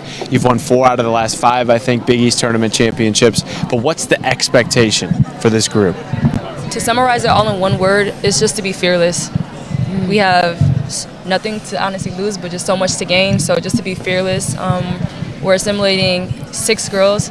We lose 4 seniors, so we have some big shoes to fill. However, I think we're going to be ready, and we will have a great season. What's it like playing for Doug Bruno? He's great. Something new every day. He definitely will push you to your limits, but also congratulate you when you're doing good. So it's been awesome. I can't believe these 4 years have gone by so fast, and I'm just ready to have fun and enjoy it, but also it's going to be bittersweet. Yeah, he's definitely one of a kind, but he's pushing you to be your best, so I think that's what makes it worthwhile. You're the team to beat this season. Everyone kind of has you circled. You're at the top of the league. How, when you're expected to come in season after season with this consistency, how are you maintaining okay, we know everyone's out to get us, and we're not going to let that get in the back of our heads? I think really just focusing on winning one game at a time and competing and winning every possession is really big for us. Coach Bruno always stresses that, just winning one game in a row and just focusing on one game at a time, and that really helps relieve any pressure. Yes, he actually had this saying, I'm not going to quote it word for word, but he said, everybody's chasing us. We're chasing something bigger. So that's something that really resonated with me, and I know we have some very large goals, and so I'm just ready to get after it. You going to let us in on what some of those large goals are? You just have to wait and see. Okay, exciting. I'm getting ready to watch DePaul play. November 8th, the ball drops. Kelly, you've had a large role on this team really since you stepped in as a freshman. It's sort of evolved over time, and now as an upperclassman in your final season, how do you view your role amongst the DePaul Blue Demons now? I think my role has definitely changed over the years, but still just consistently trying to do whatever I can to help the team win. Just doing all the controllables and the little things that help keep the team stick together. And Shantae, how about you? What's your role on this team this season? Because now everybody knows who you are. You hit, not that they didn't know before, but you hit in the big shot, the game-winning shot, the confetti's coming down. Shantae Stonewall might be at the top of the scouting report every game this year. So what's your role? How do you handle those expectations? Just to go in and game out, day in and day out, but game after game, and just like she said, focus on the little things and understand that even though there might be targets on our team or targets on individual players on our team, that at the end of the day, the ball's going to be thrown up, and they're going to have to do what they have to do to stop us, and we're just going to have to be fearless and play our hearts out. And like I said, I'm leaving on the floor this senior year, so we'll see. Shantae and Kelly, thank you so much for joining us. The DePaul Blue Demons. Now let's head back over to Monica. Thank you. Thanks, Megan. All right, so we had Coach Godleski over here. Now we've got his squad: Shea Bry, Kristen Spolier, Cat Strong. Oh, you waving? Seniors, guys, I asked Coach about your defensive signature that is well documented at this point. He said that the commitment isn't quite as strong as it was last year just yet. What has to happen for that to happen this year with this group? Yeah, I think it's just we have a lot of new faces coming to our team, transfers, freshmen. It takes a while for to know the right positions and stuff on the defense that we're trying to do. So I think just a little more practice and we'll be there. All right, Kat, dealt with a little bit of injuries last year. You ready to rock and roll? Yes, I think I'm almost there. I'm taking it day by day right now. But with the support from my teammates and the trainer, I should be good to go. All right, so injuries stink, right? But what would you say was the silver lining? What did it give you an opportunity to learn about being a better teammate to these young ladies? Just seeing how they could come together and piece together what we wanted to do. Being on the sideline, watching them play, I learned each one of them how they play personally, which will give me a better opportunity to play with them better this year when I get back. Now, offensively, I know all y'all can launch from behind the arc. But Shea, I know pretty often, you draw one of the toughest defensive assignments on the squad. How do you go about approaching that?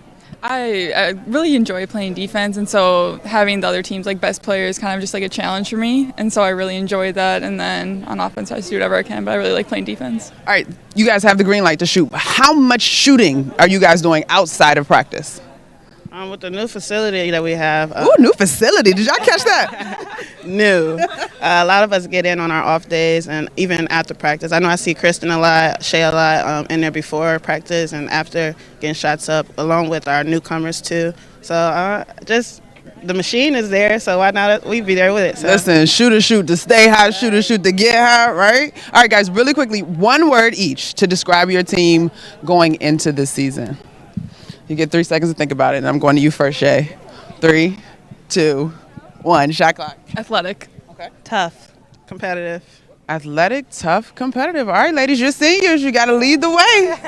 On the main set, guys, as we wind down from Big East Media Day, we're going to have a conversation with Coach Val Ackerman coming up.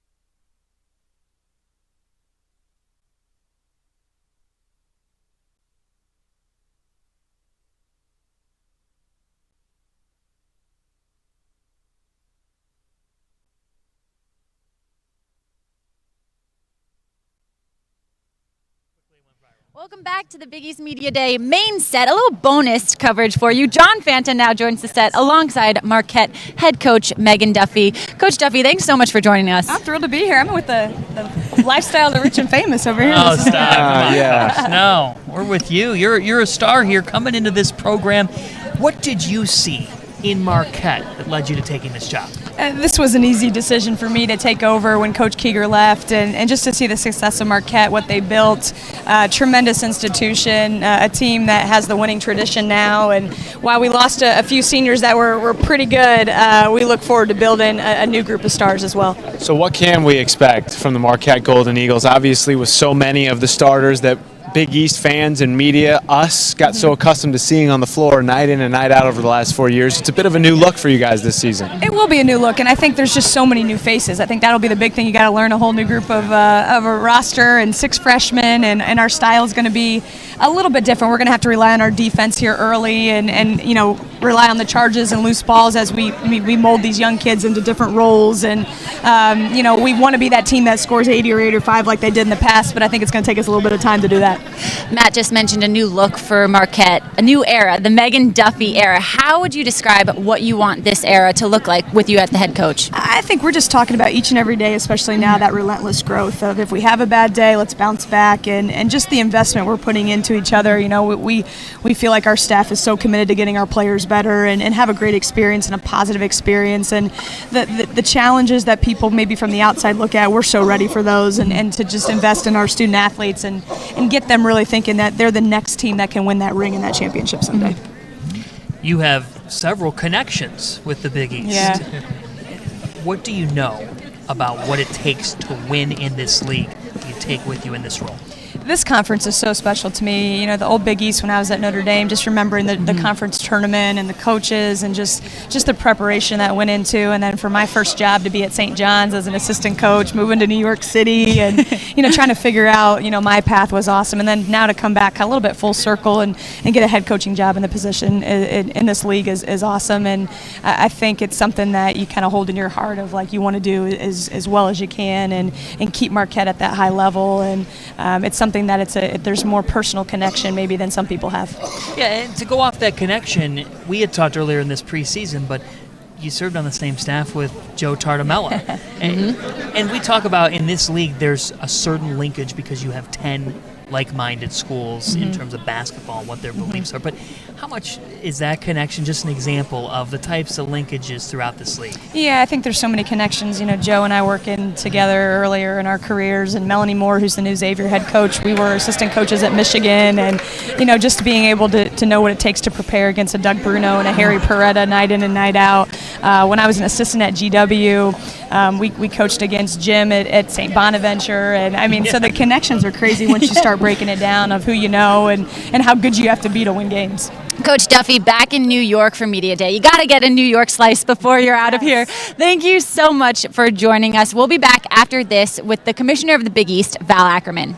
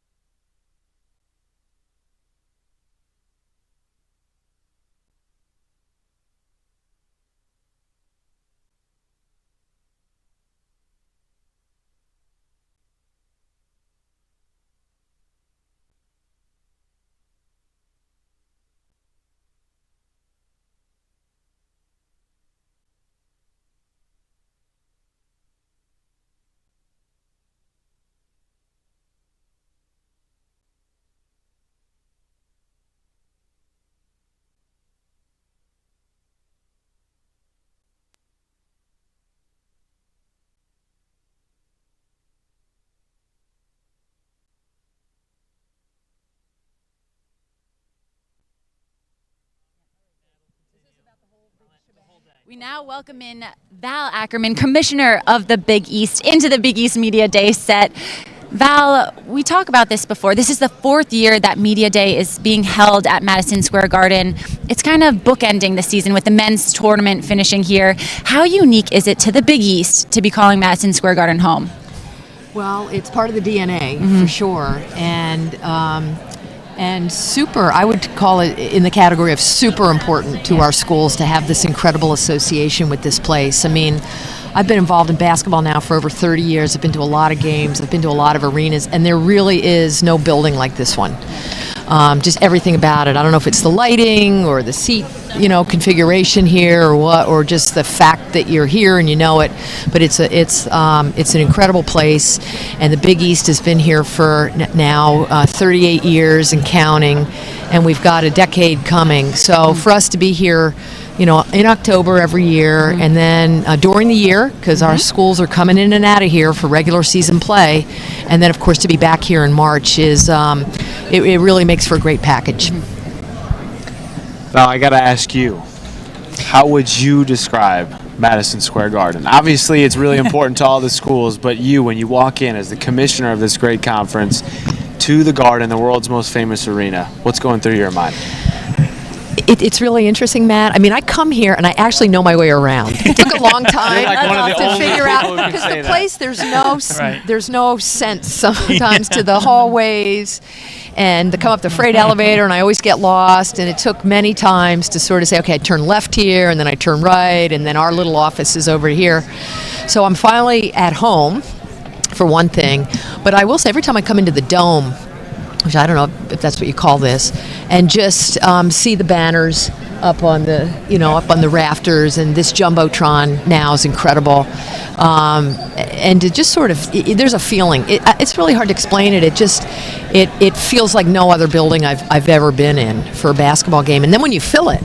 Right, I mean that's a whole here's one thing, right? We're here. There's no one in here but us. But when this place is full, and you've got that electric thing going, and you've got the chatter, and you've got sort of the New York. I don't know. That's a intangible, I know.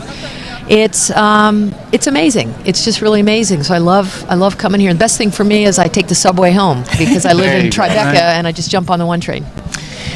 Big news in the Big East with UConn returning to the conference in 2020, specifically in women's basketball. What can they do?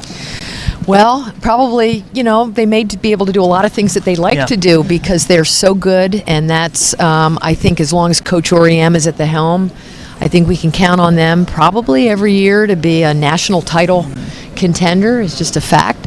But I know that said, our schools are really eager to get them on the calendar twice a year for the conference play. I think our schools want to see how they measure up. They want to learn from Gino. I mean, just to watch him coaching, I think everything he's going to bring to our meetings in terms of his knowledge base about the game, because he's one of the great minds in the sport. Forget women's basketball versus men. Just knows everything. So I think to have that, with us and what that might be able to do to elevate the quality of play for everybody is pretty real. And then, I know from Gino because while we were having conversations about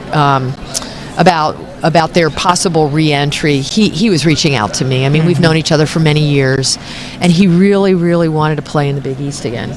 I mean, the emotion, the rivalries, the history, all meant a lot to him. And so I think for him, he's just, practically giddy the times I've talked to him about it. So I think it'll be great for the conference, and it'll be great for, our schools.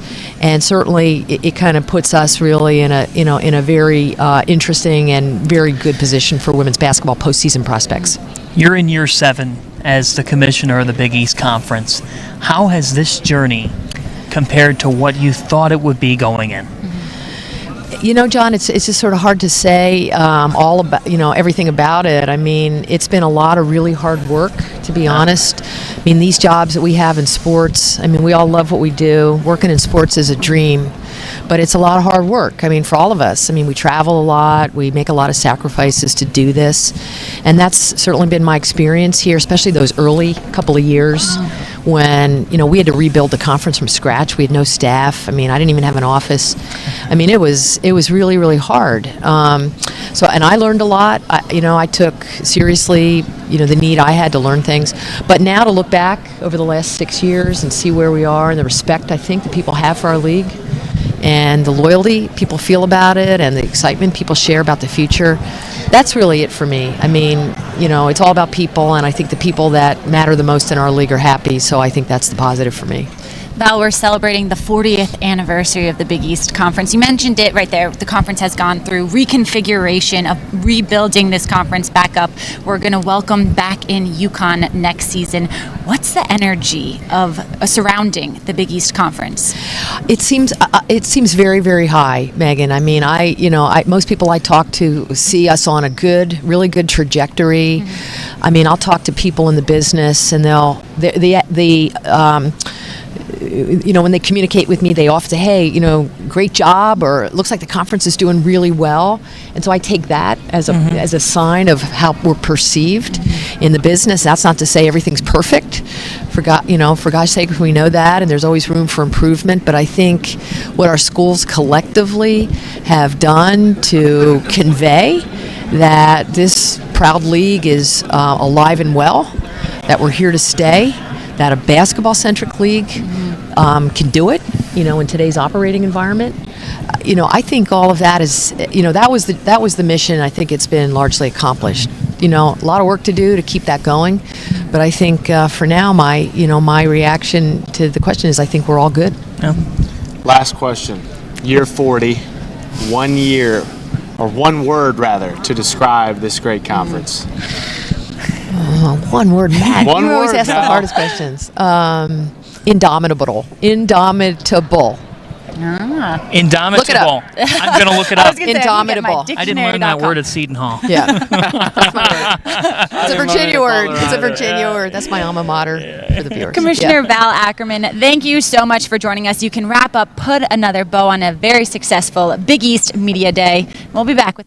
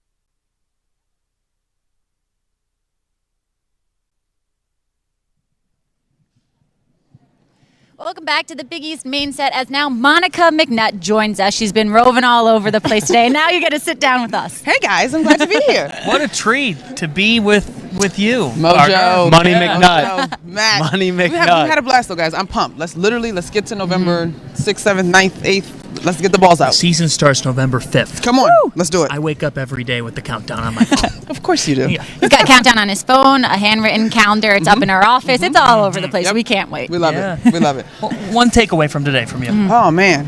Hi, we talked to so many. You know what? I'm excited to see the upperclassmen on various teams throughout the league this year. I think we've got some seniors, to Coach Bozella's point, that have been in the league for 4 years, and they are going to show some of the best basketball that the league has to offer, and they're going to be incredible leaders to help the younger kids behind them keep the thing going.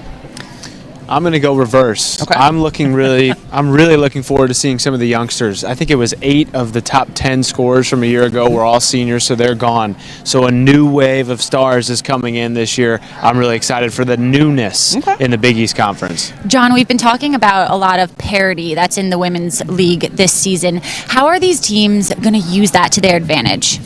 I think that naturally in this league, there is that parity that exists, and the open's wide open. The middle's wide open, rather. But I think, Megan, the biggest thing with the conference is you've got a Friday-Sunday schedule. And so in this league, you've got tough road weekends. Those come to mind. When teams have to go to Seton Hall and St. John's this year, 2 of the top 3 teams in the preseason poll, that's a difficult road swing. So that's where the parity exists in this league.